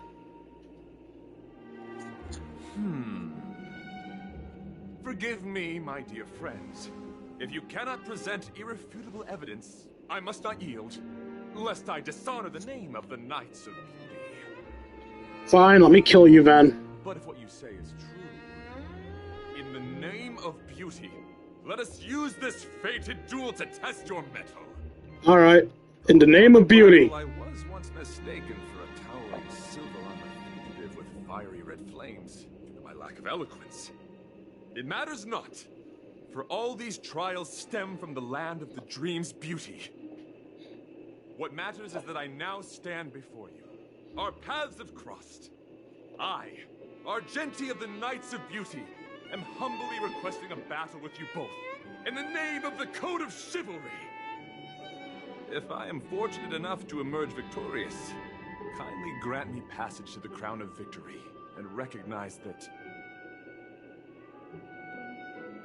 Idrilla, the beauty, is the most peerless beauty of them all. Well, I can't do that because I exist. Dear friend, please ready your... For this trial set forth by the beauty. Forward!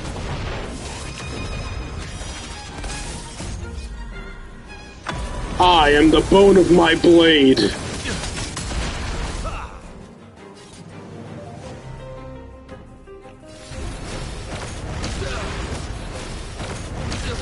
Naughty child.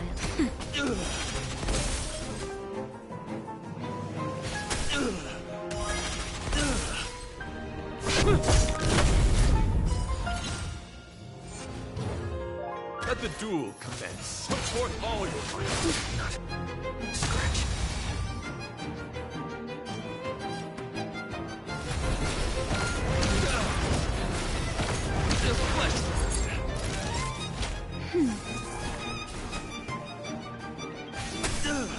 Lance at the ready. Let's shine loyalty.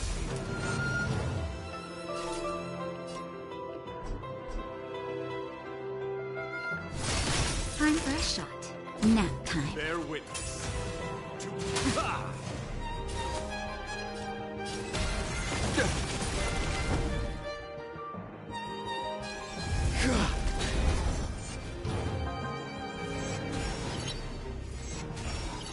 You're fighting a gentleman. Confess. Lance ablaze. Flaming lance. Forward. Rise to the challenge. I am the bone of my blade. Unlimited blade works.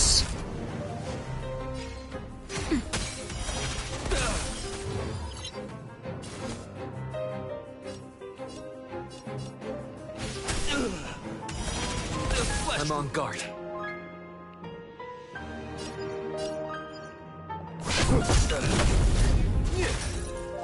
Put forth all your might.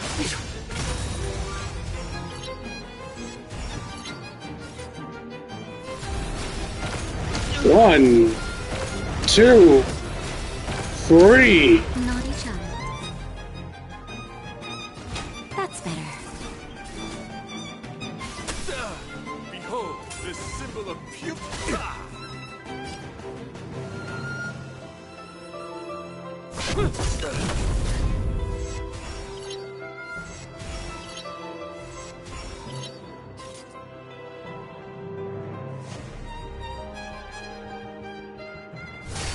Time for a shot. Nice Let teamwork. the duel commence. Put forth all your might. I'm okay. Just a little something. Think nothing of it.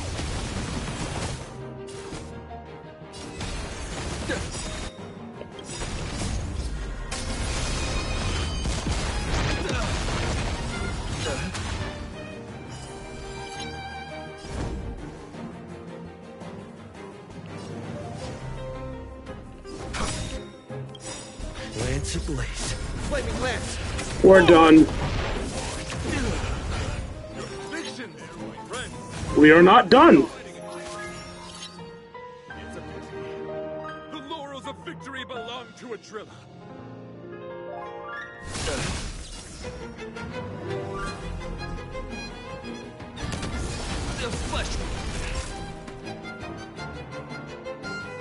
Nap time.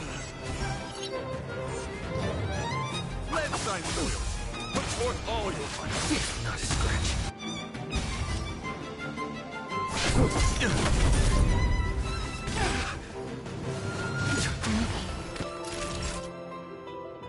Oh, that's not good. Put forth all your might.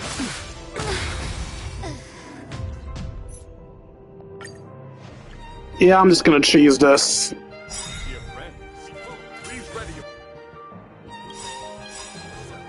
Will this trial set forth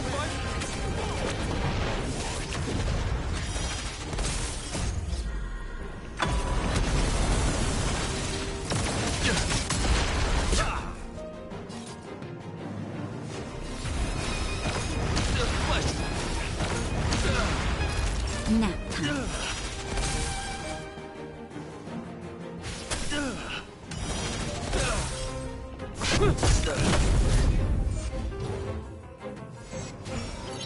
You're fighting a gentleman. Put forth all your might.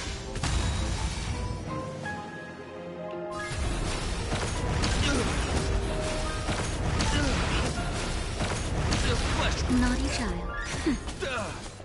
Your convictions, friends, are indeed on guard. It's a pity. The laurels of victory belong to a drill. Put forth all your might.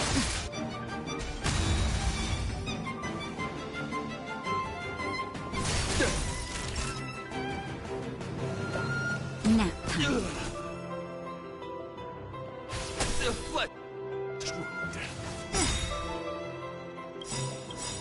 Lance ablaze. Flaming lance! Forward! Rise to the challenge.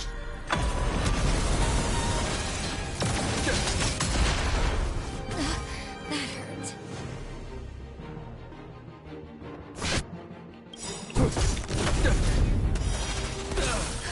Just a little something. Ain't nothing else. You're fighting a gentleman. Put forth all your might.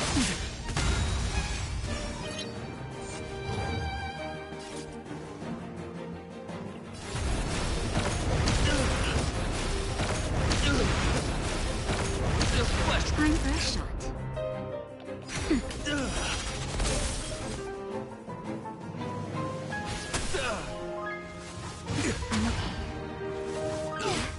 Lance at the ready. Lance Flaming lance! Forward!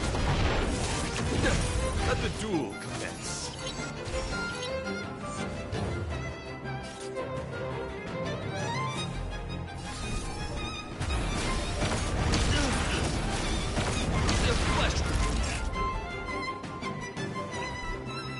Nap time. That's enough. I have come to grasp the sincerity of the cause. I yield. Beautiful!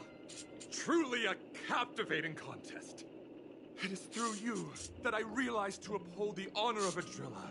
I must further hone my skills. What a beautiful lesson indeed.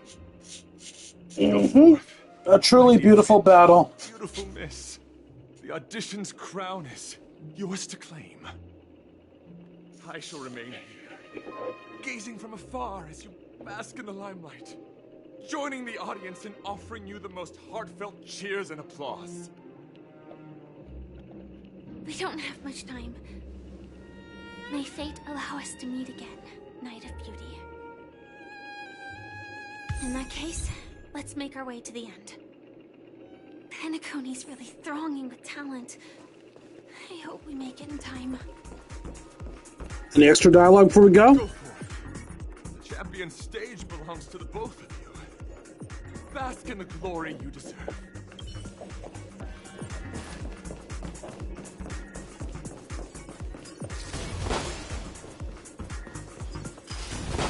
Alright, so I officially saved an hour off of the next stream.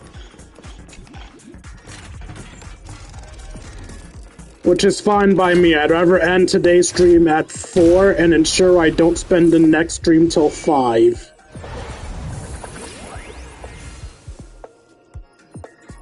By that I mean a clock, not hours. Especially since I had the energy to do this. I can't guarantee I'll have the energy tomorrow, so ultimately, I think this was the right move.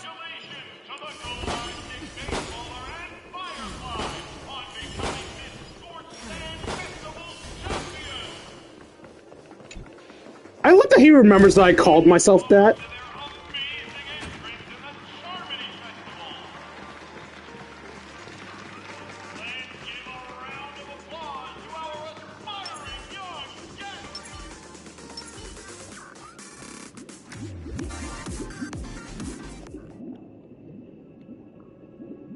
There was something to grab to the right there. On becoming the festive superstars of this year's So what the fuck were Himiko and March doing? Before entering the Grand Theater, I, on behalf of the organizers, extend my sincere congratulations to you. Thank you. Wishing you joy under their radiance.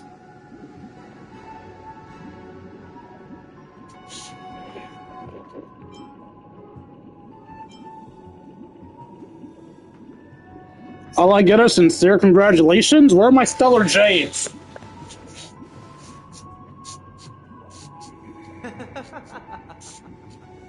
Your endeavors are worthy of extra recognition, and I've taken steps to ensure that. However, this reward is not a material one, but rather the opportunity for an open and honest communication between us. As previously promised, my sister, Mr. Yang, and I have met with the Dream Master. We delved into the truth about Penacony and its Stellaron, and have come to a consensus. Okay. Both I and the Oak family cannot acquiesce to your request. Just as expected. We acknowledge the perspective of you, Nameless. Penacony does require change, but not as you propose. The planet of festivities cannot and will not revert to a place characterized by chaos, disorder, or anarchy. Through your journey of overcoming obstacles, you must have glimpsed the essence of that era. The vulnerable ruthlessly eliminated, equality non-existent, common folk living precarious lives, eking out a dreary existence. Ultimately, only heroes like yourselves manage to achieve success. But I would dare ask, if you did not possess the special status of having a Stellaron, and you were but an anonymous and frail member among the masses, which Penacony would you prefer? A dystopia for the survival of the fittest, or a sweet dream paradise for all?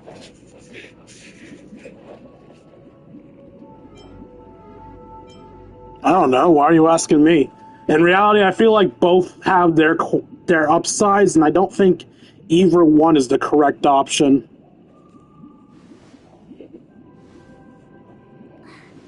That's not the point.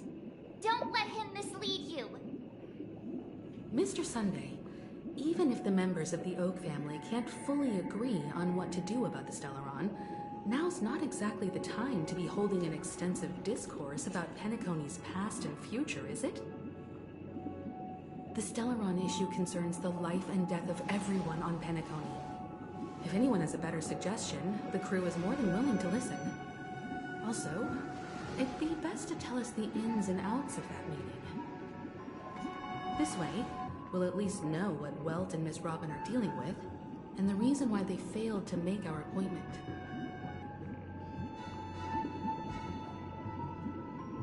Ah, Navigator. That is precisely my intention. With all present, let's begin by discussing the details of that meeting. Let's talk about our tribulations and choices, our ideals and beliefs. and our final course of action. The only path to take. That should be the end of that quest, right? Well, first we have an introduction cutscene again. For the longest time, there have been scoundrels who would use the charming festival that I have bequeathed to the masses as a tool to realize their ambition. Indeed, Dream Master. Once the Charmony Festival begins, the Stellaron's powers, along with the song, will be broadcast across the entire planet of Penacony. And then everyone in their dreams will be unable to awaken. This is indeed surprising to me. The dreamscape is maintained by the collective effort of the 5 families. If someone were to use the Charmony Festival to recklessly disseminate the power of the Stellaron, this individual must hold a position of great authority. Do you have any suspects? I'd like to ask, did you really not know of the Stellaron's existence? I would have never thought that this nameless would point the spear at me. Quite astonishing indeed. If I have offended, the Astral Express extends its sincere apologies. But the current circumstances are dire and leave no room for meticulous inquiry. We're doing this out of concern for the Dreamscape's safety. So, if you could, please alleviate our concerns. Dream Master, it's just to prove that the Charmony Festival has nothing to do with the Stellaron. If we're being overly cautious, I will return to the stage to offer tribute in song, just per the arrangement.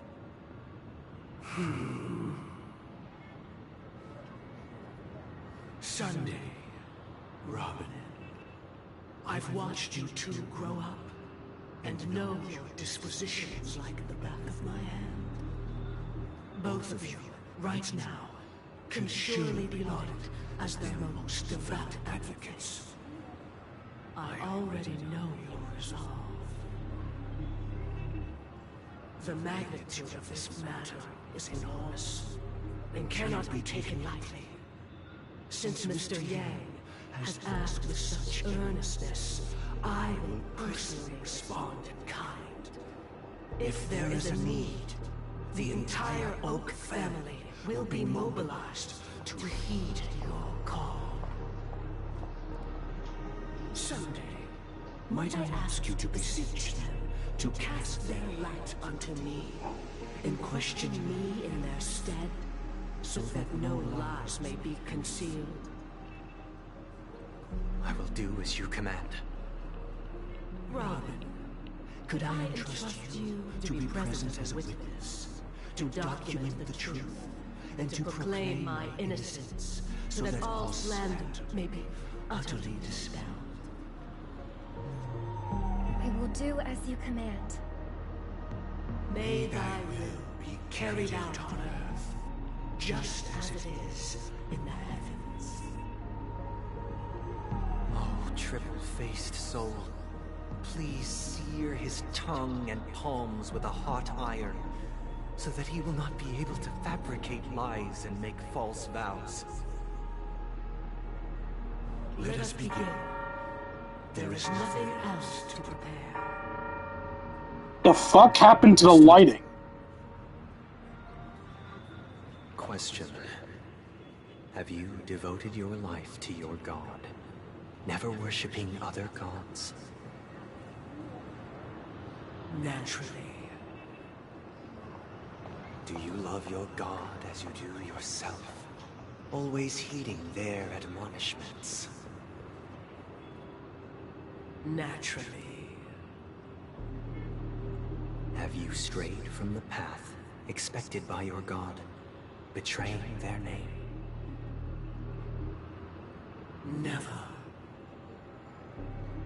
Have you ever been inordinate with your asks of your god, coveting more than the foundation of the creation itself? Never. Then, a final question. Do you swear to fulfill all vows, past, present, and future? With the Eon as my witness, if I do not deliver on my words, or if I renege on my vows, may I be cursed in accordance with divine law. They have seen your faith, and have endorsed your faith. With this, it can be evidenced... Just a moment. What is it, Mr. Yang? I have another question I hope to have answered. To my understanding, the family's harmony and prosperity have never relied on so-called divine laws. The god you both mentioned, are they truly Shipe? Mr. Yang should know that those belonging to the family toil together as if they were kin, embracing solidarity and unity under their light. All duplicity is laid bare before the harmony. Is that a yes? Such a delicate and complex symphony. Which other god could perfectly harmonize this, if not for the great one, Shipe? That's okay, sure. Harmonize it. Therein lies the problem. It isn't an outsider lurking in the shadows who changed the harmony, but a dissonance that has surreptitiously emerged from within this very symphony itself. In the distant past, there existed an Eon. With one flick of the wrist, they crafted the laws of the cosmos. Their followers formed the Beyond the Sky Choir, spreading solemn and reverent hymns throughout the universe. Later, they fell. The route traversed by this Eon clashed with the harmony, ultimately being absorbed and fused into it. The chorus that once reverberated across worlds fell silent, and when it echoed anew, it was transformed into the hymn of harmony. Though an Eon may perish, paths with no masters still linger. In the all-forgiving harmony, echoes of bygone dissonance may subtly arise. Mr. Yang, being overly astute can be a detriment, especially when you find yourself alone and without allies. So this is how it is. For the sake of our grand cause someday, please afford these two an opportunity to rest. What?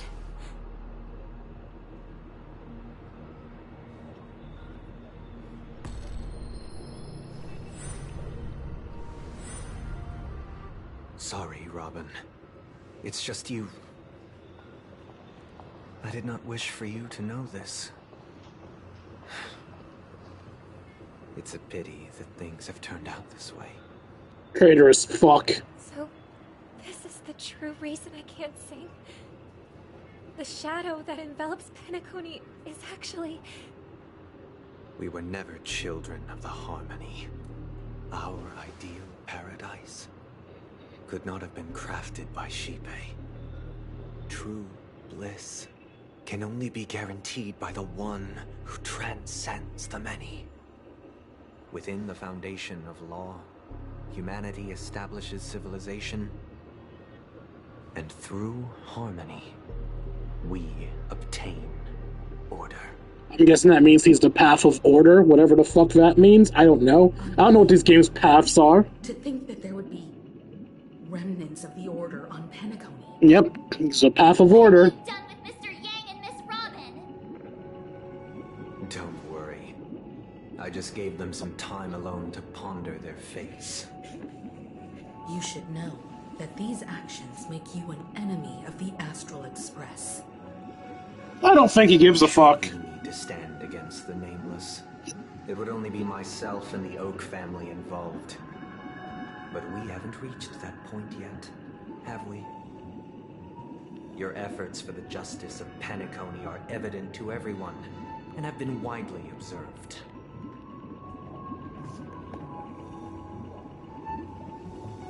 Stop beating around the bush and get to the point.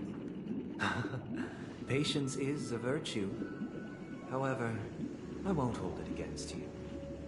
On the contrary, I'm here to make my intentions clear. If it is the order that drove you to imprison Welt and Robin, and you're using them to coerce our compliance, then there'll be no point in entertaining any type of discussion. You're mistaken, Miss Himiko. They are in very safe hands, and just as the family has always proclaimed, no one can be harmed in the dreamscape, least of all in the beautiful new world belonging to the Order.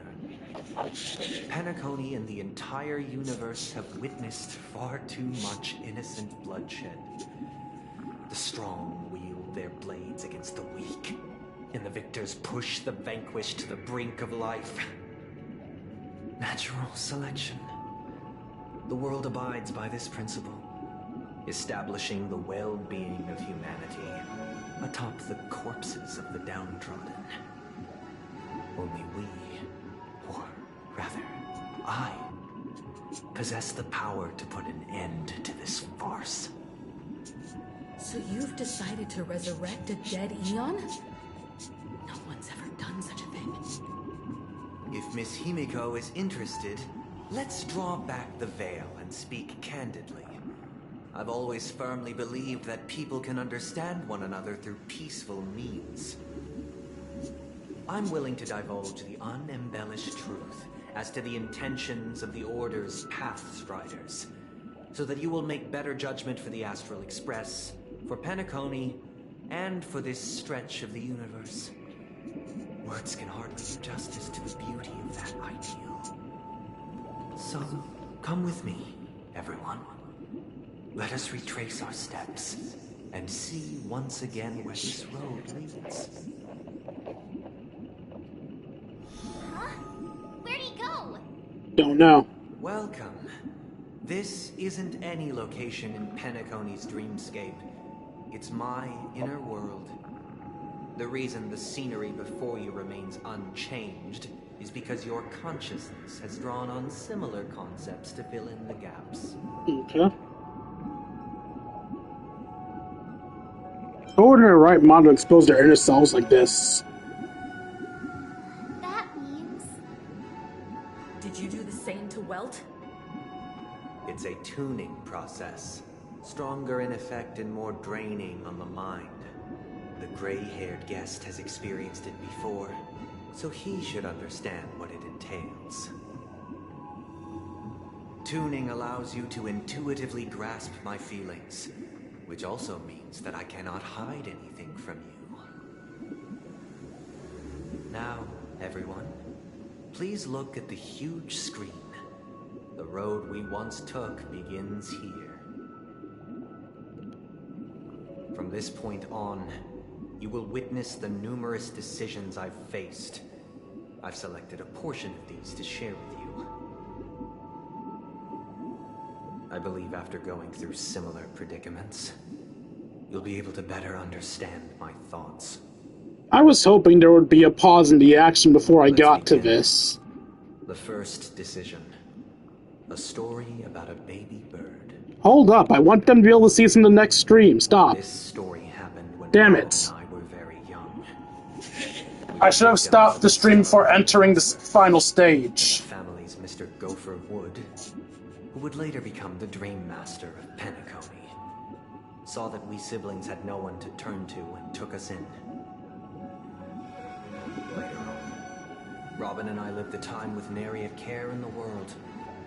One day, after dinner, while my younger sister and I were lounging about in Mr. Gopher Wood's yard, we spotted a fledgling Charmony dove all on its own. That baby bird was tiny. It didn't even have all of its feathers, and it couldn't sing. When we found it, it was already on its last breath, having fallen into a shrub, probably abandoned by its parents. We decided to build a nest for it right there and then.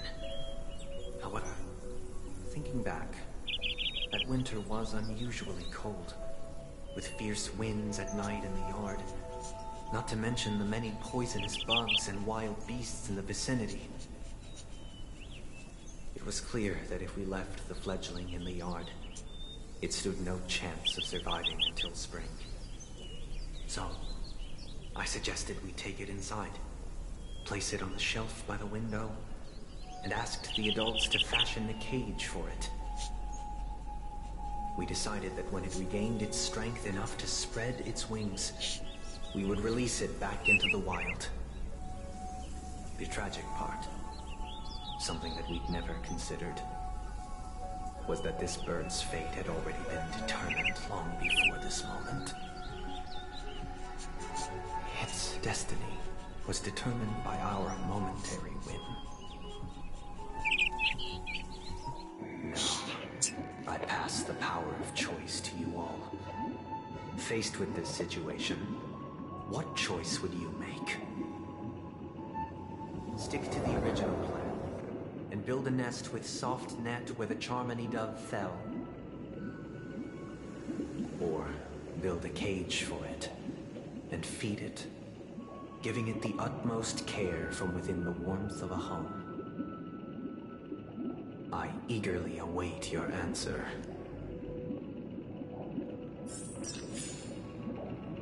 Alright, not the best place to end off the stream, but it's what the game left me with. Because sadly, the separation between the missions was that long-ass cutscene. If I knew everything that happened, I should have actually stopped around when we're entering the stage.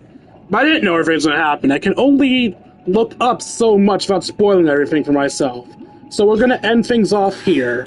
Let's read my messages and do my final summon, and then we'll end off the stream.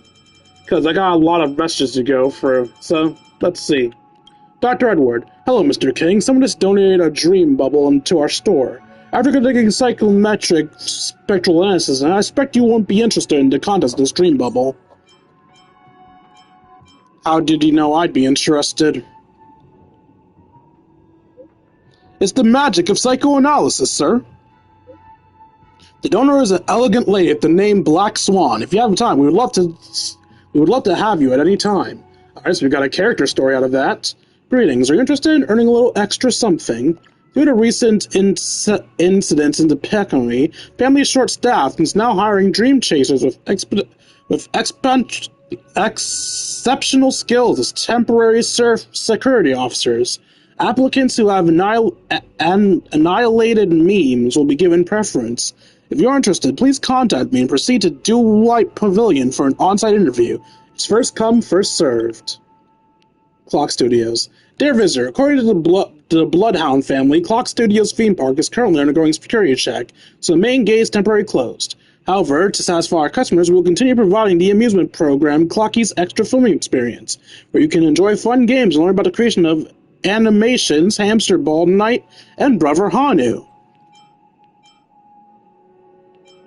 Didn't you say the park is closed? Why can't we still participate in the program? As you may be aware, Clock Studios was not founded by the family. We will operate based on our chairman, the Watchmaker's philosophy. We won't compromise our own interest to the family. For your information, you can create your own animation in this program. If your work's good enough, it might even get officially released in theaters. As a reminder to you, the ownership and intellectual property rights to the animation you produce using Clock Studios facilities, along with their related rights and interests, belong to Clock Studios. Clock Studios has the right to obtain and dispose of any content. New revenue generated from content will belong to Clock Studios. Trying to make me work for free? So everything I create belongs to you. Decide I dare to help your animation team slack off. Sorry for the confusion. While we are delegated to share our animations with guests, we need to protect our studio's intellectual property. If your animation gets officially released in theaters, you'll get 1.5-second shout in the credits. If you're interested, please find a yellow-haired Pepsi employee at the park entrance. He will guide you through the program. Please remember the password for Dreamroll. Charge! The fuck?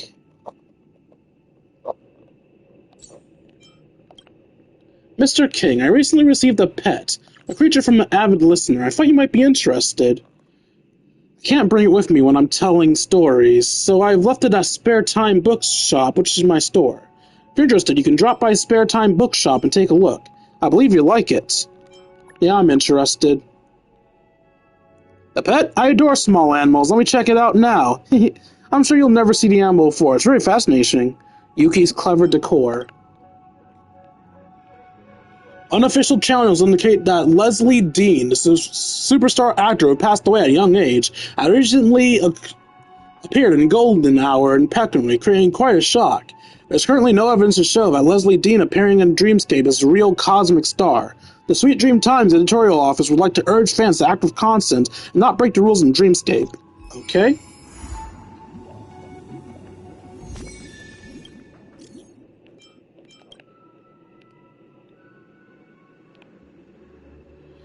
Special deal. Spend 46,700,000 alfalfa credits to enjoy a 12% discount and additional item. Discount items include, but are not limited to, jewelry, watches, bags, high-quality tailored clothing items, and more. Check out distinguished customers are welcome to stop by and make a selection as they please while visiting the OT Mall. For detailed information regarding the sales event, please speak to the store manager. Tick-tock, tick-tock, tick-tock. Huh? Tick-tock, tick-tock, tick-tock. Tick-tock, tick-tock. Tick-tock. The Reverie tick-tock. The smoker room tick-tock. Okay. Now, how much do you know about the Reverie's indefinite closure? The Reverie located in Golden Hour is currently undergoing renovations. I'm sure every guest has seen this notice on their Dreamscape pass. Certainly, the majority of guests will have no reason to doubt this official explanation provided by the family. However, should one have particular hunger for the truth, they may not have to delve too deep in order to find the holes in the story. If you are naturally a person of truth and integrity and wish to explore the truth, please feel free to contact Singler, investigative reporter of the Sweet Dream Times, together. We will explore the truth behind the closure of the Reverie that the family seeks to cover up. Congratulations on beginning your new journey. Happiness. A little surprise for our new passenger. I moved to tears. Relax, just a little surprise. From now on, you'll be receiving red packets every New Year's, so you may as well get used to it. I'll give you coffee beans. I'll make sure to bring some coffee beans back for Himiko. Oh, really? Don't keep me waiting too long. In fact, I also wanted to give you a few light cones, but unfortunately the train has a budget. Would there be any to spare? Of course, it takes two after all. We'll see who's best at this game.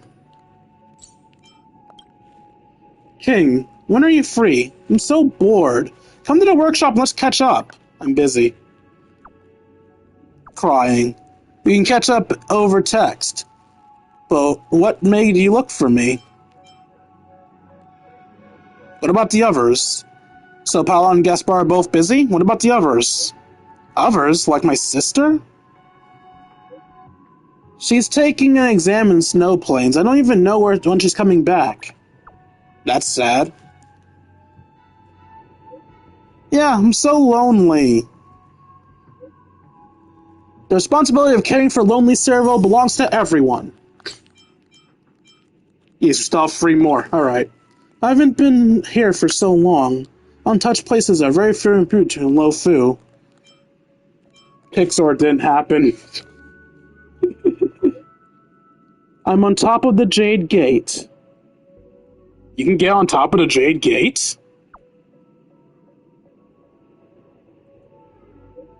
Of course. I did that a lot when I was young. I finally got yesterday's workload done, so I'm taking a break. I was going to send you a photo, but the signal's acting funny. Even text messages are coming in slower than usual. Your friend Himiko's gone offline.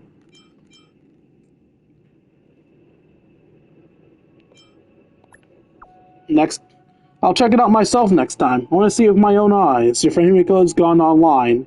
Big sigh. Just when I thought nothing would go wrong. I'm leaving. Something the matter?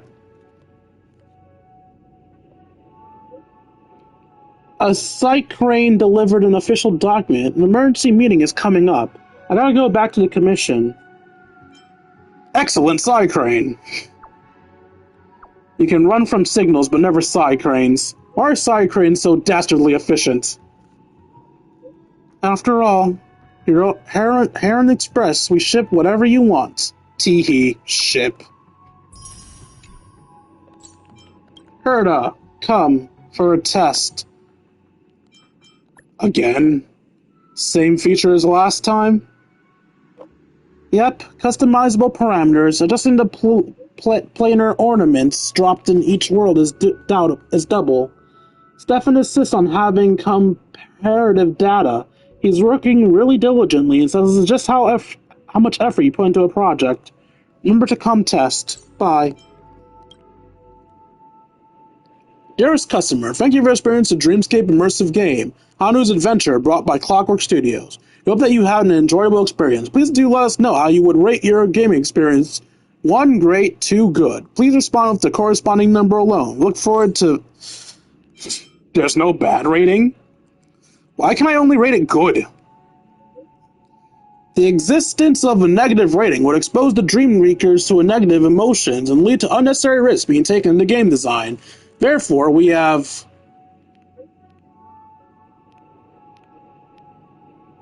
not created a channel for negative feedback. We hope that you will understand. If you are unsatisfied with your gaming experience, please complete offline feedback with Clockwork Studios Theme Park. We'll be sure to accept any suggestions you make and present them to designers in a tactful way. Clock Studios has prepared a great number of clearance rewards for customers inside the game scene, as well as limited edition's Hanu Adventure Storybook. However, please be aware if any special content unrelated to cartoon characters such as Clocky, Brother Hanu, Boss Stone, etc. should appear inside the storybook, you're advised to stop reading immediately and destroy the book. What happens if I read it?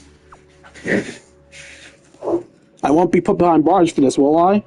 This question will not be answered in accordance with the Clockwork Studio customer service guidelines. However, in order to ensure that you do not encounter anything unexpected within the Dreamscape, please make sure to honor this warning. If you can just listen to this suggestion, you will have a joyful dream adventure. Hope that you will reap great happiness inside this cartoon world we have created. And that's all of them. Now let's do our summon for the day and end off the stream.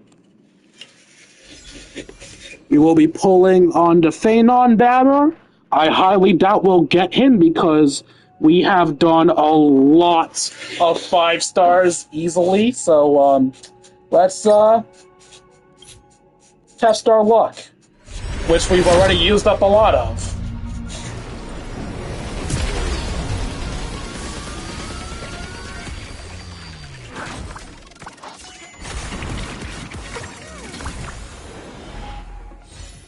Getting a 4 star is nothing to be ashamed of. We got plenty of 5 stars already.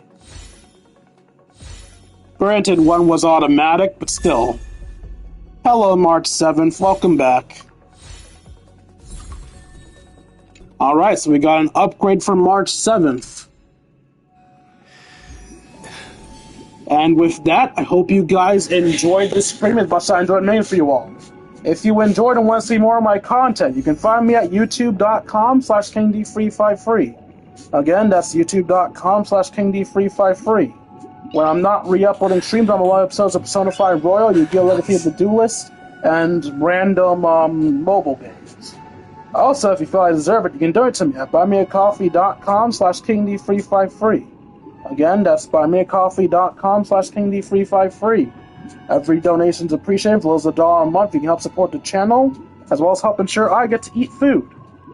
Finally, if you want to spend some time with me, you can join me in my personal Discord. If you watch this on YouTube, you'll find a personal Discord link in the description down below. If you watch this on Twitch, the personal Discord link is being posted in chat right about now. Once you're there, we will chat, play video games, share memes, and have ourselves a grand old time. Like, comment, and subscribe, and I'll see all you beautiful people later. Deuces, Kingdom. No raid today. I'm too tired to deal with that.